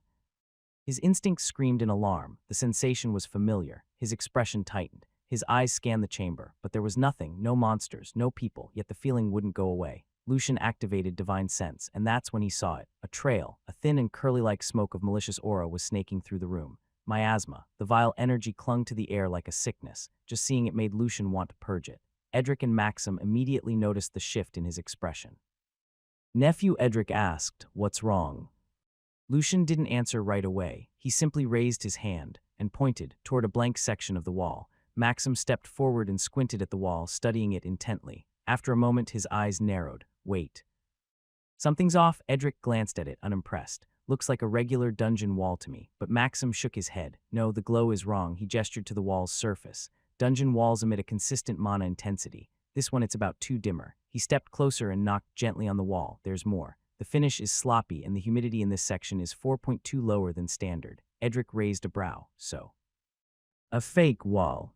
Maxim nodded. "Yes, and whoever made it was clever. They tried to replicate the dungeon's natural pattern. Almost succeeded too." He tapped the wall again, then pointed at the floor. "But they missed one thing. This segment should be 38 centimeters thicker based on the dungeon's structural rhythm. Only someone with Maxim's perfect calculation could have noticed that kind of difference." The moment he finished, Edric moved. No hesitation. He took a stance, crouched slightly, and began channeling mana into his fist. Wind gathered and surged around his arm. Then, boom, his fist struck the wall with concentrated power. A blast of wind echoed through the chamber, but the wall remained untouched. Not a crack, not a scratch. It was as if he had punched pure dungeon stone. Dense, ancient, impregnable. Edric stepped back. "It really is just like the real thing." Lucian furrowed his brows. Even after activating Inspect, all he got was a vague description like fake dungeon wall, nothing more. And while Divine Sense revealed a faint trail of miasma leaking from behind it, there were no further clues, just the certainty that something was hidden beyond. "I don't know how to open it," Lucian said quietly, "but something's wrong back there. My instincts are screaming. We need to get rid of it. Now." His tone left no room for doubt. Edric and Maxim exchanged glances. They fell silent. Lucian could sense things they couldn't, and by now they knew better than to second-guess him. Edric nodded and turned to Maxim with a glance. Maxim understood immediately. He stepped forward. "Nephew," he said, "I'll try using my skill. Maybe I can figure out a way to break through." He sat down cross-legged on the stone floor, placing his left palm gently on the surface of the fake wall. With his right hand, he began tracing complex patterns in the air, silent calculations known only to him. Then his skill activated. Perfect calculation. The air around Maxim shifted subtly. His eyes took on a faint white glow, and an eerie stillness settled in the room. Like a machine entering overdrive, Maxim's mind began processing everything. But then Maxim stiffened. He could feel his mana draining fast. "No, this wall isn't ordinary and may be made by someone stronger." He thought grimly. "Perfect calculation is burning through my mana reserves too quickly." The deeper he reached for the truth, the more unstable the equation became. It's as if something is blocking him. His calculations were pushing against a barrier. "If this keeps up, my mana won't be the only thing lost. My life force could be next." Lucian noticed it immediately. He channeled divine energy in his eyes. He saw Maxim's mana was draining fast, like it was being devoured by the equation itself. Maxim was just about to cancel the skill to prevent a breakdown when Lucian acted. Without hesitation, Lucian poured divine energy into him. A radiant pulse surged through Maxim's body, and suddenly, the skill responded. Instead of draining him, it began drawing from Lucian's divine flow, stabilizing itself. Maxim's eyes flashed white again. His thoughts realigned. Information flooded his mind. The fake dungeon wall, its composition, its false depth, its structure, everything unfolded before him like numbers on a page. Then, silence. Perfect calculation deactivated. Maxim dusted himself off as he stood. He gave a nod to both Lucian and Edric. Lucian let out a breath he hadn't realized he was holding. He reached into his inventory and pulled out 3 energy drinks. He handed one to each of them. After taking a sip, Maxim finally spoke. "Nephew," his voice was calm but edged with seriousness, "I've discovered 2 things about this wall." He held up 2 fingers. "First, this wall was created using a skill." He glanced at the stone structure again, as if still piecing together how it was even possible. "I don't know who did it, but whoever it was, they're not ordinary. This isn't just illusion or concealment. This is reality-bending stuff." He sighed. Edric and Lucian exchanged looks equally stunned. That was no simple trick. "Must be at least a 5-star skill," Lucian thought. Lucian clenched his fists slightly. He needed to reach level 50 soon. Unlocking access to the 5-star skills in his skillpedia was no longer just a goal, it was a necessity. Maxim then lowered one finger, raising the second point. "Second, the wall will only open for someone who shares the same bloodline as the one who created it." Lucian's expression fell. Of all the requirements, that was the worst. But Maxim quickly added, "Don't worry, nephew, there's still a way." Lucian looked at him. "This structure, it's sustained by mana." Lucian's hope flickered. "And dimmed again?" "Right," he muttered, "except we're inside a dungeon. There's mana everywhere." Edric nodded grimly. "Too much, actually. That's why most people don't train here. You might end up with mana poisoning instead of progress." Maxim agreed with a quiet hum, but the gears were clearly still turning in his head. Maxim added thoughtfully, "If Ellen were here, we could use her skill to devise a countermeasure. Something like a magic circle that drains mana and cancels out a skill. That would be perfect." He began explaining the nature of such a circle, how it would need to destabilize the mana, sustaining the wall while also disrupting the skill itself. Lucian's eyes lit up. A seal that could cancel skills and drain mana. That sounded exactly like something from Eclipse Magic. Without hesitation, Lucian summoned his magic book. It materialized in the air with a shimmer. Edric blinked at the sudden appearance. He was surprised, but he said nothing. Maxim, on the other hand, immediately recognized what it meant. His eyes gleamed. The book hovered in the air, flipping pages on its own as if guided by unseen hands. It stopped at a specific section. Ancient magic of the Eclipse attribute. Lucian scanned the pages quickly. Eclipse chain wouldn't work. The spell required the original caster to be present. He needed something more surgical, and then he found it. A magic circle titled Null Veil Seal. Lucian's expression sharpened. This was it. Without delay, he grabbed a piece of chalk from his inventory. Maxim instantly caught on and pointed at a precise location on the stone floor. He marked the best spot to draw the magic circle. "Right there, nephew," he said. "It'll disrupt the flow cleanly from that point." Lucian gave a sharp nod, and then he began to draw. Lucian shut out the world and focused.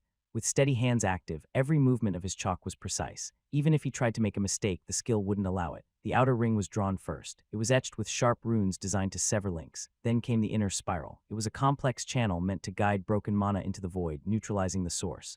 Line by line, rune by rune, the Null Veil Seal came to life, and then it was complete.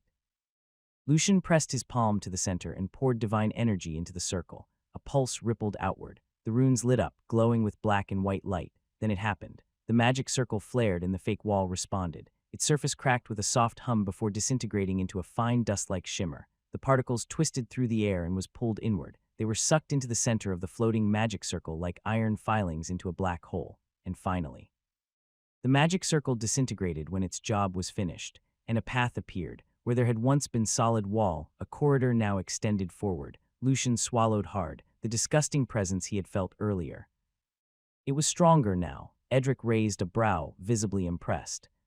So there really was something behind it. Maxim stepped beside them. Let's see what was worth hiding behind all that effort. Together, they moved forward. At first, nothing seemed out of place, just more dungeon stone, but each step carried a weight.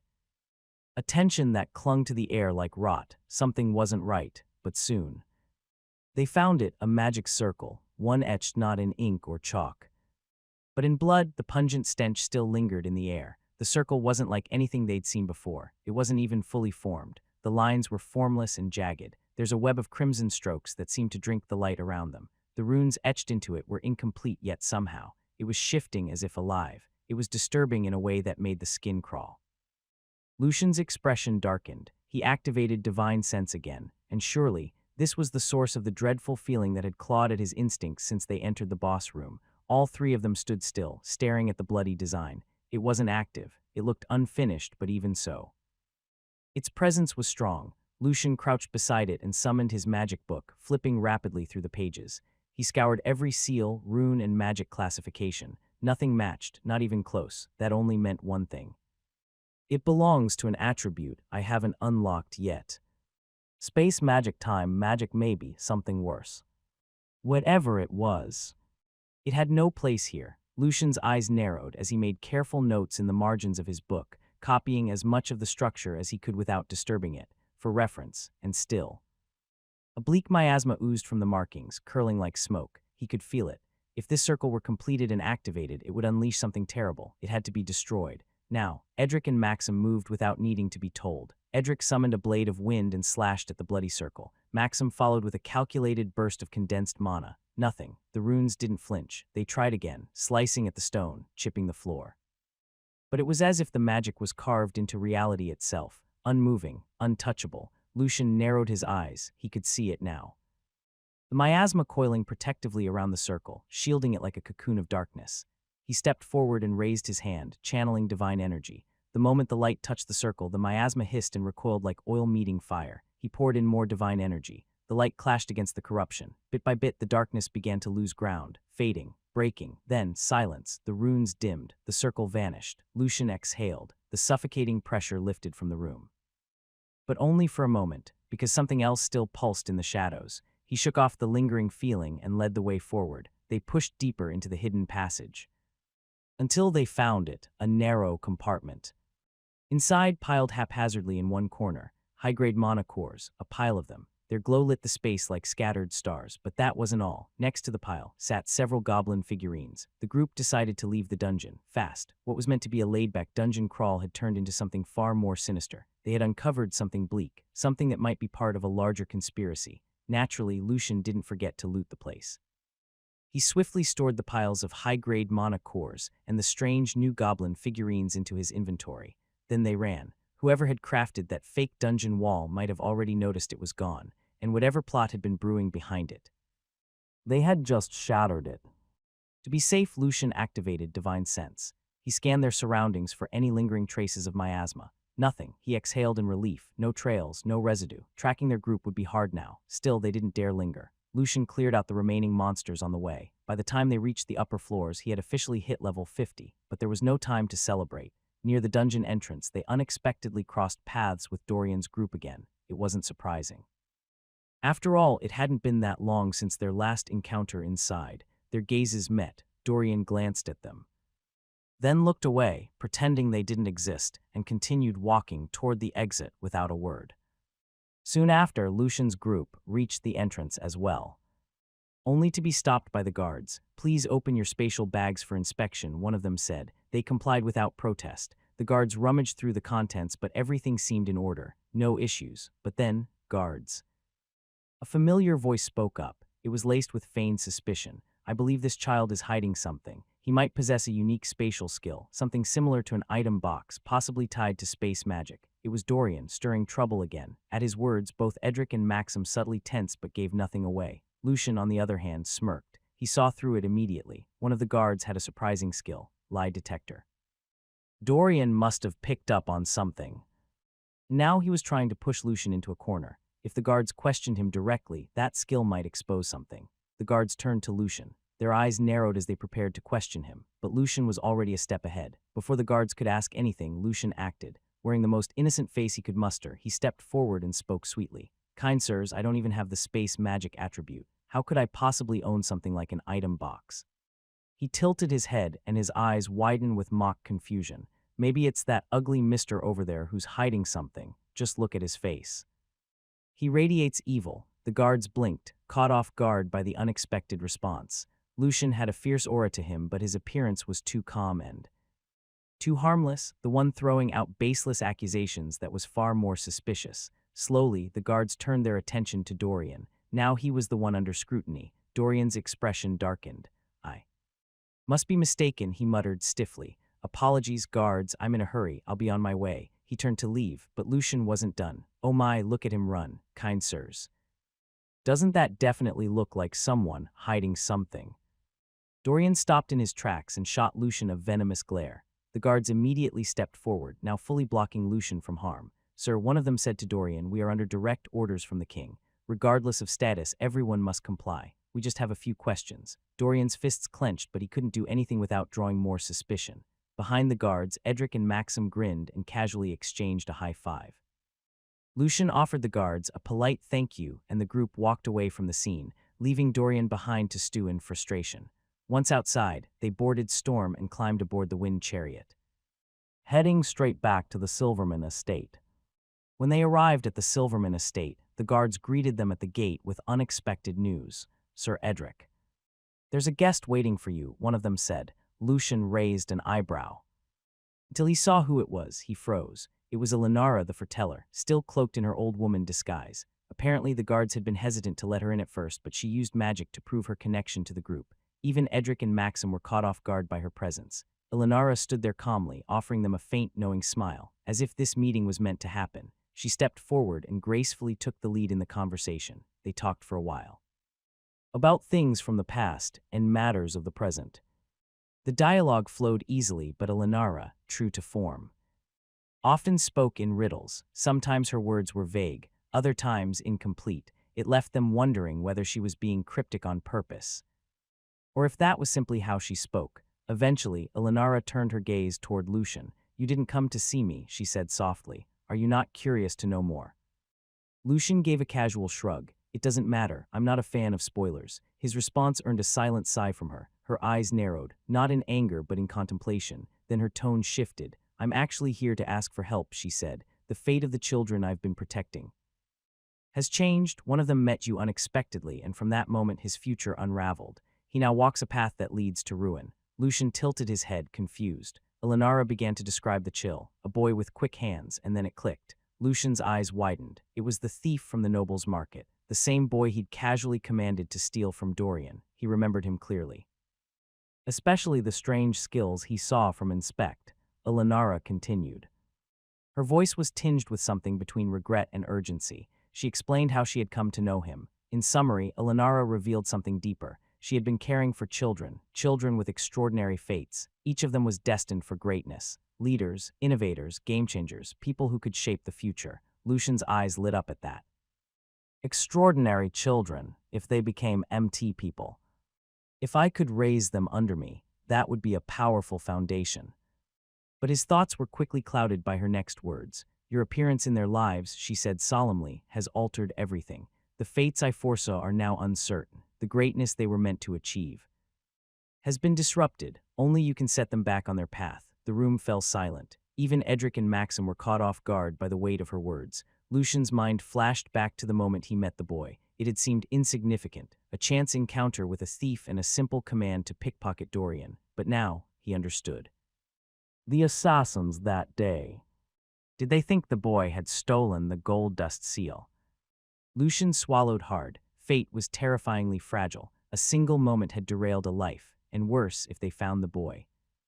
They might trace it back to Elenara's other kids. As if reading his thoughts, Elenara continued. "Some have already discovered our settlement," she said quietly. "We need a new base. Somewhere safe. Before it's too late." Elenara said those words while staring directly at Lucian. Her gaze was steady, and then it hit him. He remembered something. He owned an old estate nearby, the one given by Olga Landgrave. Lucian looked at her. "I have a place," he said. "You and the kids can stay there first." Elenara didn't look surprised. Instead, she gave him an unreadable smile, as if she already knew. Lucian added, half-joking, "Maybe clean the place up a little while you're at it. Free labor's always appreciated." Elenara simply nodded in agreement. Without delay, Lucian handed her the key along with a few notes on magic circles and a pouch of chalk. "These magic circles can help you," he said. "You can use them to fortify the place, shield it, make it the safest stronghold you can." Elenara accepted the items without hesitation. Lucian watched her closely. She didn't react with surprise or confusion. Just a quiet calm, almost like she had been waiting for this. Sensing his curiosity, Elenara glanced at him over her shoulder. "Someone who walks beyond fate is never ordinary," she said. "You should be capable of at least this much." Then, without another word, she turned and walked away. Just like that, she was gone. After lunch, Lucian retreated to his room to check his progress. Level 50. He sat cross-legged on the bed and summoned Skillpedia. He let the book hover midair as it began updating. "System," he said, "show me the notifications again." A familiar chime echoed in his mind. "Ting, congratulations, level 50 reached. All future drops will now contain 3-5 items." Ting, job skill, scam the system has been unlocked. Dropout. Description, everyone thought you dropped out of life, but everything else dropped for you. Job skill, drop rate, max, all defeated or subjugated living targets yield 100 item drops. Job skill, auto-collect, automatically collects drops. Effort, is for people who didn't drop out. Job skill, cram session, temporarily copy someone's skill with reduced power. Job skill, extra credit, gain experience from monsters defeated by allies with 100 loyalty. They did the work, you get the grade. Job skill, procrastinate, temporarily delay a target's next move. Let the future you deal with it. Job skill, scam the system, negates all damage for exactly 1 second, can be used once per day. Somehow still legal. New. Lucian beamed. This new job skill was exactly the kind of assurance he needed. It was an invisible shield he could rely on in the most critical of moments. 1 second of invincibility, that's more than enough to turn a losing fight around. His mind raced with possibilities. There were so many ways he could exploit it. Strategies he hadn't dared attempt before were suddenly back on the table. He glanced at the Skillpedia, still updating. It would take a while before the new data fully loaded. In the meantime, Lucian opened his inventory. He was eager to review the drops they'd collected from the Apex dungeon earlier. As expected, beast-type monsters seemed to drop similar sets of loot. He couldn't help but wonder. Would other type of monsters offer entirely different kinds of loot? Still, the haul from this run was impressive. The drops he'd acquired were as follows. Dire Wolf, Common, Wolf Pelt, Wolf Fang, Wolf Mate, Uncommon, Dire Wolf Hide, Dire Wolf Fang Dagger, Alpha Wolf Fur, Rare, Frostfang, Dire Wolf Spirit Collar, Great Boar, Common, Boar Hide, Boar Mate, Boar Tusk, Uncommon, Ironhide Leather, Spiked Boar Tusk, Thick Boar Fat, Rare, Charger's Hoof, Tuskor Hammer Head, Sabrtusk Panther, Common, Panther Pelt, Sharp Panther Claw, Panther Meat, Uncommon, Sabertusk Fang, Panther Hide, Hunter's Whiskers, Rare, Shadowfang Dagger, Prowler's Boots, Fang Bear, Common, Bear Fur, Bear Claw, Bear Meat, Uncommon, Fang Bear Tooth, Thick Bear Hide, Bear Fat, Rare, Mauler's Gauntlets, Ursine Plate, Manticore, Common, Manticore Hide, Manticore Fang, Manticore Meat, Uncommon, Venomous Tail Spike, Manticore Wing Membrane, Manticore Whiskers, Rare, Scorpion Tail Dagger, Winged Predator Cloak, Wyvern, Common, Wyvern Scale, Wyvern Claw, Wyvern Meat, Uncommon, Wyvern Wing Claw, Wyvern Fang, Wyvern Tail Barb, Rare, Drakefang Blade, Scale Glow. Lucian noticed the pattern immediately. Most of them were crafting and alchemy materials, high-quality hides, sharp fangs. Thick claws, some quality byproducts. The furs especially were soft, durable, and perfect for clothing or armor. Some monsters even dropped equipment. They are all items already imbued with enchantments. He found gear with poison effects, pieces that boosted agility, a few that offered bonuses during nighttime. Not bad, Lucian mused. Even someone weak could stand a chance with these. He had better equipment he crafted in the craft feature. So he decided to hand these items over to his people. They'd benefit more from them, but what really made his mouth water was the meat. Ever since he tasted that orc meat, he'd been curious. If an orc tasted that good, how much better would high-level monster meat be? Since they came from drops, each one likely held special effects, maybe even buffs. The thought alone was enough to make him sort through everything quickly. He organized his loot by category and stored them efficiently. Just as he finished, the Skillpedia let out a soft hum and shimmered to life. The update was complete. Lucian didn't rush to the new section just yet. The 5-star skills could wait. First, he wanted to check the skills dropped earlier. Quick dash, small burst of speed to dodge attacks. Charge, rush forward, and knock back enemies. Night vision improves visibility in dark areas. Bear hug, grab and crush the target, immobilizing them briefly.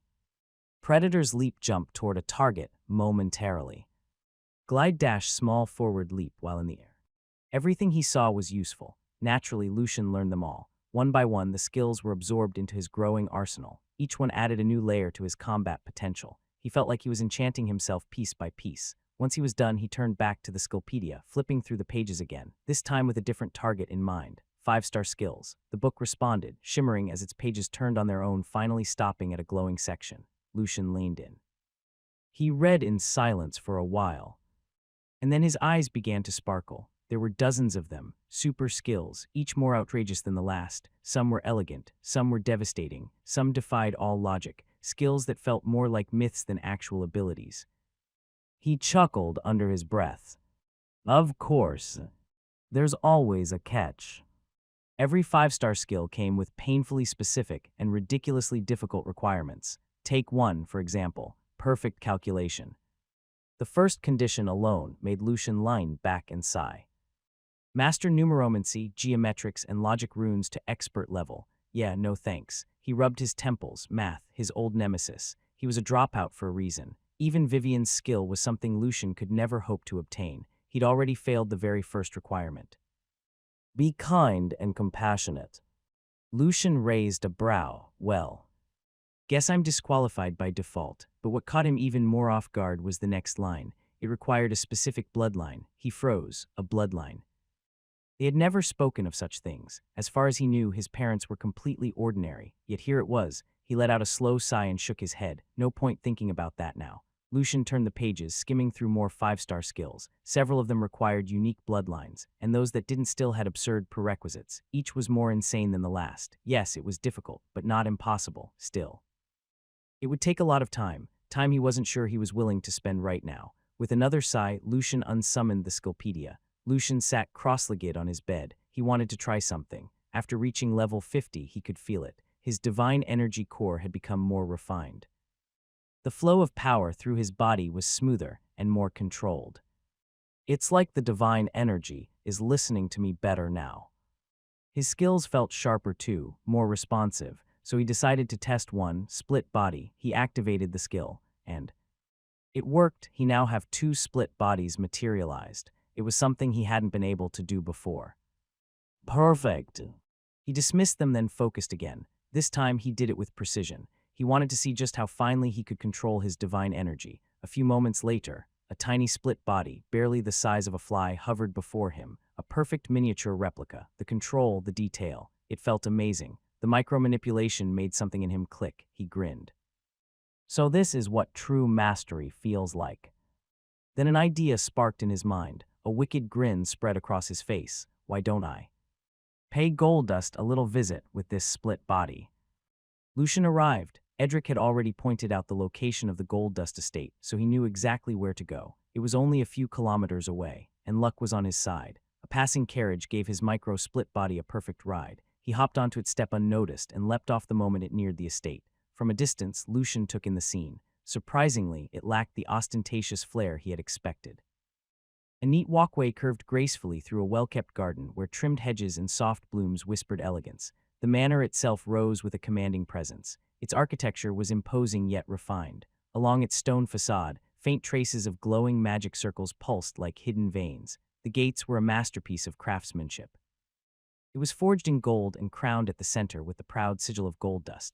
On either side, armored guards stood unwavering, but none of them noticed the intruder. Lucian's split body, who was in a minuscule form, slipped unseen between the bars. In a heartbeat, he was across the courtyard, dashing toward the looming manor. He'd find it odd. There were almost no people around. What he didn't know was that most of the estate's aides were away. They were searching for the Goldust seal, which rested safely in his inventory. He then pressed on and slipped through the narrow gaps of the main door. But then, Lucian froze. He felt something, that malevolent and disgusting feeling. Miasma. His expression darkened. Then he moved without hesitation.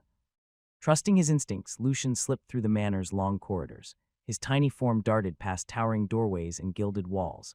The air grew heavier with each turn until he saw a set of stairs leading down to the basement. He stopped at the top, swallowing hard. The pull in his chest intensified. Reaching out with his divine sense, he felt it. The suffocating miasma was seeping from below. The realization struck like a jolt. Everything fit together now. Without another thought, he rushed down the steps. A massive door loomed ahead, but to him, it was no barrier. He slipped through the tiniest gap and emerged into another dim corridor, and then an open chamber appeared before him. He froze because he heard voices. Magnus, the pieces are not falling as they should. There's a rat under the maze. The air has shifted. Someone has been tampering with the board. The voice was hoarse and cold. Also, it carried an unmistakable weight of authority. Lucian flinched. The wave of disgust in his chest intensified. Whoever it was spoke in riddles. Every sentence has hidden meaning. Lucian had to strain his mind to piece it together, and he hated that. Impossible, father, to shatter your skill. They must have death in their veins. A strange glint flickered in Magnus's eyes as he continued. If someone's playing out game, They better know the cause. Lucian's curiosity sharpened. He didn't know the full context, but nothing about this sounded simple. He stayed still. He was straining his tiny ears to hear more. Possible or not, it happened. I'll be in the capital within a day. No more failures, Magnus, the dungeons. The magic circles. The seal. Whoever interfered will be dealt with when I arrive, and their end will be. Thorough chills prickled along Lucian's spine. Realization began to take shape. The dark voice spoke again. For now, mark every name that smells of suspicion. Send our people into the dungeons. I won't have another magic circle destroyed. They cost more than time to make. They cost blood, they even took that. At the last word, Magnus flinched. A flash of anger passed through his eyes. Meanwhile, the pieces finally clicked in Lucian's mind. Everything connected. It had been Goldust all along. The conversation confirmed it and more. That magic circle he'd destroyed. It wasn't just one. There were others, many others, spread across different dungeons. That would be a problem. Lucian moved. He had to see the owner of that voice for himself. The bleak and cold tone gnawed at him, urging him forward. He dashed toward the chamber, and then he saw it. Who? The voice snapped, sharp as a blade. A sudden wave of miasma surged toward Lucian. It was both suffocating and lethal. In the next instant, his connection to the micro-split body was severed. It was dead. Magnus spun toward the disturbance. His eyes narrowed, but there was nothing there. Please, don't be alarmed, father. No one can enter here. It must be a fly. Magnus said. Must be, the voice murmured. It was quiet yet laced with suspicion. Lucian's consciousness snapped back into his real body. He drew in a sharp breath. His chest was rising and falling as if he'd surfaced from deep water. A faint ache stirred in his divine energy core. Closing his eyes, he sank into a quick meditation. He circulated his divine energy until the discomfort faded. Then he exhaled slowly. His split body was gone, destroyed. Worse, the divine energy he'd invested in it had not returned. His expression darkened. Thankfully, it had only been a small amount. His reserves wouldn't be affected that much. But his mind kept replaying what he had just seen, the owner of that voice. He'd been noticed at the very moment he caught a glimpse, and it wasn't a person. It was a goblin statue. Its presence was just as formidable as his rainbow slime lord statue, but it radiated miasma instead of divine energy. He hadn't even had the chance to use inspect before his clone was obliterated. A grim sigh escaped him. The conversation's meaning was now clear. The owner of that voice would arrive tomorrow. The goblin statue had been nothing more than a conduit. It was a tool for long-distance communication. The Goldust weren't just dangerous, they were prepared. And that voice, bleak, vauled, heavy with threat, his instincts were screaming just by thinking about that. Dangerous, Lucian sighed. If its words were true, Lucian had until tomorrow to act without drawing suspicion. He wouldn't let go of this opportunity. Lucian immediately sought out Edric and Maxim. He relayed everything he had witnessed. The revelation struck them hard. Father of Magnus. Their eyes burned with a mix of shock and fury. Whatever they were plotting, it was clear this went far deeper than they had imagined. And it would be anything but simple. Lucian recounted every detail, the bleak voice, the strange conversation about the magic circles. Edric and Maxim's expressions darkened. There's more. That only means one thing. They had to destroy them. Not only because the magic circles radiated something foul and dangerous, but because this was a rare chance. A chance to strike back at the former patriarch of the Goldust family. Revenge was a dish they'd gladly serve. If they could cripple his plans, no one would be more satisfied than them. Not long after, Ellen arrived. She was brimming with pride. I just broke through to Tier 9. Perfect timing, Maxim said with a smirk. They relayed everything to her as well. Things that happened in the dungeon and the thing Lucian discovered just now. But the problem quickly became clear. The capital was riddled with dungeons, hundreds of them scattered across its vast territory. Without knowing the exact locations, they'd have to search one by one. And that would take time they might not have. But then, Maxim stepped forward. Ellen, let's use our skill. At those words, Lucian's eyes lit up. Ellen nodded readily. She had been thinking the same thing. Her expression hardened. She already knew it would be dangerous to leave those magic circles untouched. And of course, she wouldn't mind a little revenge of her own. Nephew, Maxim cleared his throat. I might be needing some of your mana. If that's possible, Lucian nodded without hesitation. The moment Maxim activated the perfect calculation skill, his mana was drawn away like it was being swallowed by a black hole. The pull was far stronger than earlier when he'd calculated how to break through the fake dungeon wall. Lucian immediately poured divine energy into Maxim, supporting him. But as the calculation went on, they could both feel their reserves draining rapidly. Before their energy was completely spent, Maxim deactivated the skill. Everyone fell silent. Then Maxim spoke. I must apologize in advance. No matter how hard I try, I can't get a clearer picture. This isn't simple. But I've narrowed it down to 3 key points. He continued. First, the dungeon's unique traits. Second, the most likely floor where the magic circles are hidden. Third, the kinds of monsters infesting it. Ellen. It's your turn. He laid out his findings in precise detail. But even as he spoke, Maxim knew it wasn't enough. The threads of information were too thin to weave a complete picture, but Ellen gave a short nod. She decided to try using her skill anyway. All right, I'll loop it. The moment she activated her skill, the air seemed to warp around her. It thickened under invisible pressure. Her eyes lost their focus as if she were staring into a horizon only she could see. Sentinel Dungeon. Comparing patterns. Match confirmed, she murmured. Monster profiles. Match confirmed. Her voice was low and mechanical. It's like an automaton combing through an endless archive than a person. When the loop ended, she exhaled slowly and her eyes darkened. Maxim. There are more than 10 dungeons that fit your parameters, possibly more. From his data, the image in her mind solidified. Most were dungeons capped at 5 to 10 floors with the magic circles embedded somewhere in the middle layers. She began naming each target one by one. Soon after, the list was done and the decision was instant. The magic circles had to be destroyed before the previous patriarch of Goldust arrived in the capital. Lucian agreed without hesitation. In his mind, there were other incentives. The high-grade mana cores and the goblin figurines they had encountered before. Letting the Goldusts reclaim such resources would be foolish. Also, the others couldn't sneak out the high-grade mana cores without inventory. The choice was clear. They would travel together. And so, preparations began. They secured disguises to conceal their identities. The plan was simple, a rapid dungeon hop, moving from one target to the next, leaving only shattered magic circles in their wake. Time was not on their side, but hesitation was a luxury none of them could afford. Mask of Thousand Faces.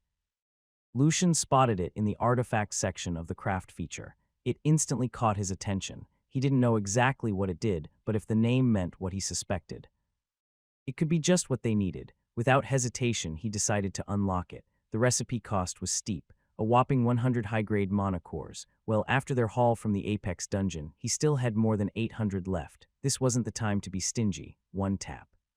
And the recipe unlocked another. And the description appeared on the panel. As he read, a faint smile tugged at his lips. Just as he guessed, it could be a game-changer, perfect for their disguises. It's far better than relying on dark magic illusions which were riddled with flaws. It wasn't foolproof, and anyone with sharp enough senses like a Linara could see through them instantly. While they'd been traveling toward the first dungeon on their list, he'd been looking for exactly this kind of tool. And now, scrolling through the crafting materials, he let out a breath of relief. He had every material needed. Mask of Thousand Faces. Description. An artifact that shifts its features at the wearer's will, allowing them to assume countless appearances. It can mimic the face, the voice, and minor mannerisms of others the wearer has seen. Though it cannot replicate magical auras or unique powers. Materials. Silver X2. Moonstone X1. Night Thread X1. Beast Hide X2. Quartz Dust X1. Resin X1. Lucian didn't waste a moment. He pulled the required materials from his spatial bags and transferred each directly into his inventory. His hands moved with precision. The items appeared and vanished in quick motions. The others watched him curiously. They didn't know what he was doing, but his focused expression kept them from interrupting. Once everything was ready, Lucian tapped the craft button. The materials vanished from his inventory, replaced by a progress bar. He waited for a while. His anticipation was building as the progress bar filled. Finally, it was complete, and the result appeared. 4 masks of Thousand Faces. Lucian smiled. He picked one up to inspect it. The mask was faceless and silver. Its smooth surface was interrupted only by faint runes etched along the edges. Unblemished, sleek, it looked like nothing more than a simple and elegant mask. Lucian picked up the remaining 3 and handed them to Edric, Maxim, and Ellen. They accepted them with puzzled expressions. Edric even gave his a few knocks, but it sounded perfectly ordinary. Then Lucian explained. "This will help with our disguises," he said. "It can change our appearances. Even our voices." He paused, meeting each of their eyes. "To use it, just wear the mask, channel mana into it, and imagine the face you want." Ellen was intrigued. She stepped forward to try it first. She placed the mask over her face and blinked in surprise, comfortable, almost weightless. Didn't press against her skin or hinder her breathing. In fact, she couldn't feel it at all. Her vision was clear. No obstruction, perfect craftsmanship. She drew in a breath, then began channeling mana. In her mind, she pictured a face. The mask responded instantly. Its surface rippled, then it shifted. The color deepened. The texture morphed. The contours reshaped. Lucian watched closely with a faint grin tugging at his lips. The process reminded him of a character creation screen in a game. When the transformation stopped, the person sitting before them was no longer Ellen. Her face had completely changed. "Can you recognize me?" Ellen asked. Even her voice had changed. It perfectly matched the face she now wore. Lucian chuckled. "Aunt." "Haha, that's Professor Belinda, right?" Exactly so. Ellen had copied the head of the magic department down to the tiniest detail. Edric and Maxim stared in disbelief. The resemblance was uncanny. It was perfect. The transformation had been seamless without the slightest flicker to give it away. "Whoa, you looked more like Belinda than the real Belinda Gahaha." Edric jested. Lucian's lips curled into a satisfied smile. "It really works." One by one, the others began testing their masks. It didn't take long for them to get the hang of it, and soon they were switching faces with practiced ease. Edric amused himself by pulling exaggerated expressions with Dorian's or Magnus's face. Maxim tried imagining his younger self before giving Ellen an exaggerated wink. She promptly elbowed him in the ribs, earning a round of laughter from the group. Eventually, they all settled on plain, unremarkable appearances that wouldn't draw attention. The artifact was nothing short of impressive. No visible mana fluctuations, no distortions, no hint of illusion. It was almost impossible to tell the difference between the mask's disguise and the real person. With this, they could move forward with their plans in absolute confidence. Time passed. By the time morning came, they were already running on borrowed energy. The group hadn't rested yet. Lucian had kept them going with his coffee drops. It was very effective in keeping them awake and running. Their operation had settled into a precise rhythm. Enter the dungeon. Down arrow. Head straight for the estimated location of the magic circle. Down arrow. Lucian would extend his divine sense, seeking the traces of miasma. Down arrow. Once found, destroy the magic circle. Down arrow. Loot anything worth taking. Down arrow. Leave immediately after finishing. Down arrow. Travel to the next dungeon on the list. Down arrow. Change their faces.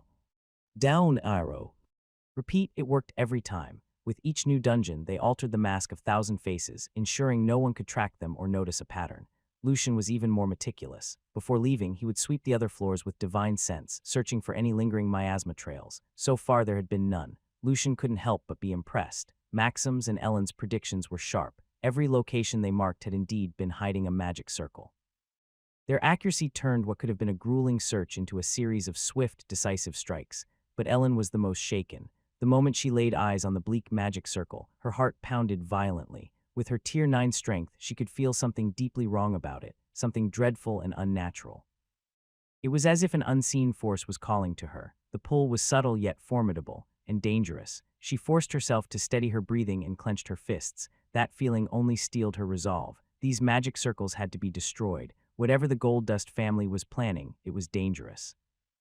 And they still had no idea what it was. Determined to uncover the truth, Ellen activated Perfect Loop. She tried to probe the magic circle to learn what it was and what it did, but the moment she entered the loop, nothing came back, no answers, no insight, only the endless churn of possibilities that refused to resolve into truth. Her loop spun endlessly. Each cycle dragged her deeper. She nearly slipped into obsession. It was a dangerous state where her mind would chase an answer forever. The runes seemed familiar at first. But the moment she thought she understood them, their meaning shifted. The connections between each runes, the properties of the magic circle, it was all in chaos. It's like trying to grasp smoke. Time blurred. Her loop hadn't ended and she didn't even realize how long she'd been trapped in it. Thankfully, Maxim noticed her strange stillness and snapped her out of it. Ellen exhaled sharply as her breath trembled. Perfect Loop's greatest flaw was its lure. If she lost control, she could be locked in endless pursuit of an answer, and time was a luxury they did not have. They looked down, disappointed. The unknown was something none of them liked. With heavier resolve, they pressed on. Clearing the magic circles, dungeon after dungeon. The only small consolation for Lucian was the loot. Not every site yielded treasures, but most contained high-grade mana cores. Others had none at all. It was likely the reason Goldust had been smuggling them in the first place, and now those cores were his. But there was something else. Every site with that bleak magic circle also contained goblin figurines, and then Maxim noticed a disturbing detail. Some dungeons had incomplete magic circles while others bore fully-formed ones. Those were worse, far worse. The air around them was heavier. Lucian also saw that the miasma was denser. The feeling they gave off wasn't just unpleasant, it was dreadful. It's like something on the other side was pressing against the barrier. Ready to break through, whatever it was, they didn't wait to find out. They destroyed them all, Lucian sighed. At this point, he had more than 3,000 high-grade mana cores in his possession, and if they cleared the remaining dungeons on the list, there would be even more, 4 left. But then something changed. They began encountering Goldust aids more frequently in the dungeons they targeted. Lucian didn't need to guess. This had Magnus's fingerprints all over it, acting on his father's orders. The aids always stationed themselves near the floors with magic circles. When explorers arrived, they would intercept them, sometimes with questions, sometimes with outright hostility. Some groups were turned away. Others who refused to comply were attacked on the spot. In a dungeon, you lived or died by your own strength, but these aids acted as though they owned the place. Ironically, it worked in Lucian's favor. The aids' presence told them exactly where to go, and it kept other explorers away. When Lucian's group arrived on those guarded floors, the Goldust response varied. Some attempted to block their path. Others skipped the pleasantries and went straight for blood. Either way, it made no difference. Lucian's group showed no mercy. Not one Goldust aid walked away alive. To erase all trace, Lucian burned their bodies until nothing remained, and then they moved on. It was in the afternoon when they finally crossed the last dungeon off their list. 12 dungeons. Done. Finally, they stepped out of the final dungeon. The disguised group chatted and laughed in triumph, but Lucian froze. A chill seeped into his bones, followed by a creeping sense of dread, that familiar, stomach-turning feeling he wished he'd never feel again. His eyes flicked to Edric, Maxim, and Ellen. Nothing. They didn't notice a thing. The feeling only grew heavier, like an invisible hand pressing down on his chest, slowly. Cautiously, he turned his head. An old man was walking toward them. Lucian's throat went dry. The man's presence was suffocating. His aura was every bit as terrifying as Lucian's sovereign aura, and yet the old man was elusive. His figure blended into the scenery as if the world itself wanted to hide him. Each step landed with a weight that made the air feel thick. Reality seemed to bend, masking his existence until he was nearly upon them. Lucian didn't breathe. The old man drew closer. Closer, and then he walked past them. Lucian let out the breath he'd been holding. The old man wasn't here for them. The old man kept walking, straight toward the dungeon entrance. Lucian's gaze followed him. He was about to use inspect, but every instinct in his body screamed danger. If he used a skill, the old man would notice. Every pore on his skin prickled. His muscles locked in place as he forced himself to resist the urge. He froze. This was the first time he had ever felt like this. A suffocating pressure that made it hard to think, let alone breathe. The old man was dangerous, and Lucian knew he had made the right call. The old man's steps halted. Slowly, his head turned. His eyes locked onto Lucian, pinning him in place. Lucian didn't meet his gaze. He looked away, feigning ignorance as if he hadn't noticed the man at all. A moment passed. Another. Then the old man resumed walking. Lucian finally let out the breath he didn't realize he'd been holding. Uncle Ed. Who is that old man? He's dangerous. Lucian's eyes tracked the figure heading toward the dungeon. He gestured subtly in that direction, but Edric just looked at him strangely. Nephew, are you seeing things? There's no one out there. Ghaha, you must be tired. We haven't slept at all. Lucian jolted. No, he could see him clearly. Lucian's expression darkened as unease curled in his chest. There's no way. Maxim noticed the change in his face. He glanced toward the dungeon entrance. Nothing, but still he asked, Nephew, what did you see? Lucian described everything. The old man, the suffocating pressure, the elusiveness. Lucian didn't mention about the miasma that coat the old man. The others can't see them. As his words sank in, Edric's smile faded. Maxim's brows furrowed. Even Ellen's expression stiffened. Let's get out of here, Edric said. His voice was low and serious. If he's who I think he was, this might be trouble we can't afford right now. They moved quickly. Within minutes, they were in the carriage. The wheels rattled against the road as they put as much distance as possible between themselves and the dungeon. On the way, Ellen cast a dark magic barrier to seal their conversation from prying ears. I can't believe we didn't notice him at all, she said. She was tier 9, yet she didn't notice that old man. That old man's. He's grown stronger again. This is dangerous, Maxim muttered. Good thing we finished everything before he appeared. Ellen's frown deepened. His skill, I still can't figure out what it is. Edric's gaze hardened. Nephew, if I'm right, that old man is Malric Goldust, Edric said at last, the former patriarch of the Goldust family. Lucian stilled at the name. That man was cloaked in miasma. Lucian guessed that the only reason he had been able to notice him was because his divine energy cut through the miasma's veil, and divine energy was one of the few things that could counter it. Lucian and the others decided it was best to keep a low profile for now. No sudden moves, no unnecessary attention. Before long they reached the Silverman estate. The moment they stepped inside and removed the mask of 1,000 faces, the weight of the day finally caught up to them. Exhaustion hit hard. They were finally home. After nearly a day of non-stop action, they were exhausted and starving. Edric's stomach rumbled loud enough to make them chuckle. Lucian's expression suddenly brightened as though he'd just remembered something. A craving. Uncle Ed, Uncle Max, Aunt Ellen. Do you eat monster meat?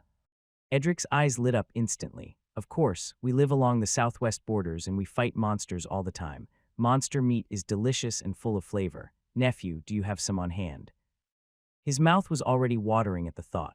Lucian nodded, and excitement flickered in everyone's eyes. Maxim and Ellen exchanged a glance. Neither seemed to have the slightest problem with the idea. Lucian reached into his inventory and pulled out several cuts of great boar meat. They were drops from the first level of the Apex dungeon. The slabs were thick. The deep crimson flesh were marbled with glossy streaks of golden fat. Just the sight of them promised a meal worth remembering, and it was enough to make everyone swallow in anticipation. Edric didn't waste a second. He called for the estate's head chef, who arrived with a curious glint in his eyes. The moment the chef saw the meat, his expression shifted to admiration. Exquisite, this is quality meat, he murmured.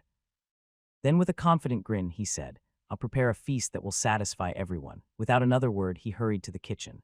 Before long, the scent of sizzling meat and fresh herbs began to drift through the estate. Rich, smoky, mouthwatering. The aroma only sharpened their hunger. Lucian's eyes lit up. He couldn't wait to taste it. When the doors finally opened, the dishes came one after another. Lucian took it all in. Perfectly seared steaks, hearty stews, tender chops, and more. With a nod from Edric, they all reached for their plates. Lucian reached for the steak first. The thick great boar cut was perfectly seared. Its surface glistened with juices and infused with the fragrant touch of sunleaf herb. The herb's bright, citrusy aroma mingled with the meat's earthy richness, making his mouth water before the fork even touched his lips. He took a bite. The flavor exploded instantly, juicy and robust with a smoky depth that lingered on the tongue. The sunleaf herb added a refreshing lift, a crisp, citrus-kissed finish that made every mouthful addictive. It was like tasting heaven itself. But as he savored each bite, something else began to stir within him. His divine energy pulsed, circulating faster and more intensely through his body. Strength flowed into his muscles. It was a subtle but undeniable reinforcement. He recognized it immediately. The effect of the meat drop. Each type of meat drops from the Apex dungeon monsters carried its own unique property. Great boar meat, for instance, slightly increased one's physique. Dire wolf sharpened sight slightly. Saber-tusked panther lent a burst of speed. Fang bear granted a great boost in stamina, etc. Every effect tied directly to the traits of the beast it came from, and this one felt incredible. It didn't just taste divine, it made his physique stronger. Edric, Maxim, and Ellen felt it too. Their eyes widened mid-bite as the subtle surge of energy spread through them. They maintained their usual elegance and manners at the table, but the pace of their eating quickened all the same. The flavor was irresistible, and the sensation of their bodies growing stronger. Even just a little was addictive. Every mouthful felt like power being poured into their veins. Good stuff, Edric muttered between generous bites of steak, clearly enjoying himself. Maxim was even more surprised. His senses were sharper than most, and he could feel the physical changes more distinctly. The effects weren't insignificant. They were real, tangible improvements. Ellen was also eating faster than Lucian had ever seen. They didn't know exactly what kind of meat Lucian had served them, but it was unlike anything they'd experienced before. Before long, the plates were picked clean, leaving behind only the warm satisfaction of a great meal. Nephew, I'll be damned, Edric said, leaning back and rubbing his full stomach. I've tasted plenty of monster meat in my time, but nothing like this. I feel like I could knock the Goldust estate down with a single punch. Lucian chuckled at the boast, and they lingered at the table. They talked idly for a while before going their separate ways. One by one, the others left the dining hall to train. Each was determined to grow stronger, especially with Malric now in the capital. Lucian lingered a little longer before heading to his room. Once inside, he opened his inventory and his eyes immediately lit up. over 4,000 high-grade monocores. He never expected even half that. Well, it's honest work, he thought with a faint smirk.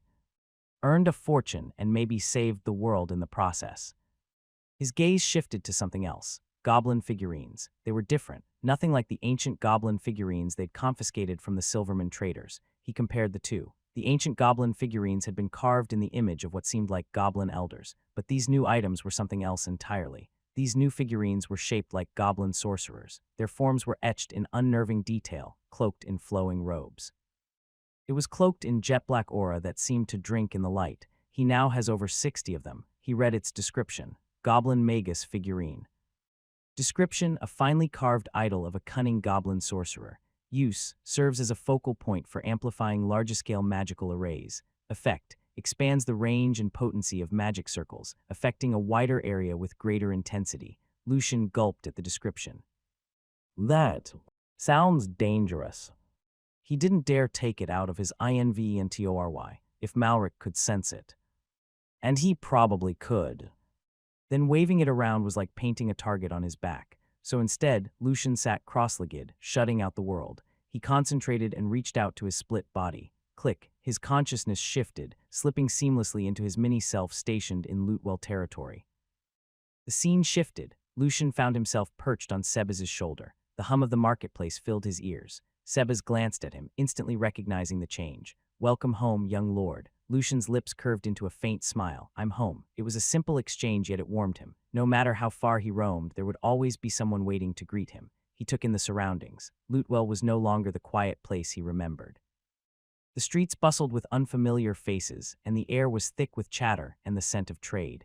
Young lord, Sebas explained, many of these people are from outside Lootwell. Some are merchants from nearby territories. Others came after hearing news of our unique produce. As they walked, Sebas gave a concise report of what had transpired in Lucian's absence. Lucian listened, nodding in approval. His territory was thriving even without his direct oversight. A rare satisfaction tugged at him, and he allowed himself a genuine smile. But then he fell silent.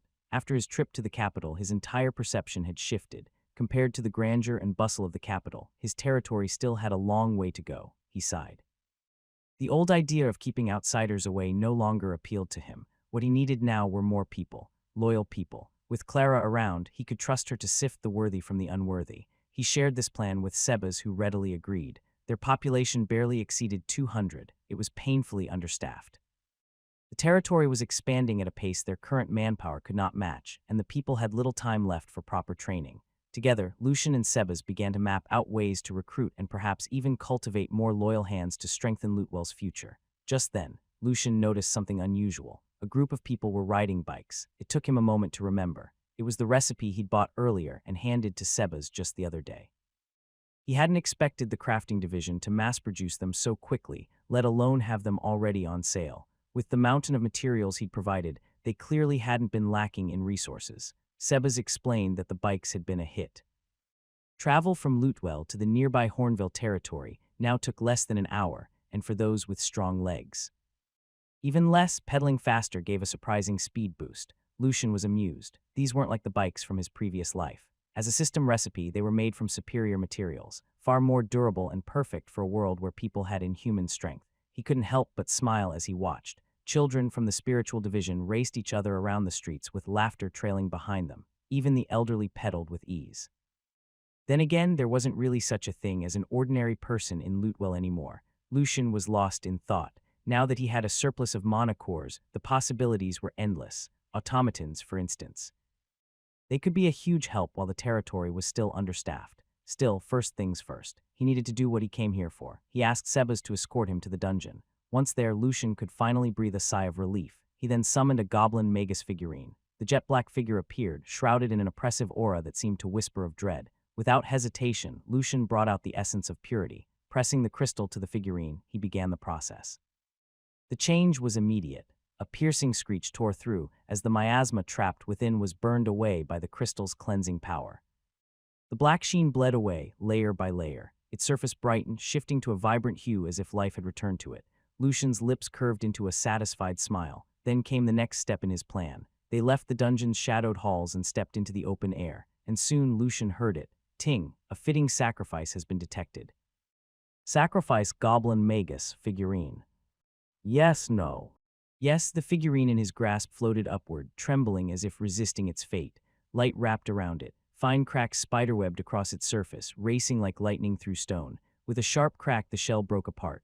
From within, a single droplet of glowing black dew emerged. Dense, heavy, alive with power, it pulsed once as if taking a breath.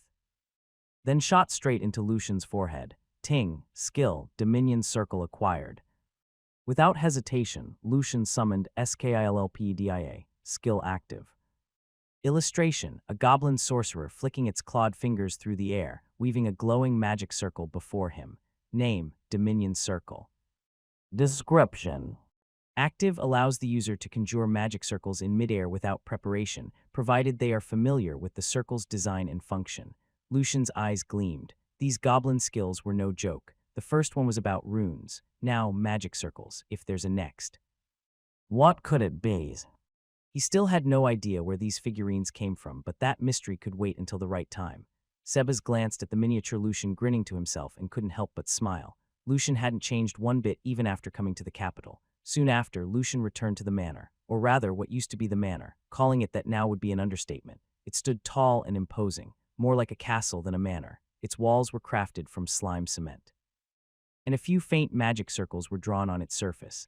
The construction division had outdone themselves, pouring meticulous attention into every detail. The result, the most magnificent structure in all of Lootwell territory. Lucian's lips curved into a satisfied smile. Vivian was going to love this.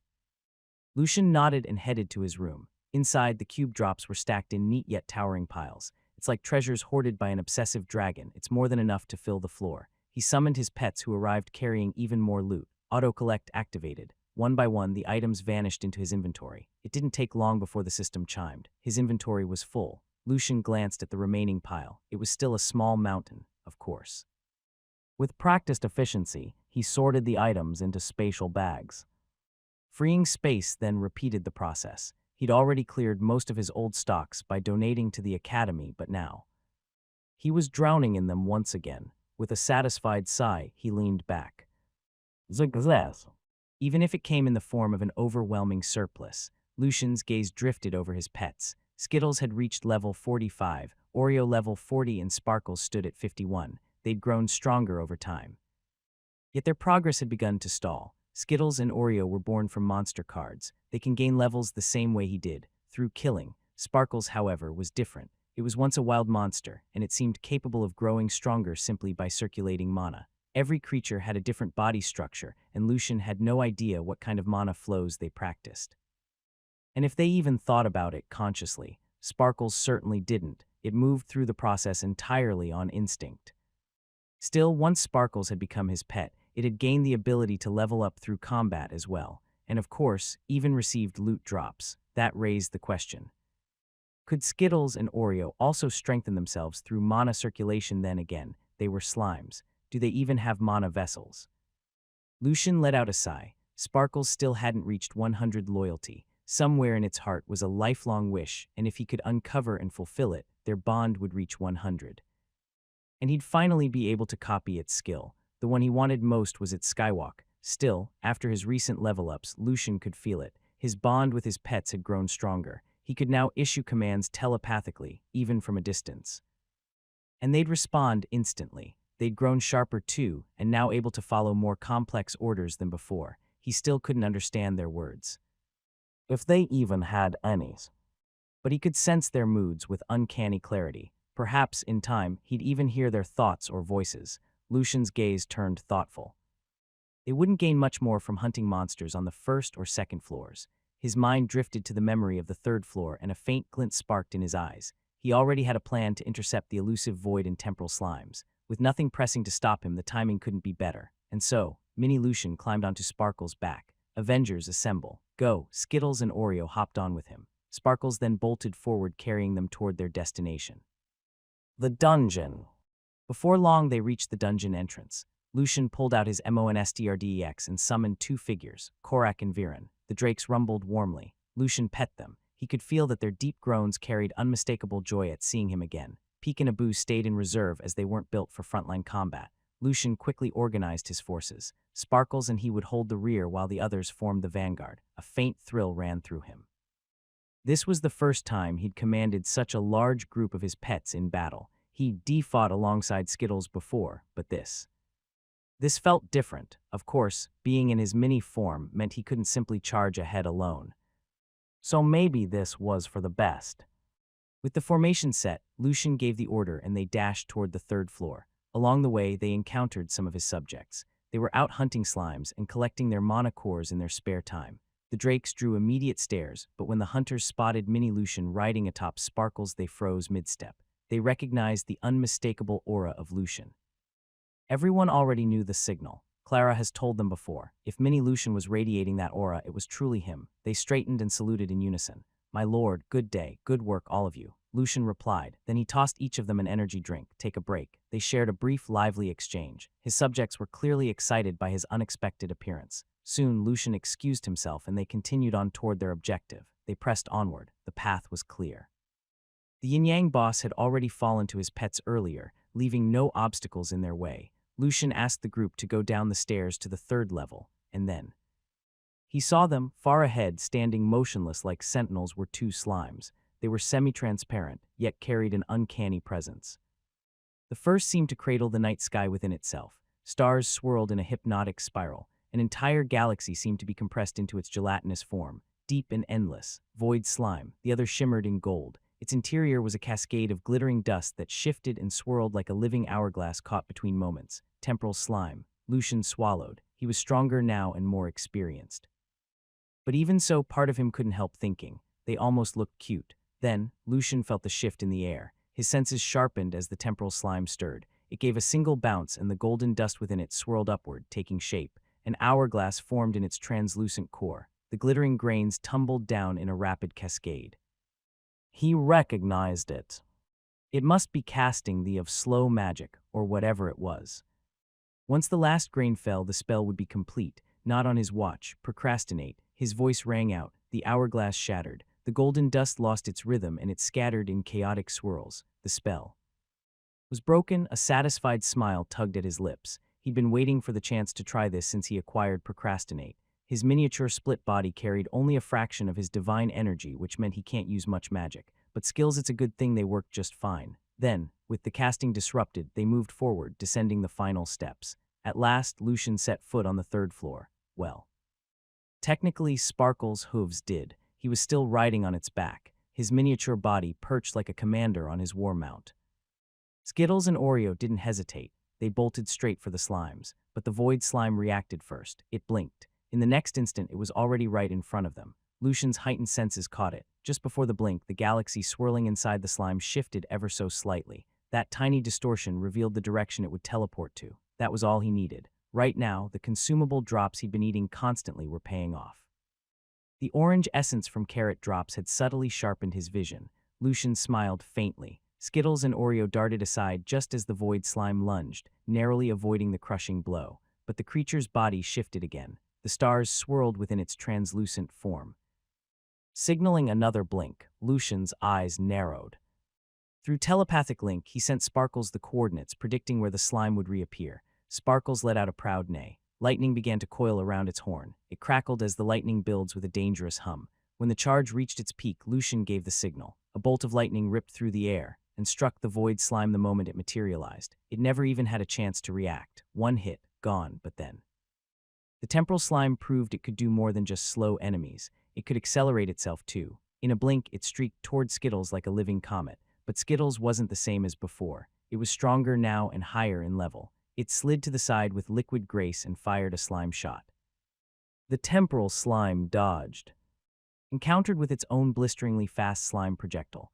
That's when Oreo stepped in. Light magic buffs. The radiant burst surged into Skittles, giving it a burst of speed. Skittles bounced. It blurred and dashed straight at the temporal slime. They moved so fast that to ordinary eyes it was nothing but streaks and flickers. Oreo switched tactics. Dark magic pulsed in jagged waves as it slowed the temporal slime's movements. That was all Skittles needed. Its super sticky slime shot slammed into the target, pinning it to the ground like glue. The temporal slime thrashed. Its magic corroded the sticky strands faster and faster, but before it could break free, Oreo leapt high into the air and came crashing down with brutal force. The temporal slime's body collapsed in on itself and it went still. Lucian couldn't help but smile. Truth be told, everything had happened so fast. Even though it was just a battle between slimes, it was genuinely fun to watch. This is what I'm talking about. Ha ha ha, slimes are this strong. Not like those blobs of disappointment back in the capital. He nodded in satisfaction.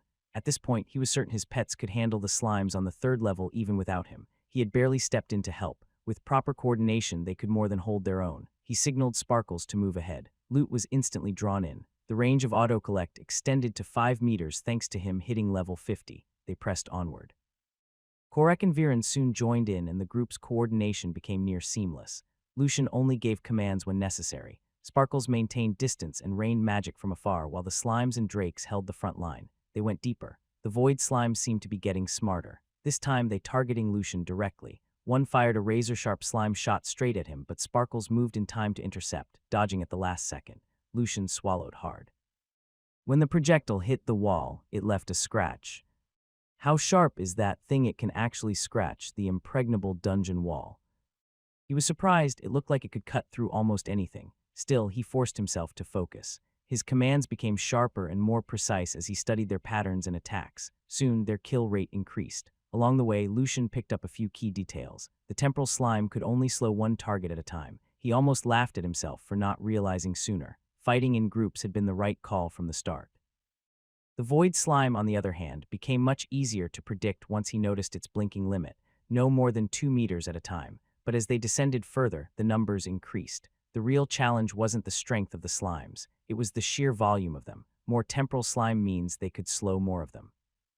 Lucian made sure to cast Procrastinate whenever possible. Sparkles kept its distance. It unleashed lightning attacks that were both fast and devastatingly effective. It wasn't easy. The swarm pressed hard. Their strange tactics forced Lucian and his pets to adapt constantly, but they weren't the same as before. They were stronger now, and in the end, they became more efficient in killing them. Lucian's eyes lit up as he saw the pile of drops waiting for him. Void slime drops. Common. Void residue, a viscous fluid that distorts space around it, used in space magic enchantments. Warped jelly, temporary adhesive that holds object together, can be used in illusion potions. Spatial lubricant lets objects slide through tight gaps more easily. Uncommon. Void thread strands that can sew rifts, can be used to weave cloaks of concealment. Slime sack ingredient for crafting spatial bags. Spatial rope coil can extend far beyond its physical length. Rare. Spatial tear crystal grants a one-time blink teleport when crushed. Anchor stone stabilizes an area against spatial warping or teleportation, preventing surprise incursions. Waystone fragment links to other fragments, letting you know the direction and the approximate distance of the linked fragment. Temporal slime drops. Common. Chrono residue, a slow dripping fluid that distorts time around it, used in time magic enchantments. Preservation gel keeps consumables fresh indefinitely. Haste salve boosts movement speed for a short duration.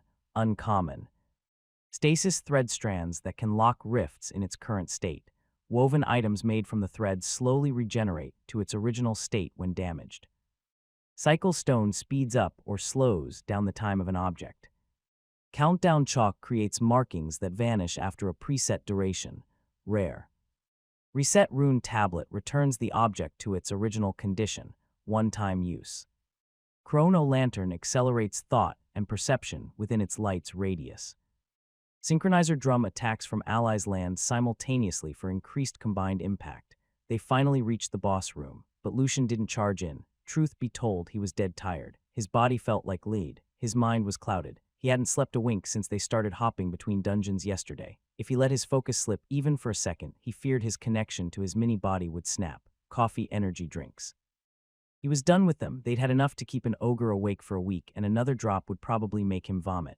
He exhaled slowly. Pushing forward like this would be asking for disaster. One wrong call, one bad judgment, and the entire group could pay for it. His gaze shifted to his newest pets, Korek and Viren, tier 6 drakes. They were powerful enough to tear through most bosses with ease, and yet something in his gut was telling him this wasn't a fight to leave in their claws alone. He needed to be there when the boss fell. The problem, he had no idea how strong this boss truly was. Their only advantage was their levels. Decision made, they'd face the boss only after Lucian was rested. Soon, they pulled back from the boss room. Lucian's exhausted mind began drifting into strange, unwelcome thoughts. If one of his pets died, would they come back to life? Skittles and Oreo had originally come from monster cards. Would they simply revert to cards upon death? He didn't know, and he wasn't about to find out. There was no guarantee they'd return. Of course, he won't experiment on something like that. As for his mini-clone, losing it here would be far worse. The divine energy that formed it would vanish forever. Severing his link to Lootwell as well. That was something he couldn't afford right now. He needed more preparation before stepping through that door. First step, farming. He ordered his pets to hunt more slimes on the 3rd level and get their drops. What he wanted were the space and time magic attributes. If his guess was right, they'd drop as epic items just like on the 2nd floor. If he could secure them, the possibilities were endless. New spells, new runes, new magic circles. Lucian cast one last glance at the massive, imposing boss room door. If I were in my real body, I'd crush it even in this state, but with my mini-clone, I'd be lucky to cast magic once or twice. Forget it.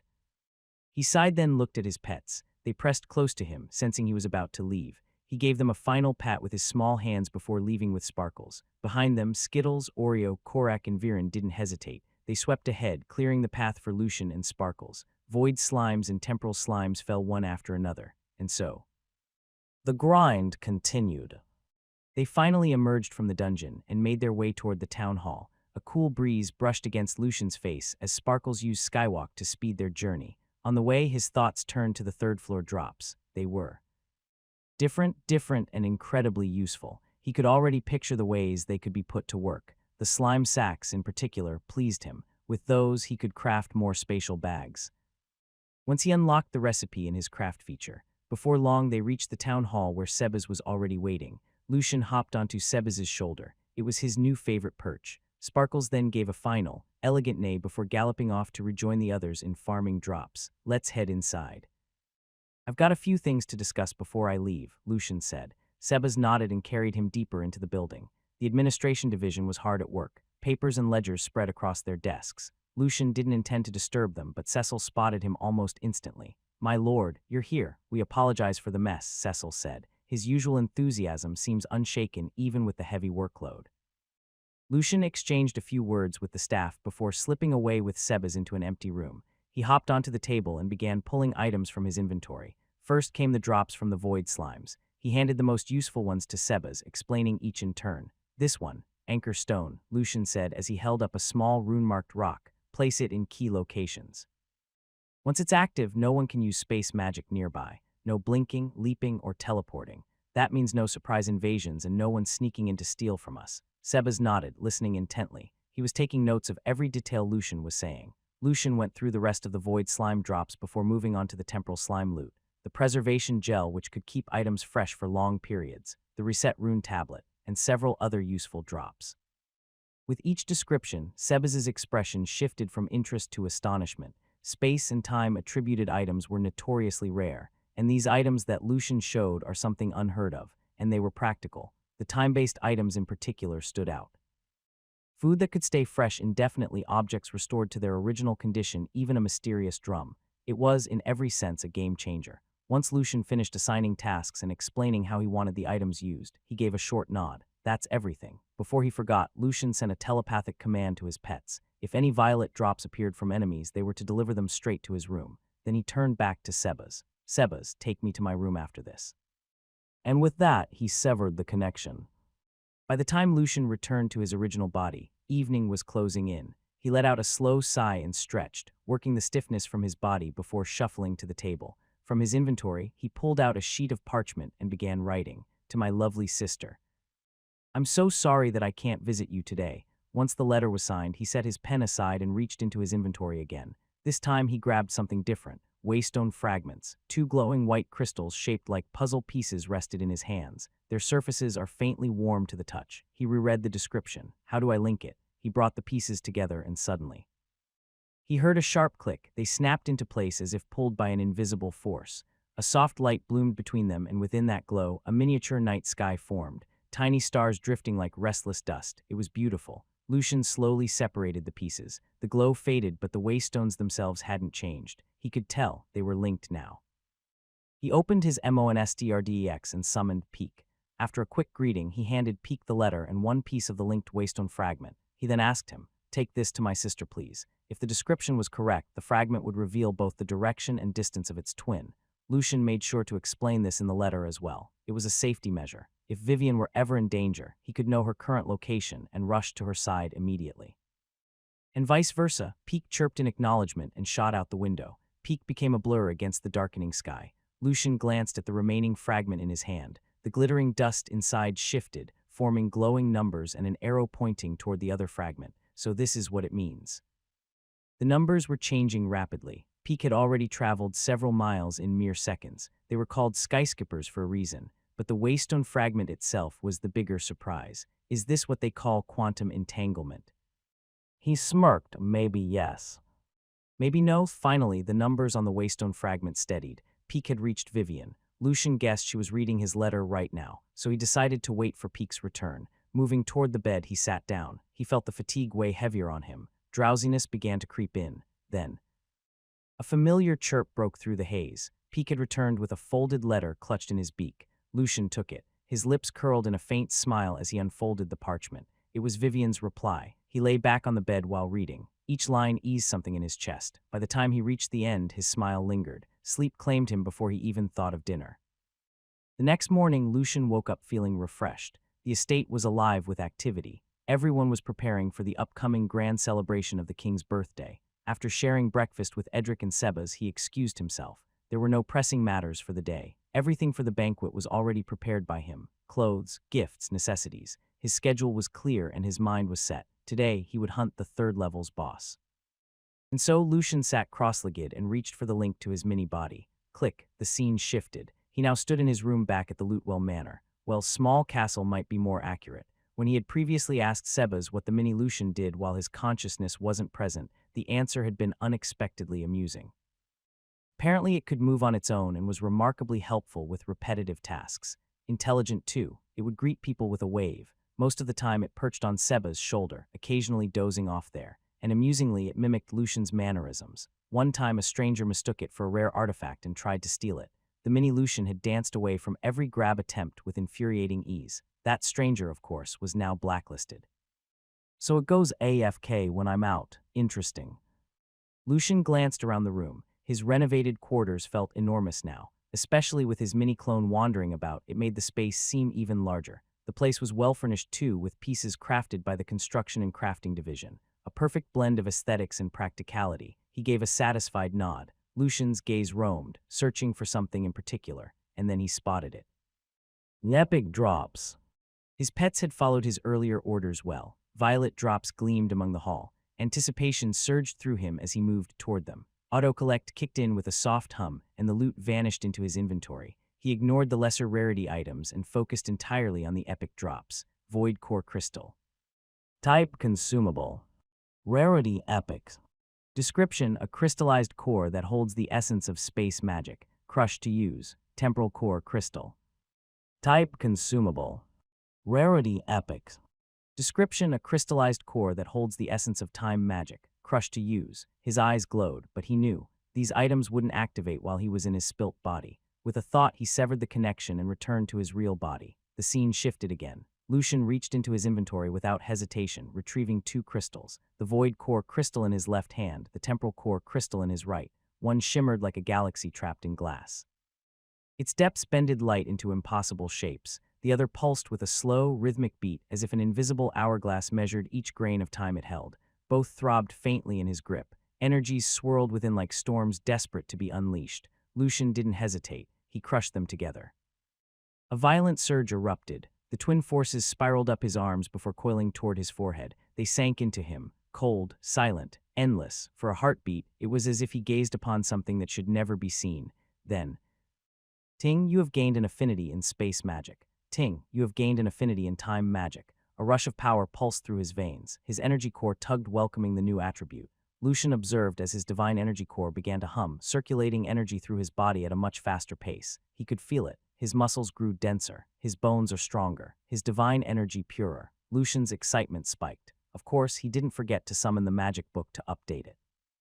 Soon, he would have another arsenal of useful spells at his disposal. A progress bar appeared, building suspense. The wait was long and tiring, but he persisted. Finally, when it reached completion, Lucian immediately scanned through the changes. He lost track of time as he read through the new spells.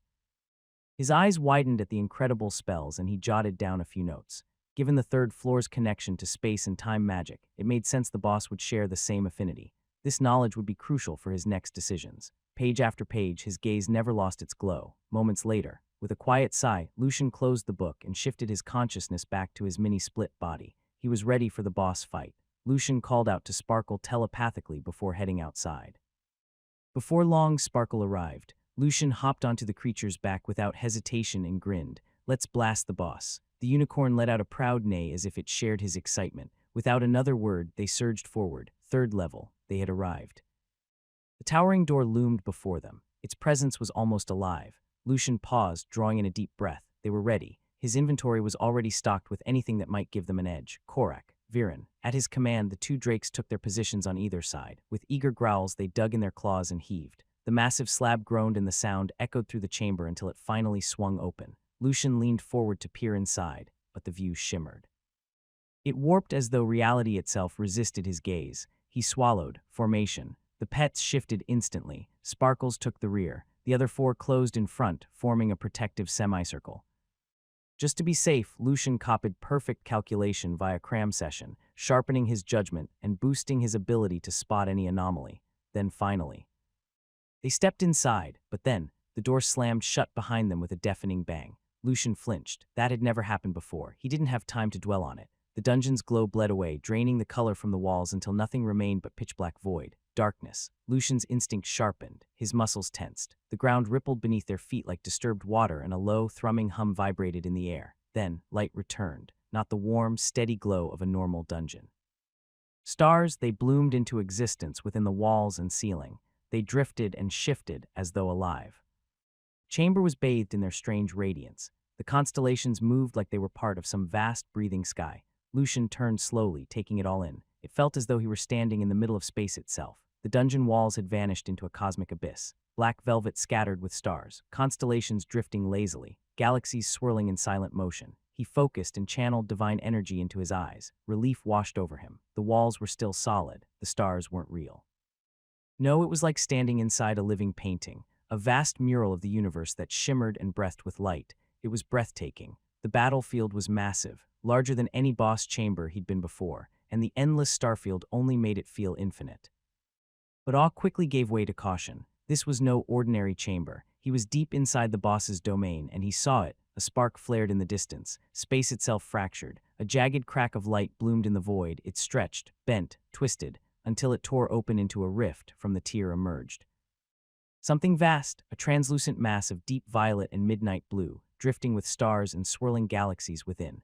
At its heart spun twin radiant cores. They looked like captive suns locked in orbit around each other, radiating an unearthly glow. Its surface gleamed like liquid glass, distorting light and bending the air itself in waves. Lucian swallowed hard. Time seemed to stretch, and every movement was drawn out in surreal clarity.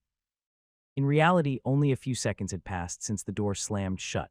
"The hell, there's an entrance sequence for bosses now," he muttered. His eyes were fixed on the colossal form. He smirked faintly. "The only thing missing is some fine music." Then I'd really be scared. Without wasting another moment, he triggered Inspect. Infinity Slime Boss. Level 30.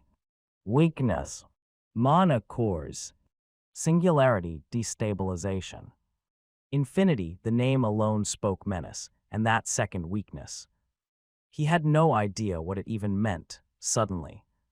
Lucian's instincts roared, danger. Without hesitation, he barked the order. Spread out. His pets had felt it too, the shift in the air, the heavy pressure. In an instant, everyone leapt in different directions. Sparkles lunged forward and Lucian clung to its mane. Then he glanced back. A rift had torn open behind them, but that wasn't what made his pulse spike. Something unseen slipped out. Through the divine energy in his eyes, he saw it, a knot of condensed space coiling into whip-like tendrils.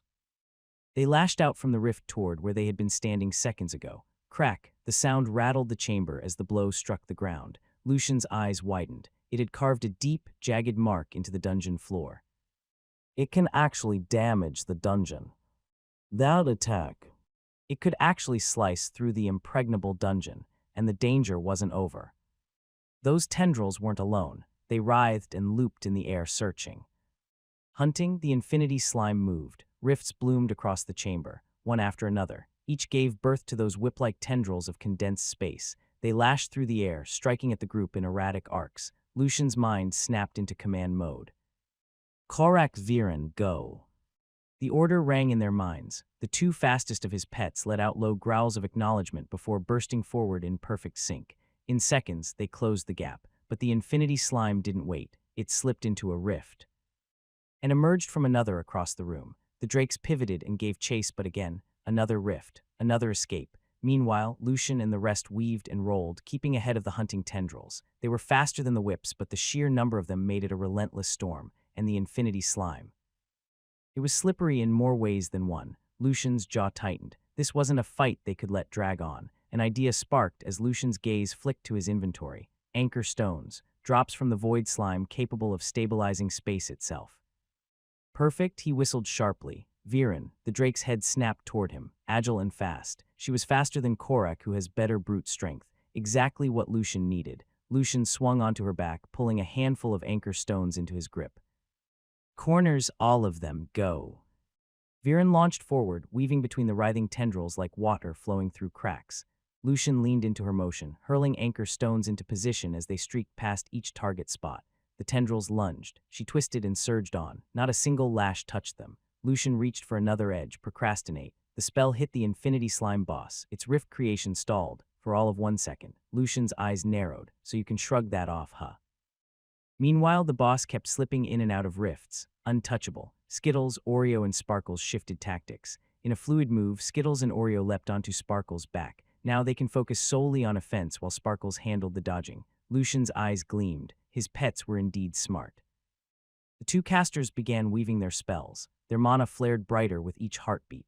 Then, release, they hurled the barrage at the boss, right as Korak lunged in to keep it occupied. For a moment it looked like the attack would land, but the infinity slime boss reacted instantly. Its twin cores began to spin in a precise rhythmic dance. A shimmering pane of warped light bloomed in midair like a mirror made of pure space. The spells slammed into it and vanished. Then the boss's twin cores shifted the pattern again. The mirror pulsed, and then the very same magic burst back out. Doubled in speed, the boss had turned their own attack against them. Sparkles skywalked through the air. It moved with practiced precision to avoid the incoming barrage. Meanwhile, Lucian finally began to see results of his actions. The space around them was stabilizing. One by one, the rifts snapped shut, but there were still too many. The battlefield was vast, and even with Viren's speed, planting anchor stones took time. Also, the looping tendrils lashed at them, slowing their progress. Then, Korak acted. A sphere of fire magic swelled in his maw before he unleashed it at a rift. To Lucian's surprise, the blaze didn't simply vanish. It emerged from another rift across the field, only to plunge into yet another.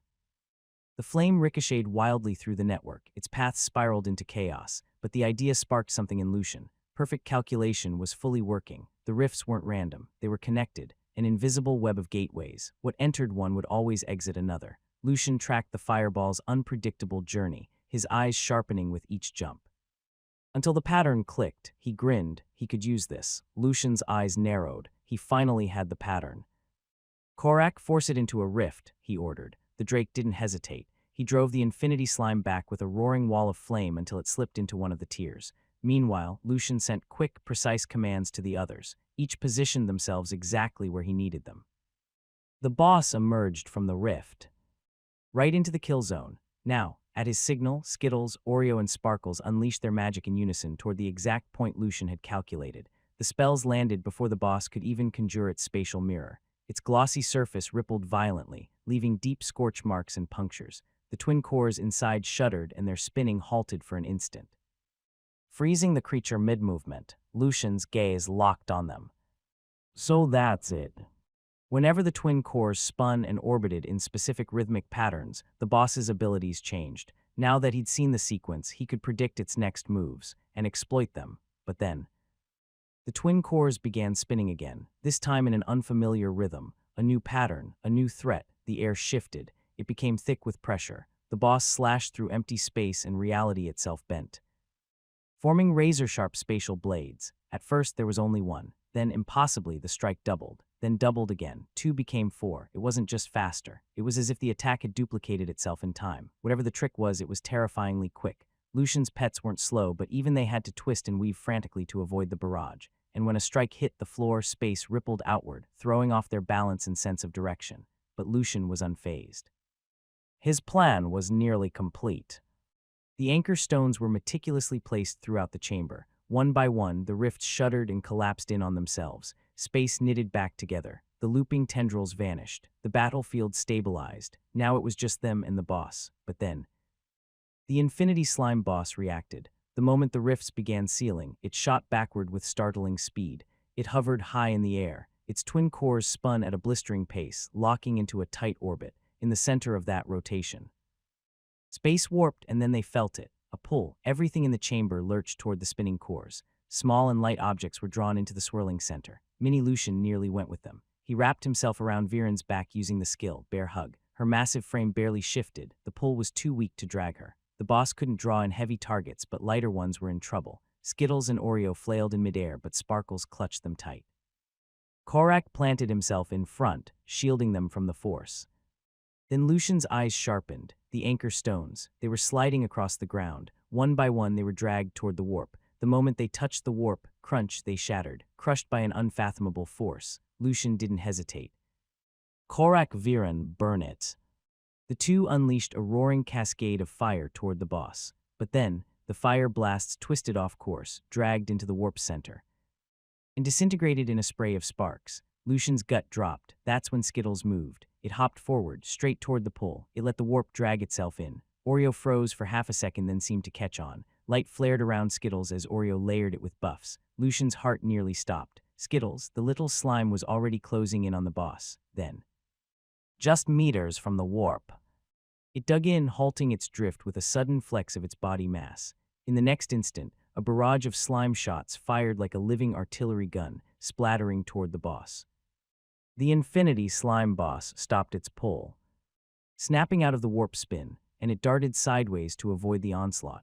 Lucian exhaled hard as tension bled out for just a heartbeat. Skittles, you daredevil maniac. But Skittles wasn't done. It surged forward and slammed into the boss with full force. The boss reeled, its gelatinous mass rippling from the impact. Then Lucian's eyes widened. Skittles' form was darkening. Its surface was corroding. Decay touch. Oreo nows. Oreo's light magic flared, washing over Skittles. The corruption hissed and peeled away, leaving the slime's form stable once more. Chastened, Skittles didn't close for another melee strike. Instead, it anchored in place, pelting the boss with a relentless hail of slime shots. Lucian's gaze sharpened. Through the haze of motion, he caught it. The boss's twin cores shifted in that familiar rhythm. His pulse spiked. Spatial mirrors. Move now. His pets reacted instantly. Skittles kept up the pressure with rapid slime shots, forcing the boss's attention forward. Behind it, Korak was already in position. He opened his jaws and unleashed a blast of searing magic. Viren mirrored him from one flank. Sparkles took the other. Oreo pulsed buffs into each strike, amplifying their force. The Infinity Slime boss wavered. The twin cores spun faster. And then the first mirror shimmered into being, greedily swallowing Skittles' shots. But Lucian's allies were already locked on. The boss sensed the danger. Its cores spun again. Lucian's lips curled in a razor smile. Not this time. Procrastinate. Reality seemed to hitch. The boss froze mid-spin. That was all they needed. The air split with a deafening crack as 3 blasts struck home. The slime's mass rippled violently under the impact. Chunks of its form sheared away in sizzling splatters. For the first time, the Infinity Slime boss let out a warped, trembling roar. Did we? Lucian cut himself off and smacked his own forehead. Stupid question. The smoke thinned, and there it was. The Infinity Slime stood. Or rather, wobbled, its mass mangled. A whole section of its body was missing, leaving one core exposed. The swirling galaxy inside now looked like a storm of chaotic light. Then, FWSSH, an hourglass materialized above the boss. The hum began low, then rose into an ear-splitting screech as the ground quivered beneath them. Lucian's eyes locked on the falling sand. His stomach dropped. It's regenerating. Skittles moved first. In a blur of motion, it launched forward as its body swelled for a full-force slam. But then, mid-leap, Skittles froze. Lucian's eyes narrowed. No. Time itself was dragging around it. Korak roared and fired a blast of magic, only for the bolt to hang in the air like a frozen comet. The battlefield had fallen into the boss's rhythm now. The boss moved. Its twin cores drifted toward each other. Then locked, a resonant hum vibrated through the air. They spun, the space before it tore open. From the shimmering wound in reality, another figure slid through. Its gelatinous mass was eerily familiar. Lucian's eyes widened. No way. Did it just summon its past self? Before he could confirm, the original infinity slime began. Shedding, its flesh peeled away, stretching outward in all directions. The discarded mass hardened into a shimmering shell. Spiderweb fissures streak across it as the very air inside warped. In seconds, the boss was sealed within its own pocket of space. Korek snarled and fired a magic blast. The bolt vanished on contact with the fissures. Lucian's jaw tightened. He yanked out an anchor stone and hurled it. It struck the barrier, crumbled to dust, and fell lifeless to the ground, not even a ripple. Skittles, now free from the slowing effect, slid back to Lucian's side. The copy infinity slime moved first. Lucian studied it closely. Its presence was different, lighter. The crushing, oppressive force of the original wasn't there. He could already read its movements, the rhythm of its attacks.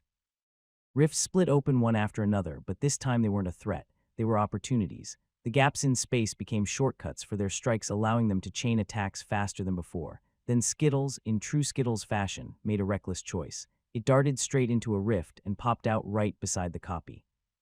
Lucian slapped a hand over his face. Really, but nothing disastrous happened. In fact, the slime pet landed its hit and wobbled back unscathed. The others surged in. With clean coordination, they overwhelmed the weakened copy. Their strikes tore it apart until it dissolved into scattered motes. Lucian turned to the real boss. The space around it was wrong. Time and matter hung there like a frozen painting. Even sound seemed to die before touching it. It was completely sealed, untouchable. The last grains of sand were slipping through the hourglass. Lucian didn't know what would happen when they were gone, and he didn't want to find out. Spell after spell slammed into the space fissure, yet it didn't even ripple. They tried moving closer, but every instinct in Lucian screamed no. One touch and his hand would be sliced into pieces. He couldn't even name the spell. The space and time magic spells he'd read earlier offered nothing useful. This wasn't normal magic, it felt different, maybe. Something like eclipse magic. Then, the final grain of sand fell. A low hum rolled out. The ground quivered. The spiderweb of space fissures surrounding the boss shattered like glass. From within stepped the infinity slime. Reborn, but it was not the same. Its twin cores had fused into one. A dark singularity that pulsed slowly as if it were the heart of some cosmic beast. It didn't move. Time itself seemed to hold its breath. And then, the air shifted. The infinity slime boss still hovered above, suspended in the air as if caught in a space and time anomaly. Even the swirling galaxy within its body was frozen, unmoving. Only one thing had changed: its core. The twin cores had fused into a single, ominous mass. Something about it radiated danger. Looking at it made Lucian's skin crawl. It was the only thing moving within the frozen infinity slime. And now it began to rotate, slowly at first. Then with deliberate intent, it traced a circular pattern. Lucian's instincts roared, danger. Guys, toward me now. His pets didn't hesitate. They bolted straight for him. And then it happened. A black hole ripped into existence before the infinity slime. The pull was instant and merciless. It was far stronger than the warp from earlier. Everything was dragged toward it. Even Korek and Vivian strained against the force. Lucian reacted without hesitation. He dropped to the ground, summoned MONSTRDEX, and swept his pets into the landscape for safety. In a blink, he stood alone. But the danger didn't stop there. He yanked a warped jelly from his inventory and slapped it beneath his small boots. Lucian then finally felt the pull. An invisible force dragged him toward the black hole, but the warped jelly held firm. Its grip was absurdly strong, anchoring him in place and defying the relentless force. A spark of relief flickered in his eyes. He shifted his stance, lowering his center of gravity to ease the strain on his body. Then he looked around, scanning the battlefield. Then came the second shock. The dungeon walls and ceiling, their painted cosmos that looks alive with flickering stars, began to unravel. One by one, the glowing stars were torn free, swallowed by the black hole's gaping maw. Lucian's eyes widened as the last of the starlight vanished. Darkness. Then, the black hole collapsed into nothing.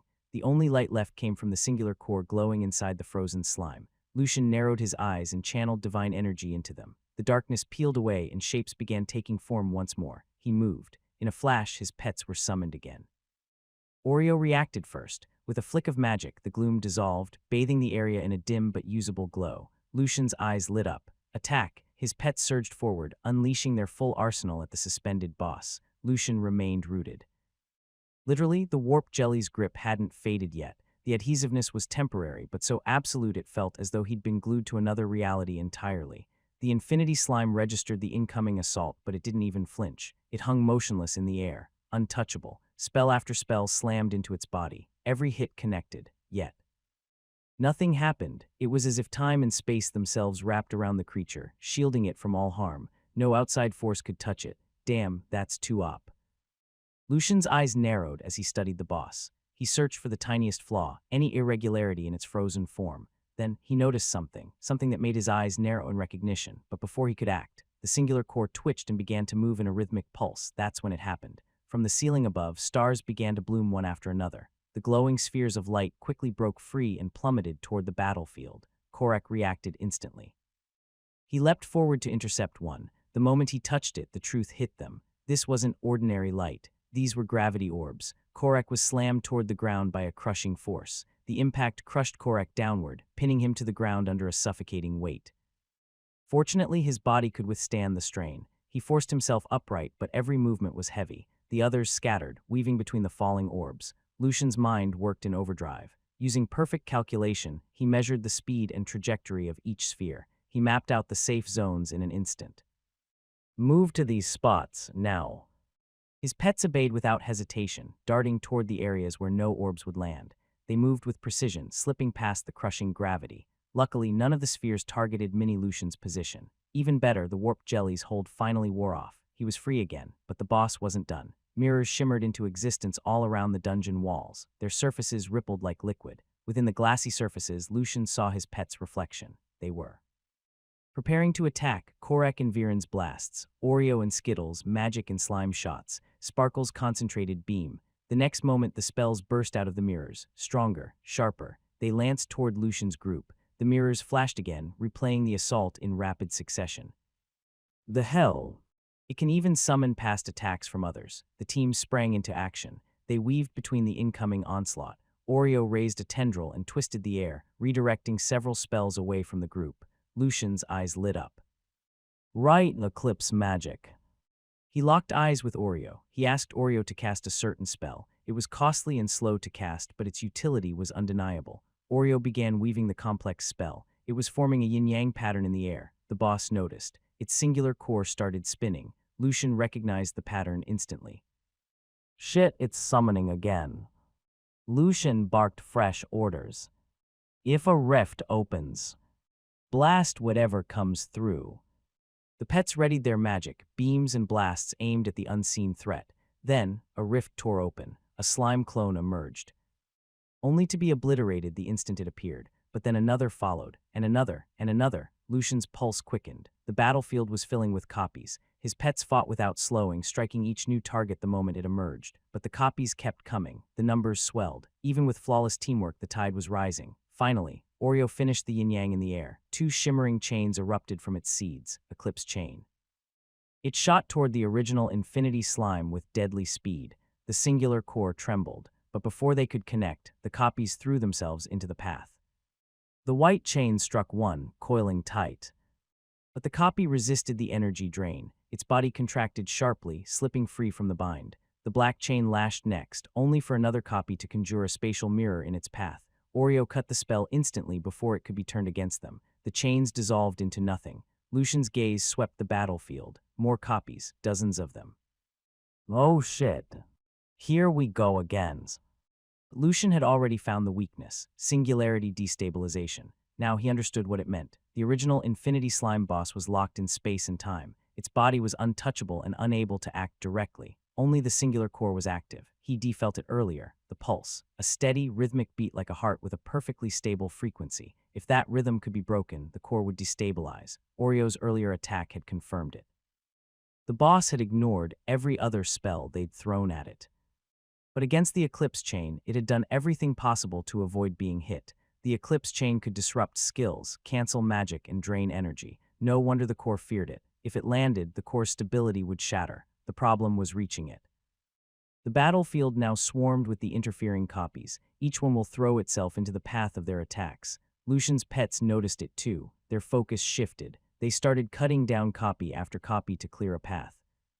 But the enemy just kept coming. That's when Skittles hopped forward. It circled Oreo, bouncing with an almost impatient rhythm. It looks as if it was trying to suggest something. Lucian caught the excitement radiating from it. It was the same energy it had back when it pulled off something unexpected.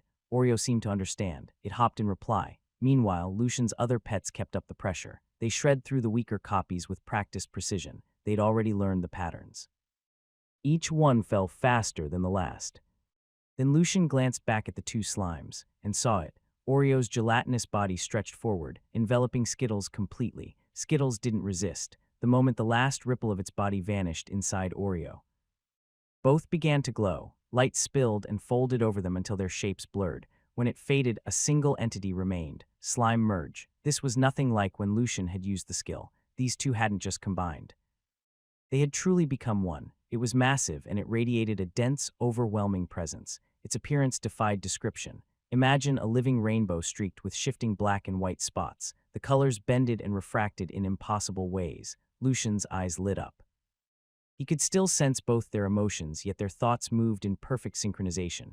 Two minds working separately but in absolute harmony, like parallel thoughts. And then the anomaly occurred. The merged slime moved. But what happened next caught Lucian completely off guard. As it advanced, it began painting. A perfect yin-yang pattern was blooming in the air behind it.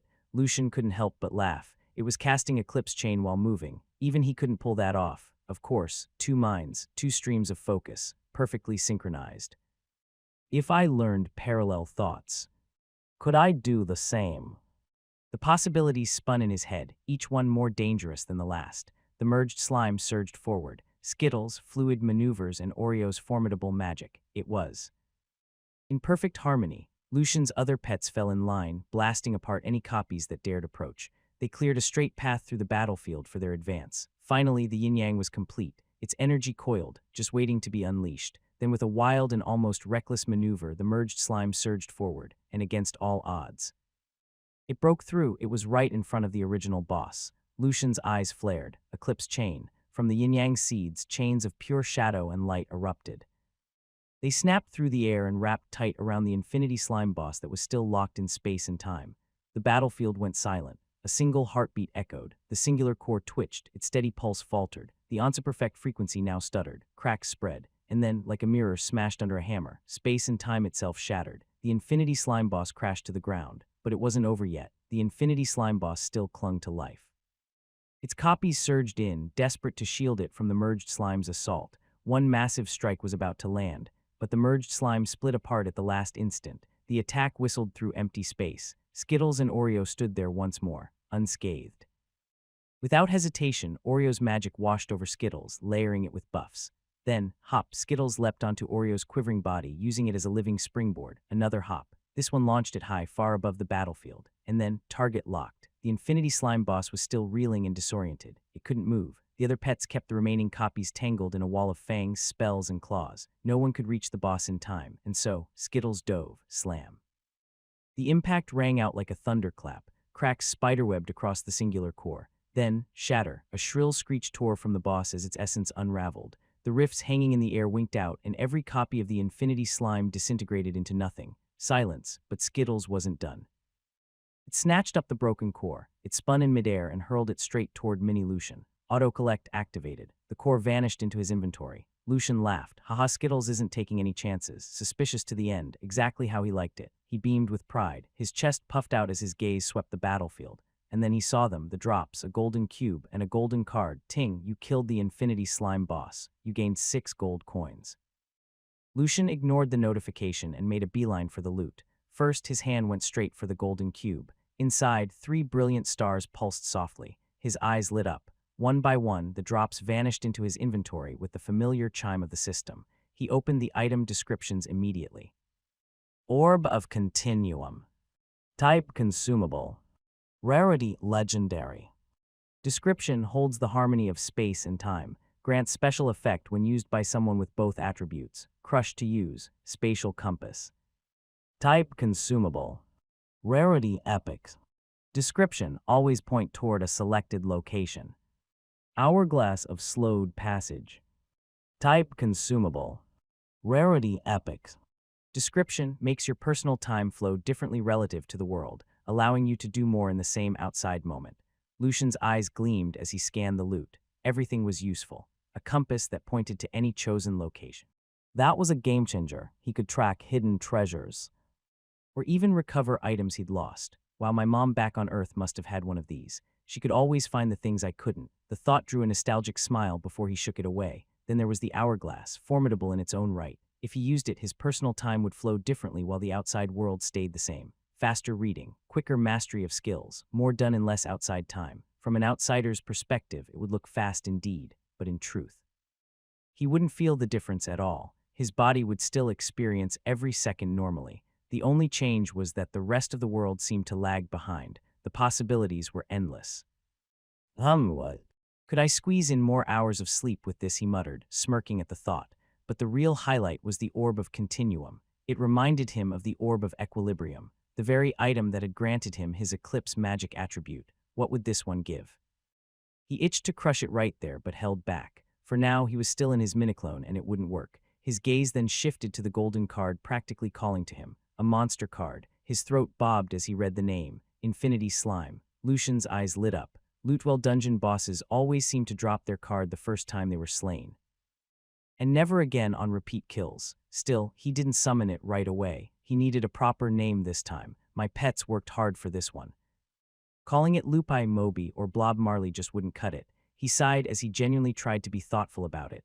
Turning his attention elsewhere, he scanned the boss room for the stairs to the 4th level. The group moved deeper in, but nothing. No stairs, no doors, no passages.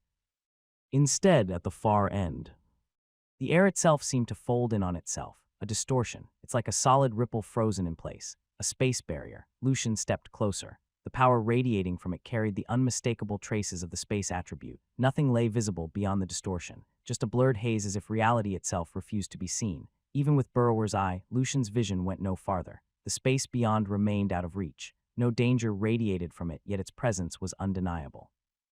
The group approached cautiously. Lucian pressed his hand to the barrier. Solid, cold. He ordered his pets to try breaking it, but no brute force, no magic, no trickery, nothing pierced it. Lucian's brows furrowed. It was as impregnable as the dungeon walls themselves. So, I can't get to the 4th level until I figure out how to shatter this. Maybe once I'm more proficient in space magic. With no way forward, retreat was the only option. It had still been a good run. The morning's gains were more than worth it, and the orb of continuum was practically burning a hole in his inventory. Before leaving, he spent a moment interacting with his subjects. He watched their work unfold with satisfaction. Finally, he severed the connection.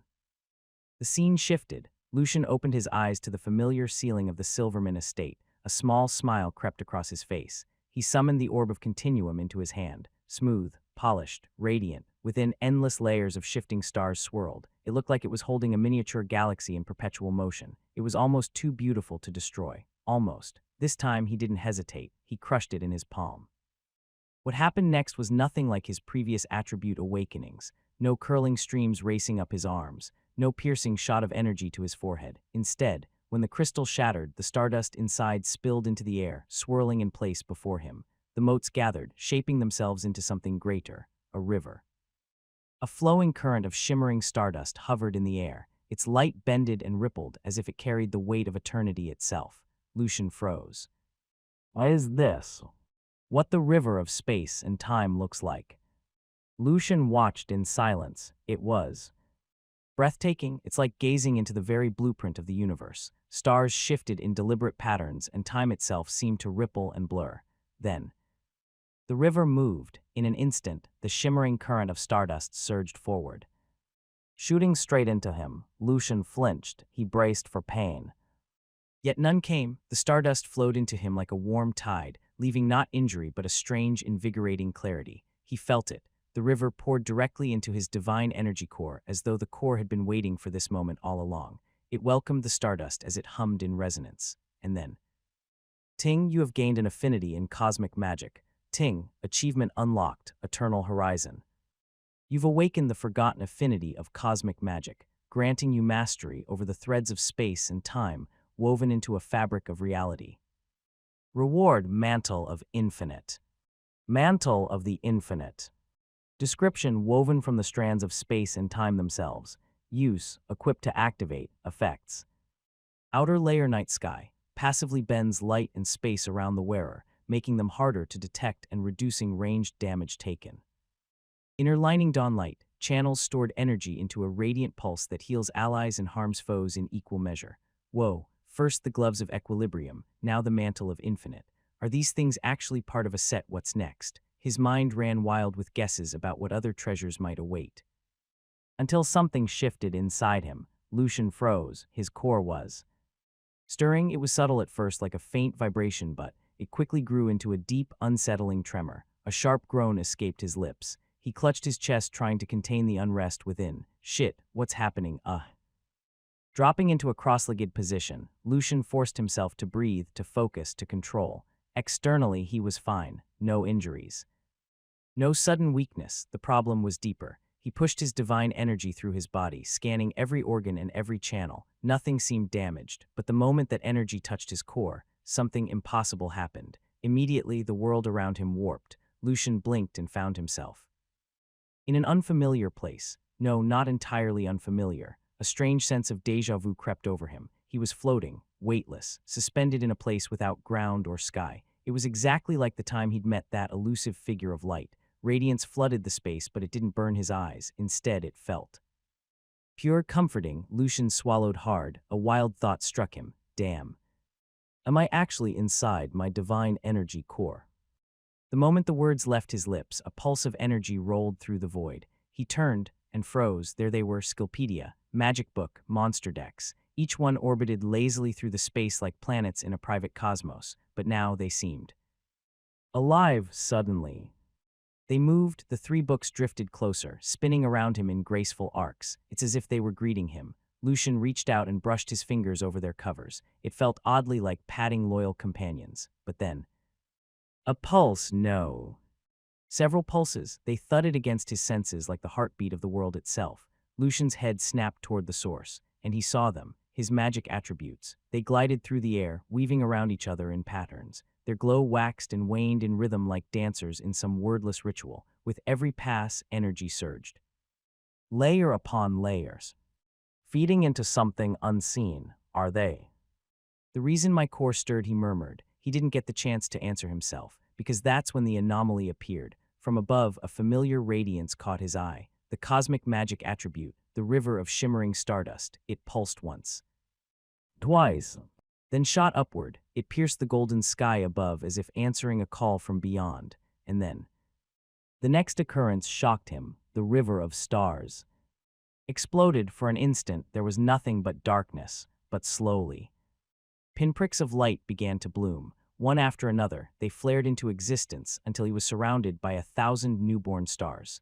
Then, movement, his eclipse magic attribute stirred. The yin-yang pattern spun faster and faster until its light bled into the starfield around him.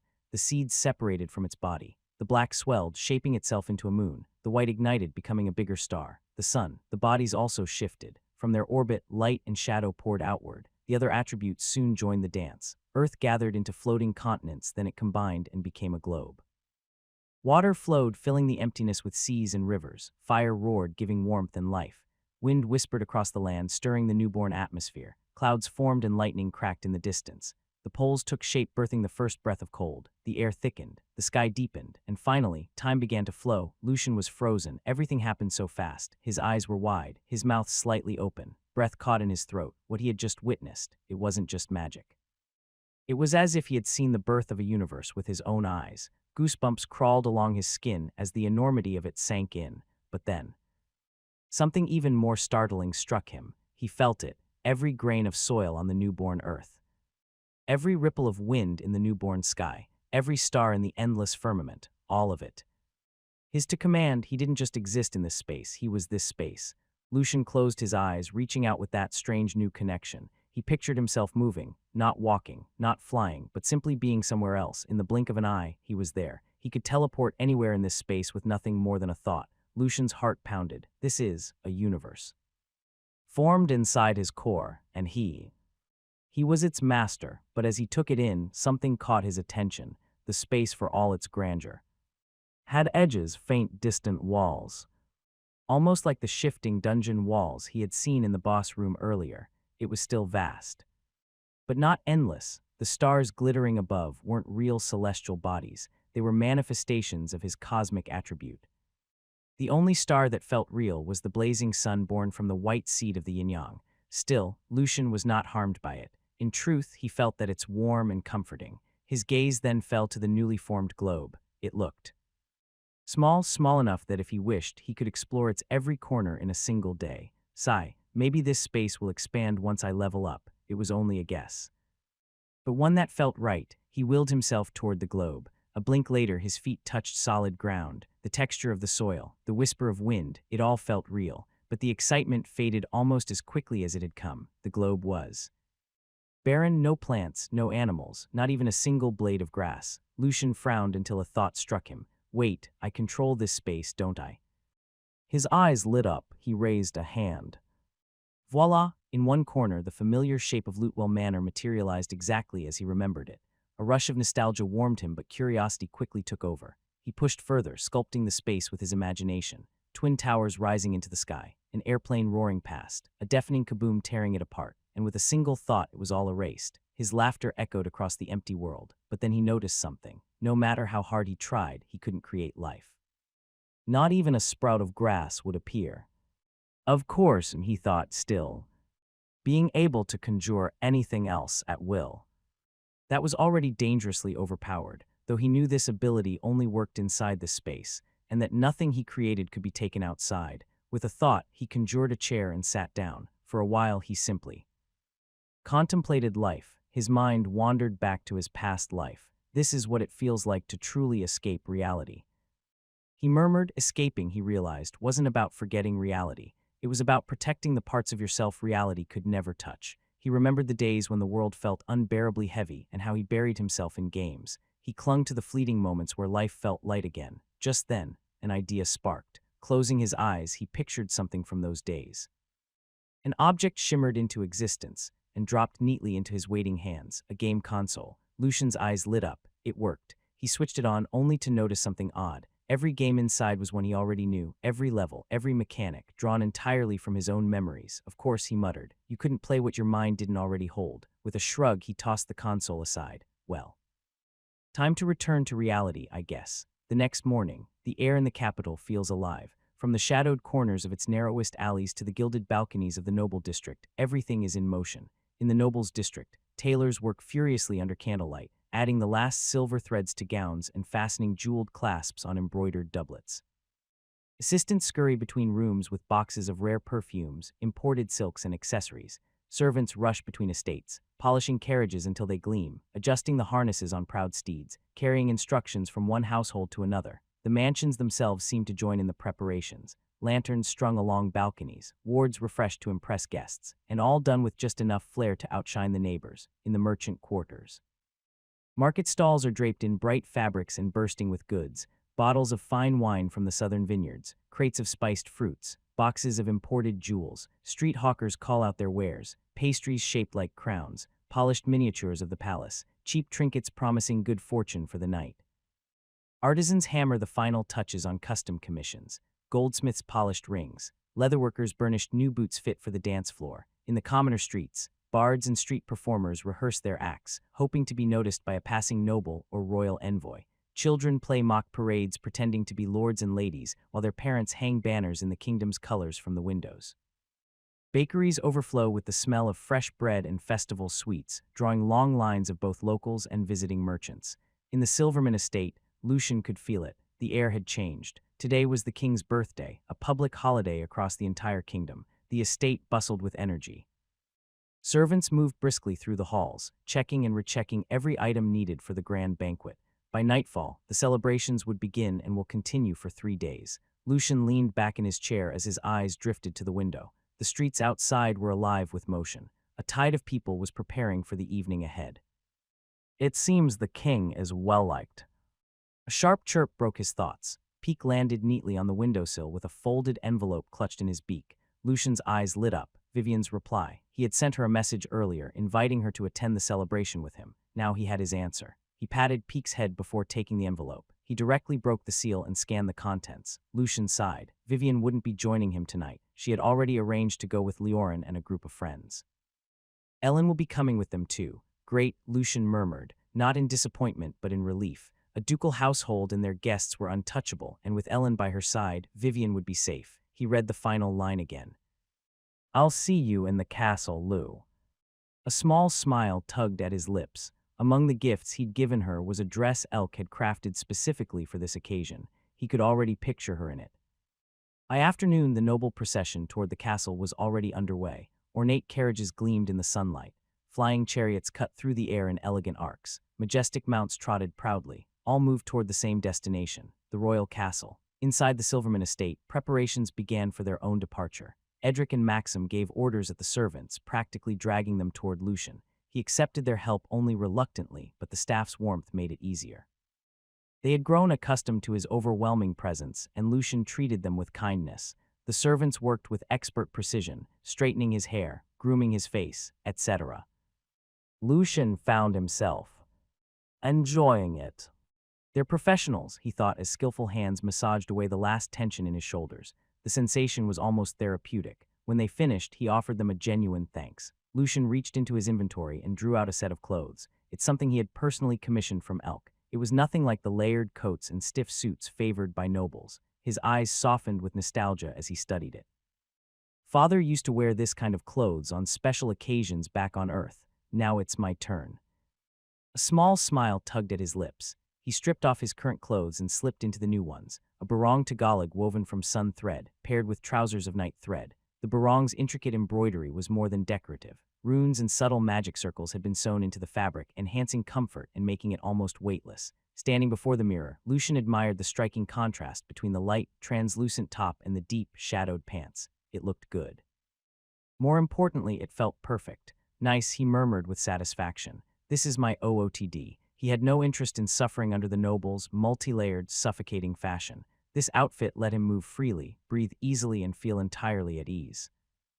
Lucian straightened his cuffs and took one last look in the mirror. He was ready. Finally, he called for the servants to give their opinions. The moment they saw him, their eyes lit up. The unfamiliar style caught their attention immediately, yet it suited Lucian perfectly. Whoever had made it was clearly a master. The embroidery alone must have taken countless hours to complete. They gave him cheerful thumbs up and praised his style without hesitation. Lucian rubbed the side of his nose. Half embarrassed but pleased by their genuine admiration, he looked outside. The sun was already dipping low. It was time to leave. When Edric and Maxim caught sight of him, their own eyes brightened. One look told them his garb was far from ordinary. Maxim's gaze lingered on the embroidery. His expression sharpened when he noticed the unfamiliar runes. Edric, on the other hand, focused on how comfortable it looked and on the faint traces of mana woven into the threads. "Nephew, that looks comfortable," Edric said with a booming laugh. He patted Lucian on the shoulder. "Now I feel like an idiot for wearing all these layers." Ghaha. His hand lingered for a moment. The smoothness of the fabric surprised him. "No wonder you refused to have other clothes made." "You must introduce me to this master tailor." "Nephew." Ghaha. Lucian smirked. "Visit my territory next time, Uncle Ed. She's the best tailor I know." Still chuckling, the three of them boarded the wind chariot and set off toward the castle. The castle walls loomed into view as they drew nearer.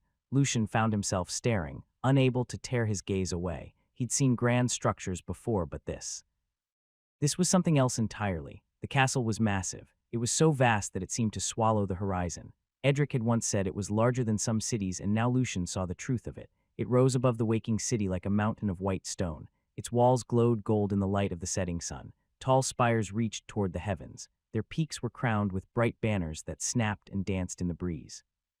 The stained glass windows glimmered like jewels, scattering soft reds and blues across the walls. At the gates, the steps shone as if they had been scrubbed a dozen times over.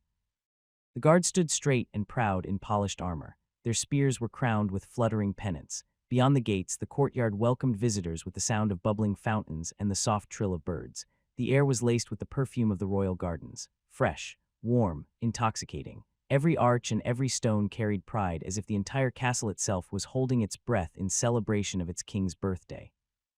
After showing their family seal, they passed through the gates and into the courtyard. Ahead, a long procession had already formed. Lucian, Edric, and Maxim moved to join the line, taking their place toward the back. Lucian couldn't help but let his gaze wander. His eyes glimmered as he took in the details. The castle wasn't some gaudy display of wealth. It was a fortress first, beautiful second. Every line of its design spoke of strength, while its understated elegance carried the authority of the royal family. He shifted his attention to the front. The line was moving quickly, bringing them closer to the massive entrance. That's when Lucian noticed something. The nobles ahead wore medals at their sides. They were silent boasts of connection and influence. Lucian's lips curved in thought. Not a bad idea. He reached into his inventory and began fastening his own medals to his trouser one by one. Surprisingly, they didn't weigh him down. Likely another subtle blessing from Elk's enchantments. When he was done, satisfaction settled over him. With every step, the medals chimed softly, producing a melodic clink that was oddly pleasing to the ear. But then, his attention shifted, so did Edric's and Maxim's. Up ahead near the entrance stood three familiar figures, Magnus, Dorian, and Thornel. Edric let out a low snort. Maxim's eyes narrowed. The two casually stepped to the side, positioning themselves with a clear view of the trio ahead. Oh-ho. Let's watch the fun, Edric murmured as a mischievous grin curled his lips. To pass through the castle's main entrance, every guest had to present their family seal, no exceptions, and Edric knew exactly where the Goldust seal was. Still in Lucian's possession, Magnus turned his head as if sensing their gaze. His eyes landed on Edric and the two locked stares. Silence. In that quiet moment, their expressions didn't change, but their eyes told another story, an unspoken clash between long-standing rivals. There was a sharpness there, as if neither would be the first to look away. Dorian's attention shifted to Maxim, attempting the same unyielding stare. Maxim didn't bother engaging. He simply dismissed him with a glance which made Dorian's jaw tighten in frustration. As for Thornel, he couldn't meet Lucian's eyes. The moment their gazes almost touched, he flinched away, as if dragged back into some unconscious memory. But then, it was the Goldust family's turn to approach the gates. The group watched intently. Then froze. Magnus stepped forward and presented the Goldust seal. Lucian's eyes narrowed. Edric's brow twitched. The guards examined it, nodded, and stepped aside. The herald's voice rang out across the courtyard, announcing the Goldust family's arrival. Moments later, Magnus, Dorian, and Thornel disappeared past the towering entrance. Edric's expression didn't shift, but a flicker of surprise passed through his eyes. As they returned to their place in line, he glanced briefly at Maxim and Lucian. Maxim was the first to break the silence. "It's fake," he said flatly. "Minor differences from the real one.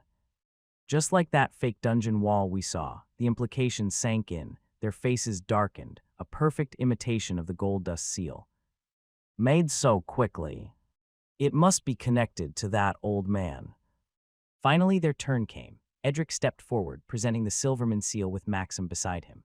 Lucian followed, producing the Lutewell seal and stating that he was the Baron of Lutewell. Moments later, the herald's voice boomed. "Please welcome the arrival of Marquis Edric Silverman and Sir Maxim Silverman, and also Baron Lucian Lutewell." A swell of fine music followed, as if the notes themselves were parting the crowd in welcome. The trio advanced. Edric and Maxim flanked Lucian like guards. Heads turned instantly. Silverman was a name everyone recognized, but Lucian Lutewell. Murmurs rippled through the gathered nobles. Even those who prided themselves on knowing every household head in the kingdom looked puzzled. None could place the name. In truth, Maxim had already dispatched a messenger to update the noble register upon their arrival in the capital, but the old version was all most people had seen. Lucian's official ascension to head of Lutewell was far too recent for gossip to have caught up, and so all eyes fixed on him. Lucian did not shrink from the attention. His bearing was calm, his gaze steady. The garb he wore was unlike anything in the capital, an elegant blend of light and dark that fit him perfectly, carrying both comfort and authority. The contrast of colors, the way the fabric moved with him. It all spoke of someone who belonged here yet stood apart. Silence followed in his wake. The Silverman brothers moved as if to shield him. Lucian's stride carried the weight of confidence, and his aura was terrifying. But then, clang, clang, the sharp metallic chime rang with every footfall, drawing startled glances. When eyes fell on the source, the hall seemed to still. Medals, a lot of them. They are the symbol of high favor and powerful connections.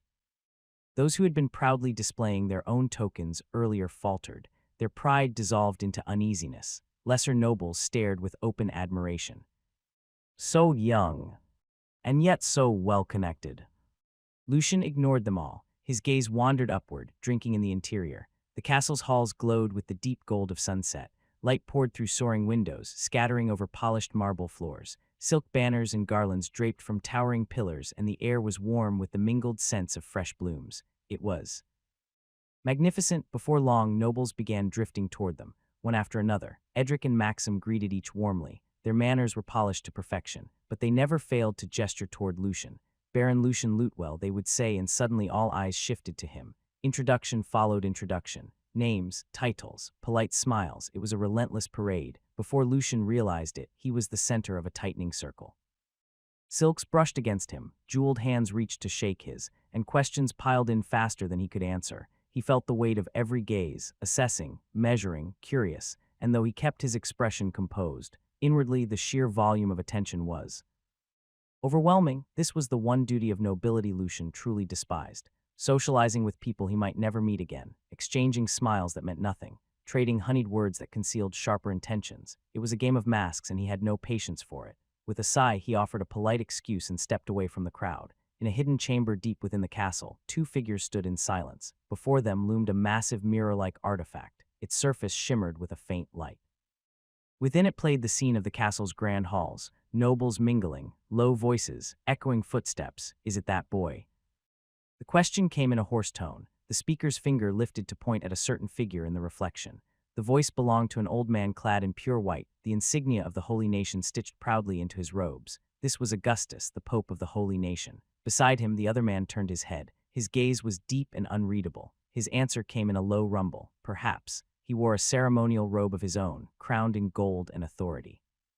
He was Midas Valtmir, king of Valtmir. They stood without speaking for a moment longer, watching as the scene in the mirror shifted. The boy's dignified expression, the spark of curiosity in his eyes, the steady clink of metals. Is he truly their child? Augustus asked. Suspicion laced his words. If he is, Midas replied, I'll know for certain soon enough. Silence settled between them. Then Augustus spoke again. His tone was lower. Midas, I can feel it. I have 5 years left at most. We should accelerate our plans. At those words, Midas' eyes sharpened. Augustus. The weight in his voice made the Pope's throat tight. Do not be impatient, and do not interfere with fate again. You remember what happened 12 years ago. Our path crumbled the moment they died. Since then, I can no longer see the true fate of this world. And your push to accelerate things is partly to blame. Had you not interfered, they might still be alive. And we. He stopped himself. Augustus already knew the rest. His expression darkened. Midas, that's not the truth. My interference had nothing to do with it. Everything was in place. But that day, someone else intervened, someone who could mask fate itself. They blinded us to what truly happened. If not for them, we could have saved them. I know, Midas said quietly. That's why I've hidden the child's existence and played the fool. To keep him off that figure's radar. Whoever they are, they're at least our equal. Perhaps stronger, and I have a suspicion who it might be. Augustus fell silent. Someone as strong as us, yet determined to keep this world from changing. He gave a short, humorless laugh. I know exactly who you mean. They shared a knowing nod but spoke no name. Anyway, Augustus, Midas continued, our hope left behind another hope. If you truly wish to live longer, stop interfering. The truth will reveal itself in time. Midas, you can afford to wait, Augustus countered sharply. You're still young with decades ahead of you. I have 5 years at most. 5 years is not enough to change the world. I'll be long gone before then. At that, Midas twitched. His eyes narrowed. Young, you say, look at my head. Since that day, my hair has been falling out nonstop. I'm going bald, Augustus. If this keeps up, I'll be a skinhead like you. And you think their child is ordinary, you can feel it from here. His aura is as overwhelming as mine, and he's only tier 5. I'm warning you. If the day comes that I'm bald, I'll kill you myself. Remember that. Augustus said nothing. His eyes flicked to the thinning crown of the king's head, where a wide bald patch had already taken root. Whether it was the strain of peering into fate or the stress from their deaths, he couldn't tell. Ever since reaching the peak of tier 9, they had both glimpsed the same truth, the legendary tier 10. It was unreachable. Not even they, the finest of their generation, could surpass it. They felt the limit of this world, until they appeared, the children of destiny. The gears of fate had shifted and the world's path had changed. But then they died. Since that day, fate itself had become elusive. Augustus shook his head and studied the clearly frustrated king. With a quiet sigh, he adjusted his tsukedo, making sure it fully concealed his own shining scalp. He remembered Midas in his youth, reckless, sharp-tongued, obsessed with appearances, wild at heart yet never without a certain elegance. Now, he cleared his throat. How can you walk around so confidently with that head? I can't even imagine it. The muttered jab was enough. Midas turned sharply, his eyes narrowed. Then lunged. The castle's enchantments suppressed magic, but their bodies were still honed to perfection, and their skills didn't need spells to kill. Midas' strike sliced through the air toward the Pope, fast and precise, but Augustus was no pushover. The two clashed. Tier 9 auras flared, the weight of their blows cracking the air itself. For a full minute, the chamber rang with the sound of impact after impact until the castle itself trembled under the force of their sparring. Soon, let's end this, Midas, Augustus said, stepping back. This isn't like you, besides. It's your birthday. Midas halted his fist mid-swing, lowering it slowly, his eyes locked on the Pope. Augustus, he said with a low voice, don't think I'm blind. One of the priestesses you sent to my border territories is your hidden child. She doesn't even know it herself. You really thought your old brain could hide that from me. How? Augustus froze, his expression twisted before he abruptly changed the subject. Anyway, won't you deal with that bleak old subject of yours? He has a dangerous aura. Midas immediately knew the name behind those words. Malric Goldust, he said. He shook his head. He's defying fate on his own, different from us who accepted it. His chances of success are very small, but if he does succeed, perhaps we can use it to our advantage. Ha, Augustus scoffed. If the boy can't open the world in 3 years, I'll be joining that old man. Then I suppose, Midas replied evenly, we'll be enemies by then. Their gazes drifted back to the mirror, to the figure moving among the nobles below, Lucian Lutewell. Meanwhile, the guests in the hall felt the faint tremor ripple through the floor. It ended as quickly as it came. These were people used to the unexpected. They were trained to act decisively when trouble struck. So no one panicked. Besides, they were in the safest place in the capital. Lucian tilted his head slightly. His gaze drifted upward. Someone was watching him. He couldn't see them, but the sensation was like a thread tugging at the back of his mind. He swirled the juice in his glass and continued scanning the hall. The nobles were mingling, but even without words, the divisions were obvious. Factions, always factions. Lucian's lip twitched. They weren't even trying to hide it. He let his divine sense unfurl. The world shifted. The hall bloomed with colors, warm hues, cool tones, sharp flares, muddy stains. Pleasant auras mingled with suffocating ones. Restless ripples overlapped steady currents. It was dazzling, overwhelming. Switching to inspect at intervals, he studied them. Everyone here was skilled in something. More than a few boasted 5-star skills. The masks were fascinating. Some fools were merely pretending. Sheep costumes hiding the gleam of a wolf's eyes. Others strutted with arrogance they couldn't back up. A few drifted through the gathering with calculated indifference. Lucian took it all in. The colors, the strengths, the flaws. The hall was a painting, and he was quietly learning every brushstroke. There were nobles here Lucian wouldn't mind associating with, and others he would avoid at all costs. His gaze drifted, eventually landing on a particular cluster. The Goldust faction and their Hangerson. Their faces were sour and their posture were defensive. The other nobles skirted around them as if they carried a stench. Of course they did. The great craftsman families had made it plain that anyone who associated with Goldust would be blacklisted from their trade. In the capital, that was a social death sentence. Lucian nearly laughed aloud at their misfortune, especially at the sight of one pot-bellied old man, the current patriarch of the Colehart family. Harold Colehart. The author finally named you motherf. He hid his smirk and studied them more closely. That's when the feeling hit him, a faint, oily disgust. Extending his divine sense, he saw it. Wisps of miasma coiled faintly around Magnus's body, not as strong as the foul haze shrouding the old man Malric, but still there. And then his eyes caught another, Harold Colehart. Lucian wasn't surprised. After all, the curse that had killed him once before traced back to them, and that statue he'd seen. Bastard, I should kill you soon, or else this story's going to turn into an uglebastard genre. Lucian's eyes narrowed. Harold Colehart wasn't just some rotting relic of nobility. He was already tier 7. Then Harold's gaze snapped to him. A slow, greasy smirk spread across the old man's face. He raised a hand, dragging a thumb across his throat in a clear threat. Lucian's expression darkened. It didn't end there. The Colehart patriarch began to move, straight toward him. Lucian didn't yield a step. His aura flared, cold and oppressive. Harold faltered, just for a moment. Lucian's eyes caught it. The faint miasma around Harold's body pulsed, circulating like black blood through unseen veins. The man's composure snapped back into place, but his face was ugly now, twisted by the humiliation of having flinched before a child. He closed the distance until Harold's shadow fell over Lucian, taller, heavier, leaning forward. Harold looked down at Lucian like a predator sizing up prey. Lucian spoke first. His voice was casual but laced with venom. Ugly uncle, can you even see me past that stomach? You might want to lose some fat before talking down to someone smaller. Then again, I guess you can't look down at me. Hard to do without a neck. Lucian didn't make a habit of mocking appearances. But for a man steeped in evil, he'd make an exception. Harold's face twisted, his eyes narrowing to slits. Boy, you're playing with fire. You think I can't touch your territory while I'm here? Lucian's smile dropped. His tone turned cold. I dare you. A smirk tugged at Harold's lips. Don't rush it. It'll happen, and when it does you won't be around to see it. Lucian barked out a short, derisive laugh. All bark, no bite. Ugly bastard. Try washing your neck. He tilted his head in mock realization. Oh right, you don't have one. Anyway, I'll just do to you what I did to your ugly second son. That last jab cut deep. Harold's expression hardened, and with a sharp inhale, his aura surged. Dark, oppressive, filled with killing intent. But then Edric and Maxim stepped forward, flanking Lucian's sides. On the other end, Magnus and Dorian moved in to guard Harold. Stalemate. The air thickened as their auras flared. Conversation in the hall faltered. Nobles turned to watch. Magnus locked eyes with Edric, Dorian with Maxim. Silent clashes of wills sparked between them. Harold shifted and gazed at Lucian, trying to overwhelm him with his own aura. Lucian's expression didn't change, but his thoughts sharpened. Dominion circle. He focused.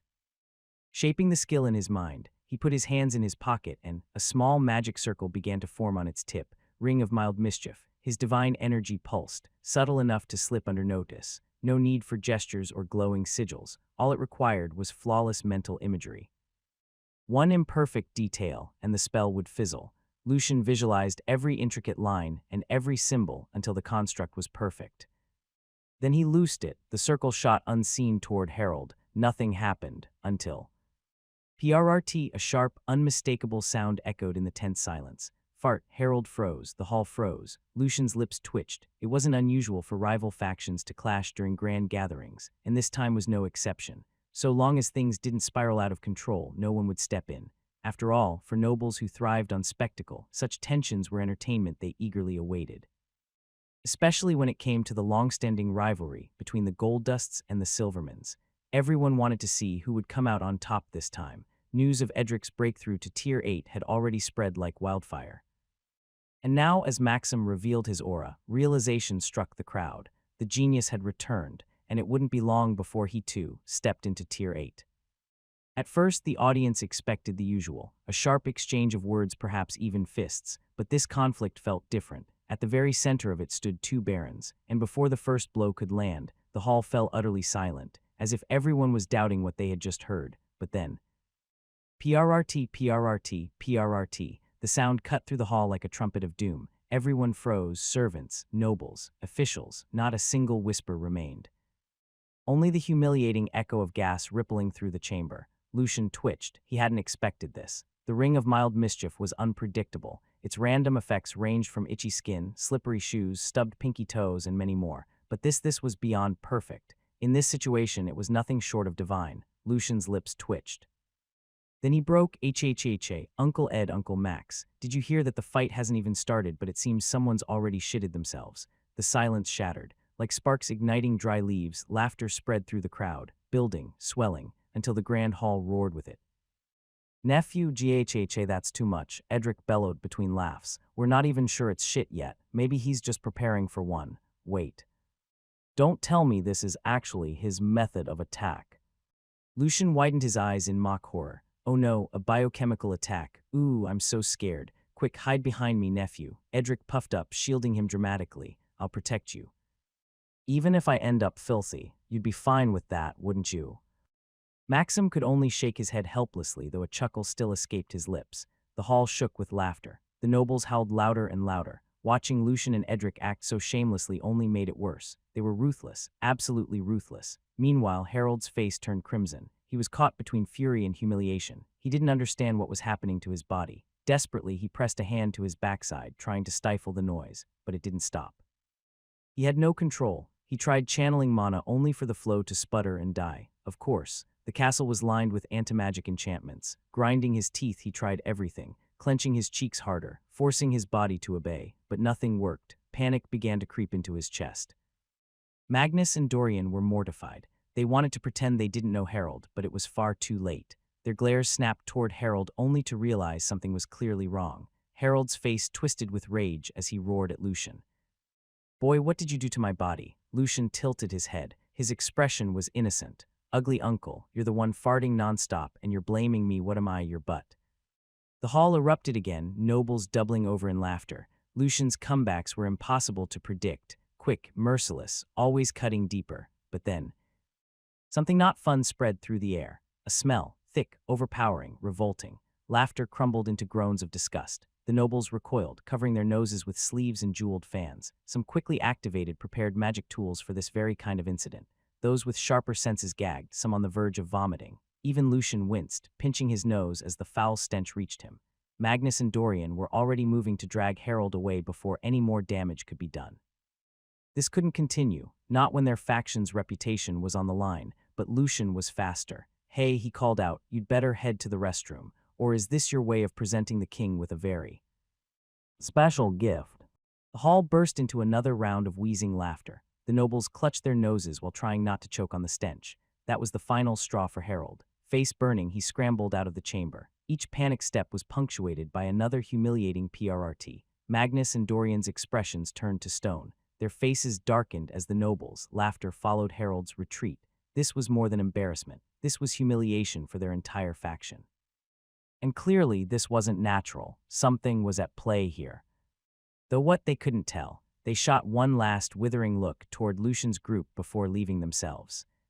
Hands still pressed firmly over their noses. Moments later, castle servants rushed in with enchanted sprays.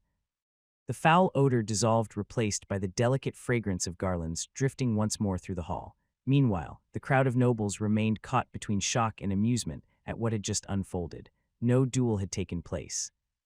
Or perhaps one had, a battle not of fists or steel but of words. Words so ruthless that Harold and his side hadn't even managed to fight back. The noble ladies in particular were delighted. They hid their laughter behind jeweled fans, already savoring the gossip they would spread. Their gazes lingered on Lucian. The sharper nobles, however, noticed something more. Lucian had done something. They had seen the subtle flick of his hand earlier. But with magic suppressed inside the castle, it couldn't have been a spell, a skill perhaps, or an artifact. Yet no one had truly seen what he did, and so their curiosity deepened. All this time, the nobles had been quietly assessing him. What they found was unexpected. Lucian carried an air of freshness he showed openly when he liked or disliked something. No guessing, no hidden layers, no sugar-coated lies. Yes, his tongue was venomous, but it was honest venom. And among nobles who constantly cloaked themselves in honeyed words, that kind of directness was almost refreshing. Unlike them, Lucian did not wear a mask. More and more eyes turned toward him. His aura alone hinted that he was no ordinary baron. The medals at his waist confirmed his influence.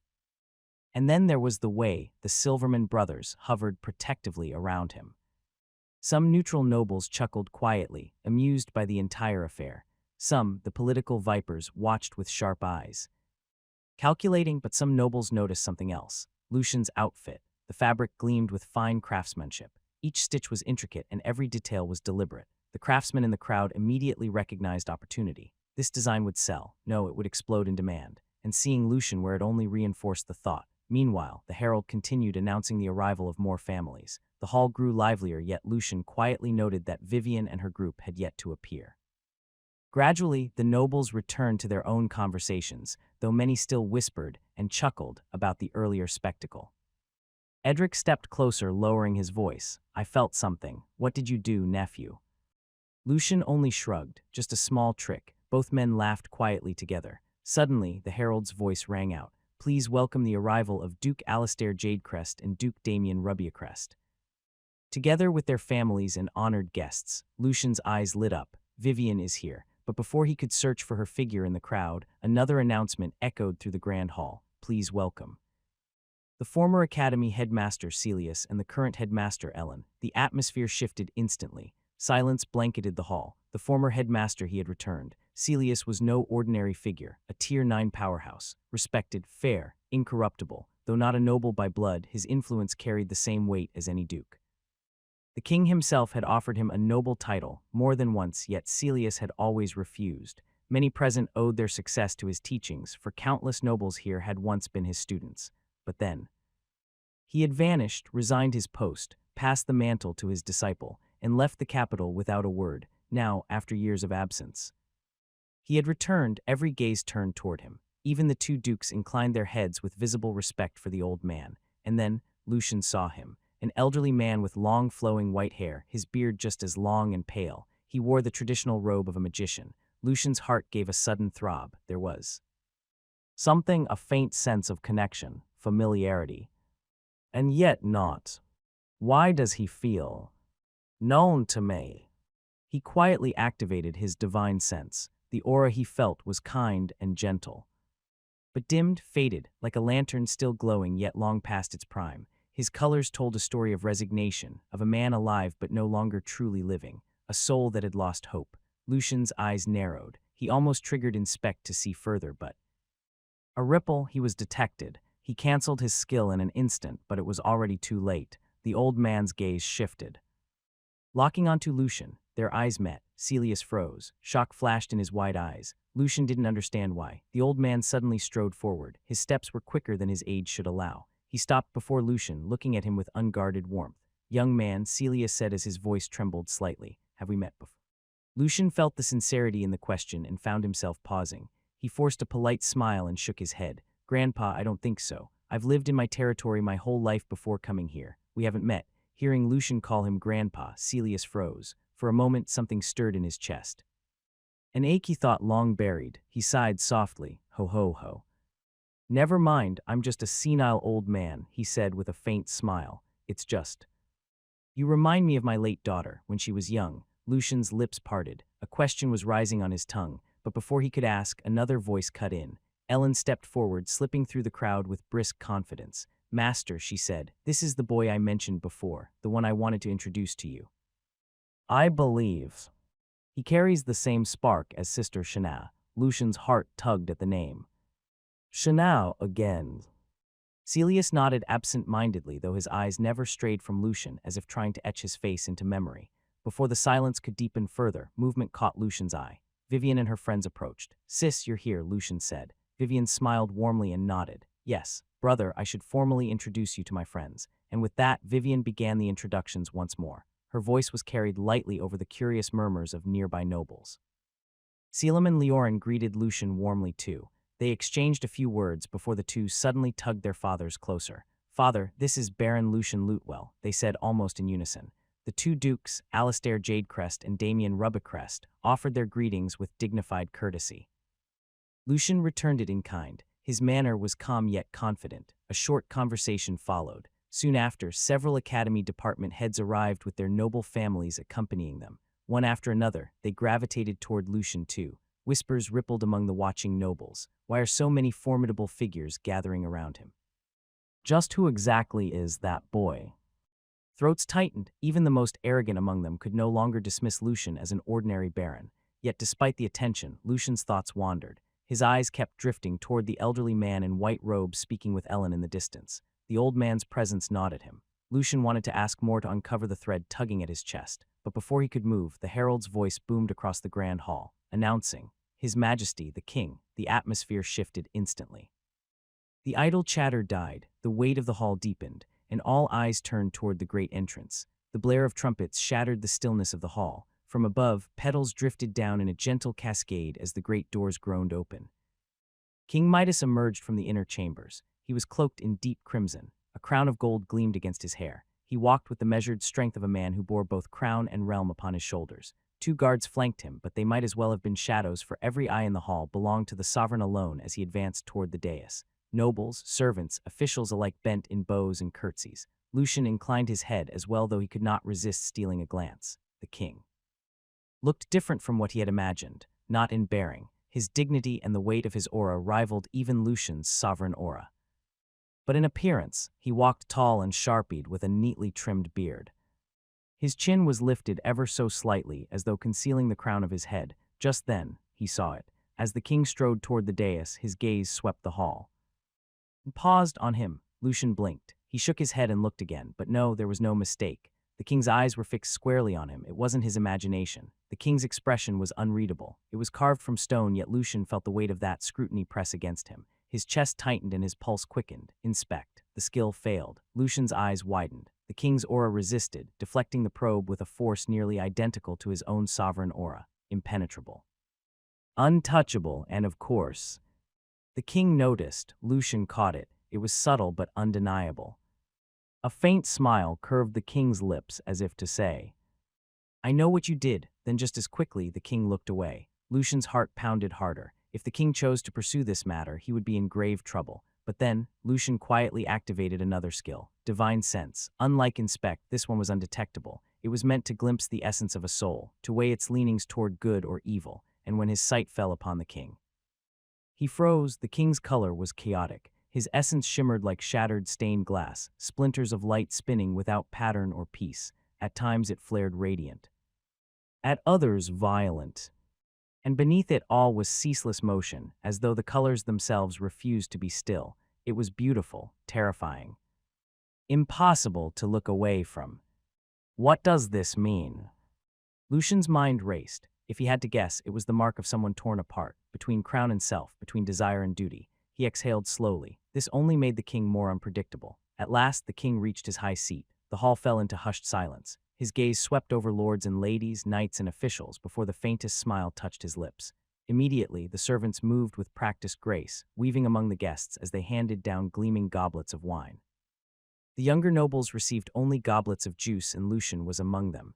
In moments, every hand in the hall held a goblet. "My people," the king began. His voice was deep and commanding. "Tonight I am not merely your sovereign, I am your host.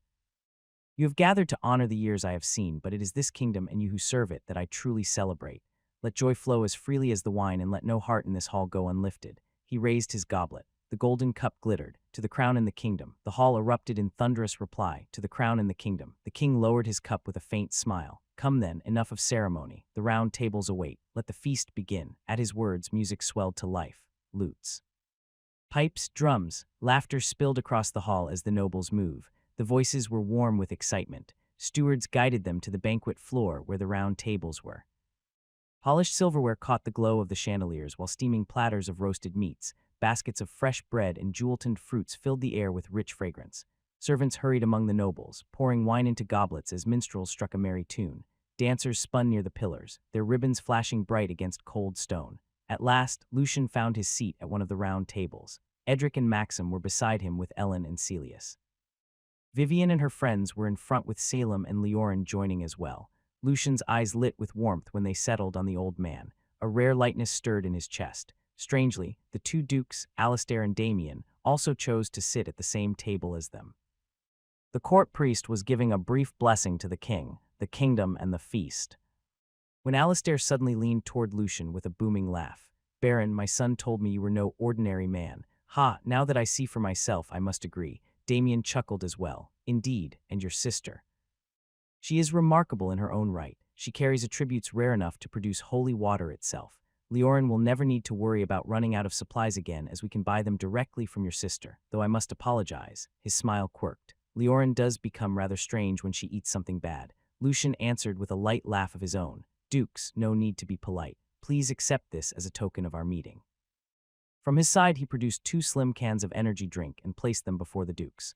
Alistair and Damien took them without hesitation. Even before opening them, the faint aura woven into the packaging was unmistakable. Salem and Leorin's eyes gleamed with excitement. They had been praising the drinks endlessly, and now their fathers finally held them in hand. The attention of the table shifted. Others glanced curiously toward the cans. Lucian, to be fair, passed out more.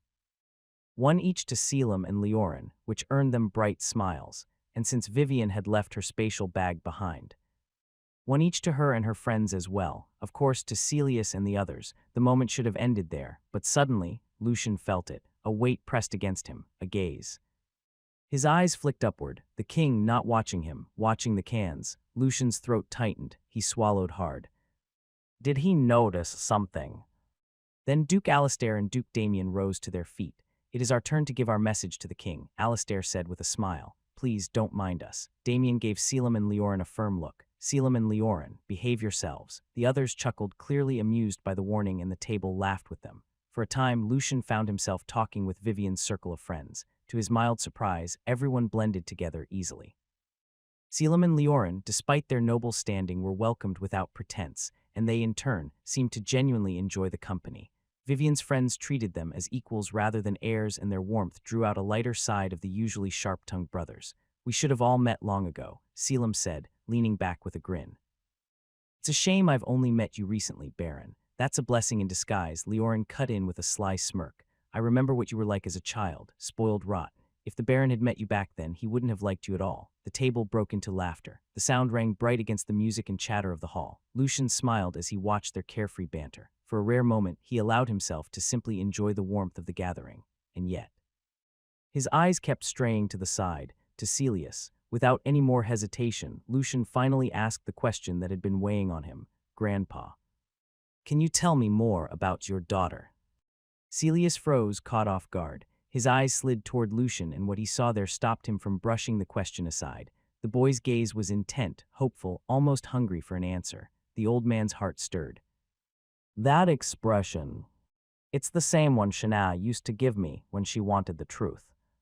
Around the table, Ellen, Edric, and Maxim stiffened. Shana's name was a wound rarely touched, and Celius's reactions to it had always been unpredictable. No one knew if he would flare with anger, shut down in grief, or simply walk away. But this time something was different. The old man didn't look wounded. He looked content, almost happy. My daughter Shana, Celius began slowly. His voice was soft but steady. She was the most talented mage this world has ever seen, and I don't say that as a doting father, but as a mage who knows the measure of talent. His eyes softened as memory overtook him. She entered the magic tower when she was still young, eager to claim the title of mage. I can still remember her joy that day. How her smile lit the halls brighter than any spell. Celius let out a long breath, then a wistful sigh. Yet a gentle smile tugged at his lips, as though he were speaking not to the others at the table, but to the daughter etched into his heart. Lucian leaned forward slightly with anticipation burning in his eyes. She would return to the academy from time to time, telling me stories of her research, Celius said. His voice carried a fondness rarely heard. Would you believe it, boy, if I told you she possessed all known magic attributes? Lucian's breath hitched, his body tensed, almost instinctively tugging at his sleeve. Ellen leaned in, unable to contain herself. That's true, nephew. She even taught me the fundamentals of time magic. Do you understand how impossible that is? Time spells are elusive and fragmented. Yet Sister Shana spoke of them as though she were reading the very script of the world. Without her, I would never have reached this mastery. Every strand of my time magic proves she existed. Celius nodded slowly as memories washed over him. But Lucian's chest was pounding. He clutched at it, feeling his heart thunder against his palm. Each beat was louder than the last. His throat went dry. He leaned forward. And then what happened next? The old man noticed his intensity and chuckled softly. Ah.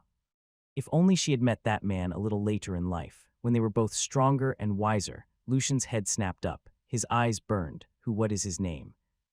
Demand came too quickly. Everyone at the table froze. Ellen, Edric, and Maxim exchanged glances. None of them had ever seen Lucian like this. Celius stroked his beard, hesitant. Strange. I have never spoken this to anyone, not even to my disciple. Some truths are dangerous, and yet. He leaned closer, lowering his voice. I feel as though I must tell you. Young man, come closer. I will whisper it. Lucian didn't hesitate. He bent forward at once. The others, Ellen, Edric, Maxim, watched with tight jaws and clenched fists. This was knowledge denied even to them. All they knew was that Shana had left and that she had died. But now, someone else was entering the tale. Someone powerful enough and precious enough to have won Shana's heart. Celius finally leaned close. His voice dropped to a trembling whisper. Luke, yes, he is thousand-skill Luke. Lucian's mind went blank. It was as if lightning had split the hall in two. His body jolted and every hair on his skin stood on end. A cold rush crawled down his spine as goosebumps erupted. Thump, his heart slammed violently against his ribs. Thump, thump. His divine energy core stirred, pulsing in chaotic rhythm. Something deep inside him was calling out, resonating. He staggered back into his seat with his expression frozen. His lips parted but soundless. His jaw trembled, yet no words came. The realization hit like a blade through his chest. Luke, Shana, Lucian. The naming tradition of his old world echoed in his mind, undeniable and cruel in its simplicity. Combining the names of father and mother to forge the name of their child. His vision blurred, his breath caught. He was Lucian, son of Luke and Shana. His suspicion was spot on. He was not a Lutewell. Lucian's throat went dry. The parents who had raised him, the ones who gave him their name and who treated him as their own. They had never been his parents by blood, yet they had given him everything that mattered. And in truth, Lucian didn't care. Blood alone never made someone a parent. One could share blood and still fail as family. What he had with them had been real. Every smile, every hardship, every moment. That was enough. Lucian treated them as his real parents, but they were no longer in this world. Still, the truth still pressed heavily on him. His heart wavered under the weight of it all. His real parents, Luke and Shana, they too had left this world. Before he could even see their faces. Cruel, this world is too cruel. Lucian exhaled slowly. At last, the puzzle pieces were falling into place. The thousand-skill Luke. Of course, that explained the countless skills Luke possessed. He must have been the real owner of Skillpedia, and Shana. She had to be the one bound to the magic book. So that's why the system said both Skillpedia and magic book were inherited. they came from them. But the revelations only gave rise to more questions. Why and how had his real parents passed these cheats down to him? How could people with such power possibly have died? And was it somehow connected to his birth without mana vessels? The more he thought, the more the questions multiplied, clouding his mind. A sudden thought struck him: his parents. Could they have been reincarnators like him? Sebas had once slipped, using a term from the modern world, if Sebas knew such things. Then he must have known them. Lucian's eyes sharpened. Right, Sebas must know something. I have to ask him.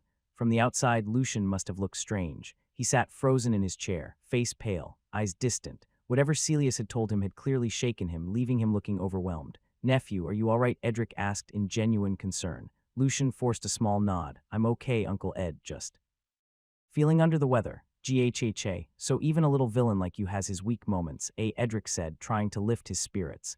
Lucian managed a faint chuckle. Then, as though gathering his courage, he turned back to Celius. His voice was quiet but firm, as if he had already made up his mind. "Grandpa, can I keep calling you that?" Celius blinked, taken aback. He studied Lucian's conflicted face. He saw both hesitation and yearning in his eyes, and strangely he didn't find it odd at all. Instead, a warmth stirred in his chest. For a fleeting moment he thought of the past, of the family he had lost. "Of course, boy," Celius said with a hearty laugh. "You may call me Grandpa Seal from now on, ha. If my daughter had lived, her child would be about your age by now. Wait. Come to think of it, I haven't even heard your name yet." Lucian drew in a breath, then answered clearly. "My name is Lucian Lutewell." The moment the name left Lucian's lips, Celius jolted upright. His chair scraped harshly against the floor, and it creaked under the sudden movement. A few heads turned their way in curiosity, but quickly looked away again. No one dared linger on Celius for long. He stood frozen, his lips parted. His voice broke the silence in a trembling whisper. "Lucian, you say?" His body shook as though struck by lightning. He tried to dismiss it, muttering inwardly, "Coincidence. It must be coincidence." But when he looked at Lucian again, doubt turned into dread. He summoned the image of his daughter in his mind, then compared it to the young man before him. The longer he looked, the more undeniable it became. The eyes, the nose, the color of his hair. Piece by piece, the resemblance cut through him like a blade. Now it was Celius's turn to fall silent. His mouth hung open, unable to form words. Edric, Maxim, and Ellen exchanged bewildered glances. These two were normally the calmest and most composed figures in any hall. But now they were acting utterly out of character. To them, it was almost as if Lucian and Celius were speaking some secret language of the mind. What was happening between them, not even they could guess. Lucian sat uncharacteristically quiet, and Celius was trembling like a man who had just seen a ghost. Lucian realized Celius had caught on. The old man's eyes were searching him, trembling with unspoken recognition. So Lucian gave him a warm smile and a small, deliberate nod. Celius's eyes lit up at once. No words were needed between them anymore, but both knew this was not the time for family reunions. Not here, not with so many eyes and ears watching. And deep inside, Lucian understood. His real parents' deaths could not have been simple. Killing two people blessed with cheats, that was no feat for ordinary men. Celius understood it too. He had already learned that lesson in the cruelest way. He would not let history repeat itself. His expression hardened. Now was not the time. Not when the enemy remained in the shadows. So instead, he threw back his head and roared with laughter. "Ghha, what luck. I came here for a party and instead I gained a grandson. Disciple, isn't it wonderful? Ghha." The laughter was booming, ambiguous, impossible to interpret. Edric, Maxim, and Ellen froze in shock. Since Shanaz's disappearance, none of them had ever seen the old man laugh like this. His eyes were even watering from mirth. It was as if decades of silence had cracked open all at once. Finally, Celius wiped at his eyes, still chuckling. "Please excuse me for a moment. I must take care of something." "Ah, my grandson. I'll just wash up first." Lucian nodded. A quiet warmth spread through him. He could see the genuine expression on Celius's face, and it stirred something deep within him.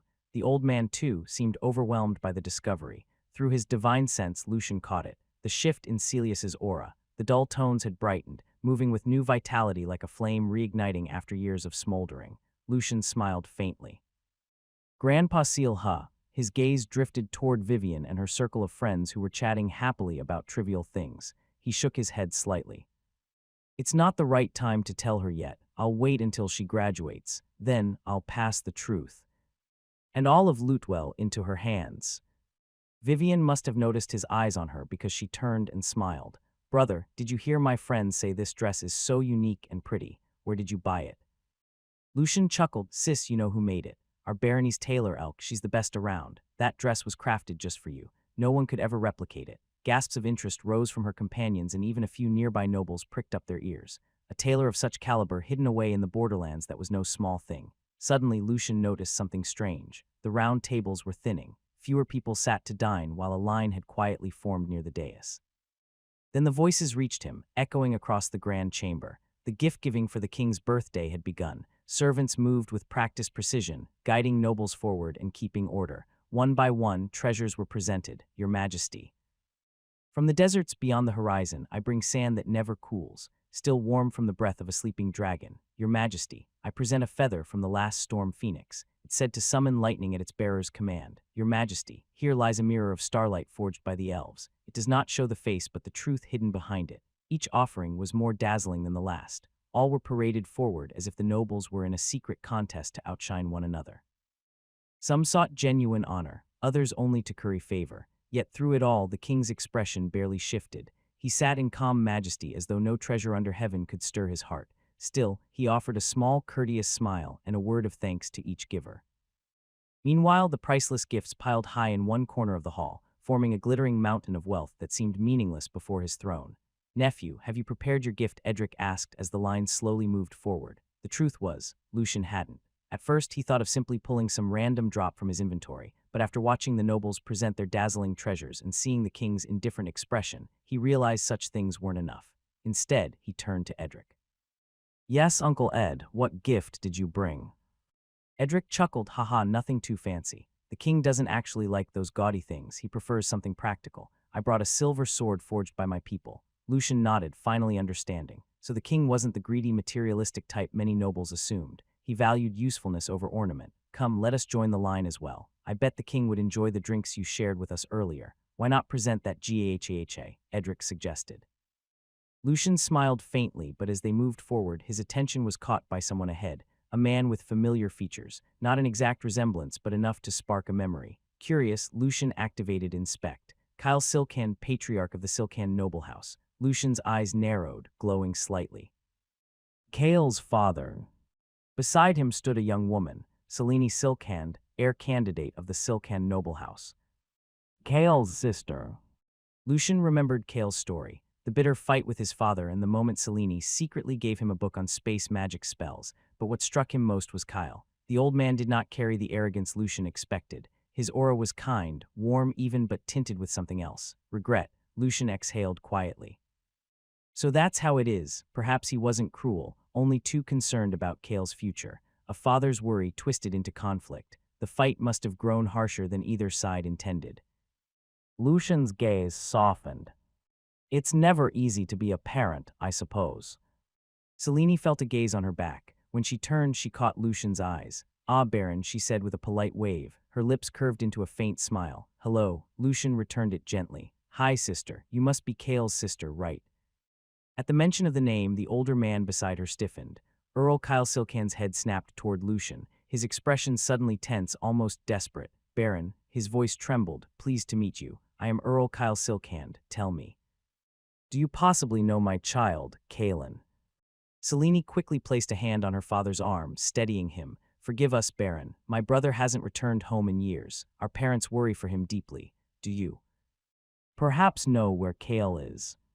Lucian's smile softened. Yes, Kale has been in the border territories. He's helped us through difficult times, stood bravely by our side when trouble came knocking. He's grown strong and his mastery of space magic is remarkable. Earl Kyle's eyes glistened as he hung on every word, cherishing each fragment of news. The thought that his son had succeeded being a merchant and teaching himself the very magic once thought beyond him filled his heart with pride he could barely contain. Selene let out a small chuckle, shaking her head in disbelief. Brave, you say? I can't recall anyone ever calling my brother that. They laughed softly and the tension eased. Lucian leaned in with a teasing grin. And sister, let me tell you, Kale is also the best merchant I know. Humble but bold when it matters. He's my exclusive merchant now and we've been growing rich together. Selene blinked, taken aback. Then with a sheepish smile, she turned to her father. I suppose I should confess this now. Kale has been sending us funds every month. I didn't tell you because I knew you would ask where it came from. Kyle froze, his lips parted in stunned silence. A long breath left him, heavy with relief and regret all at once. So my suspicions were right. Selene lowered her head. I'm sorry for hiding it, Father. Kyle shook his head, shoulders slumping. Forget it. What matters is he's alive. And doing well, he looked at Lucian, Baron. May I perhaps visit your territory someday, just to see him if fate allows? Lucian smiled. Please feel free, Earl. Kale is my friend, and Kale's family is also my friend. For a while they talked. Bridging the distance Kale had left behind, but then... A stir rippled from the front of the line. Murmurs died. Silence swallowed the grand hall. Lucian tilted his head until the crowd parted enough for him to see. One of the nobles had stepped forward, not with a chest, not with jewels, not with exotic beasts, but with an easel and brush. His hands moved at incredible speed, guided by a rare skill. Paint bloomed on canvas like life itself, strokes forming flesh, robes, crown. The figure of the king emerged so vividly, it was as though the man himself had stepped into the frame. The crowd gasped. The realism was uncanny. Every wrinkle, every shade of light caught perfectly. And yet, as the painting was lifted for all to see, another sound followed the awe, a low, collective intake of breath. Because on that regal head, gleaming under the painted moonlight, was something unmistakable, a bald spot. The musicians faltered mid-note, goblets froze halfway to lips, nobles stood stiff as statues. The king's expression darkened, the corners of his mouth tightened as though he had just swallowed poison. The silence was unbearable.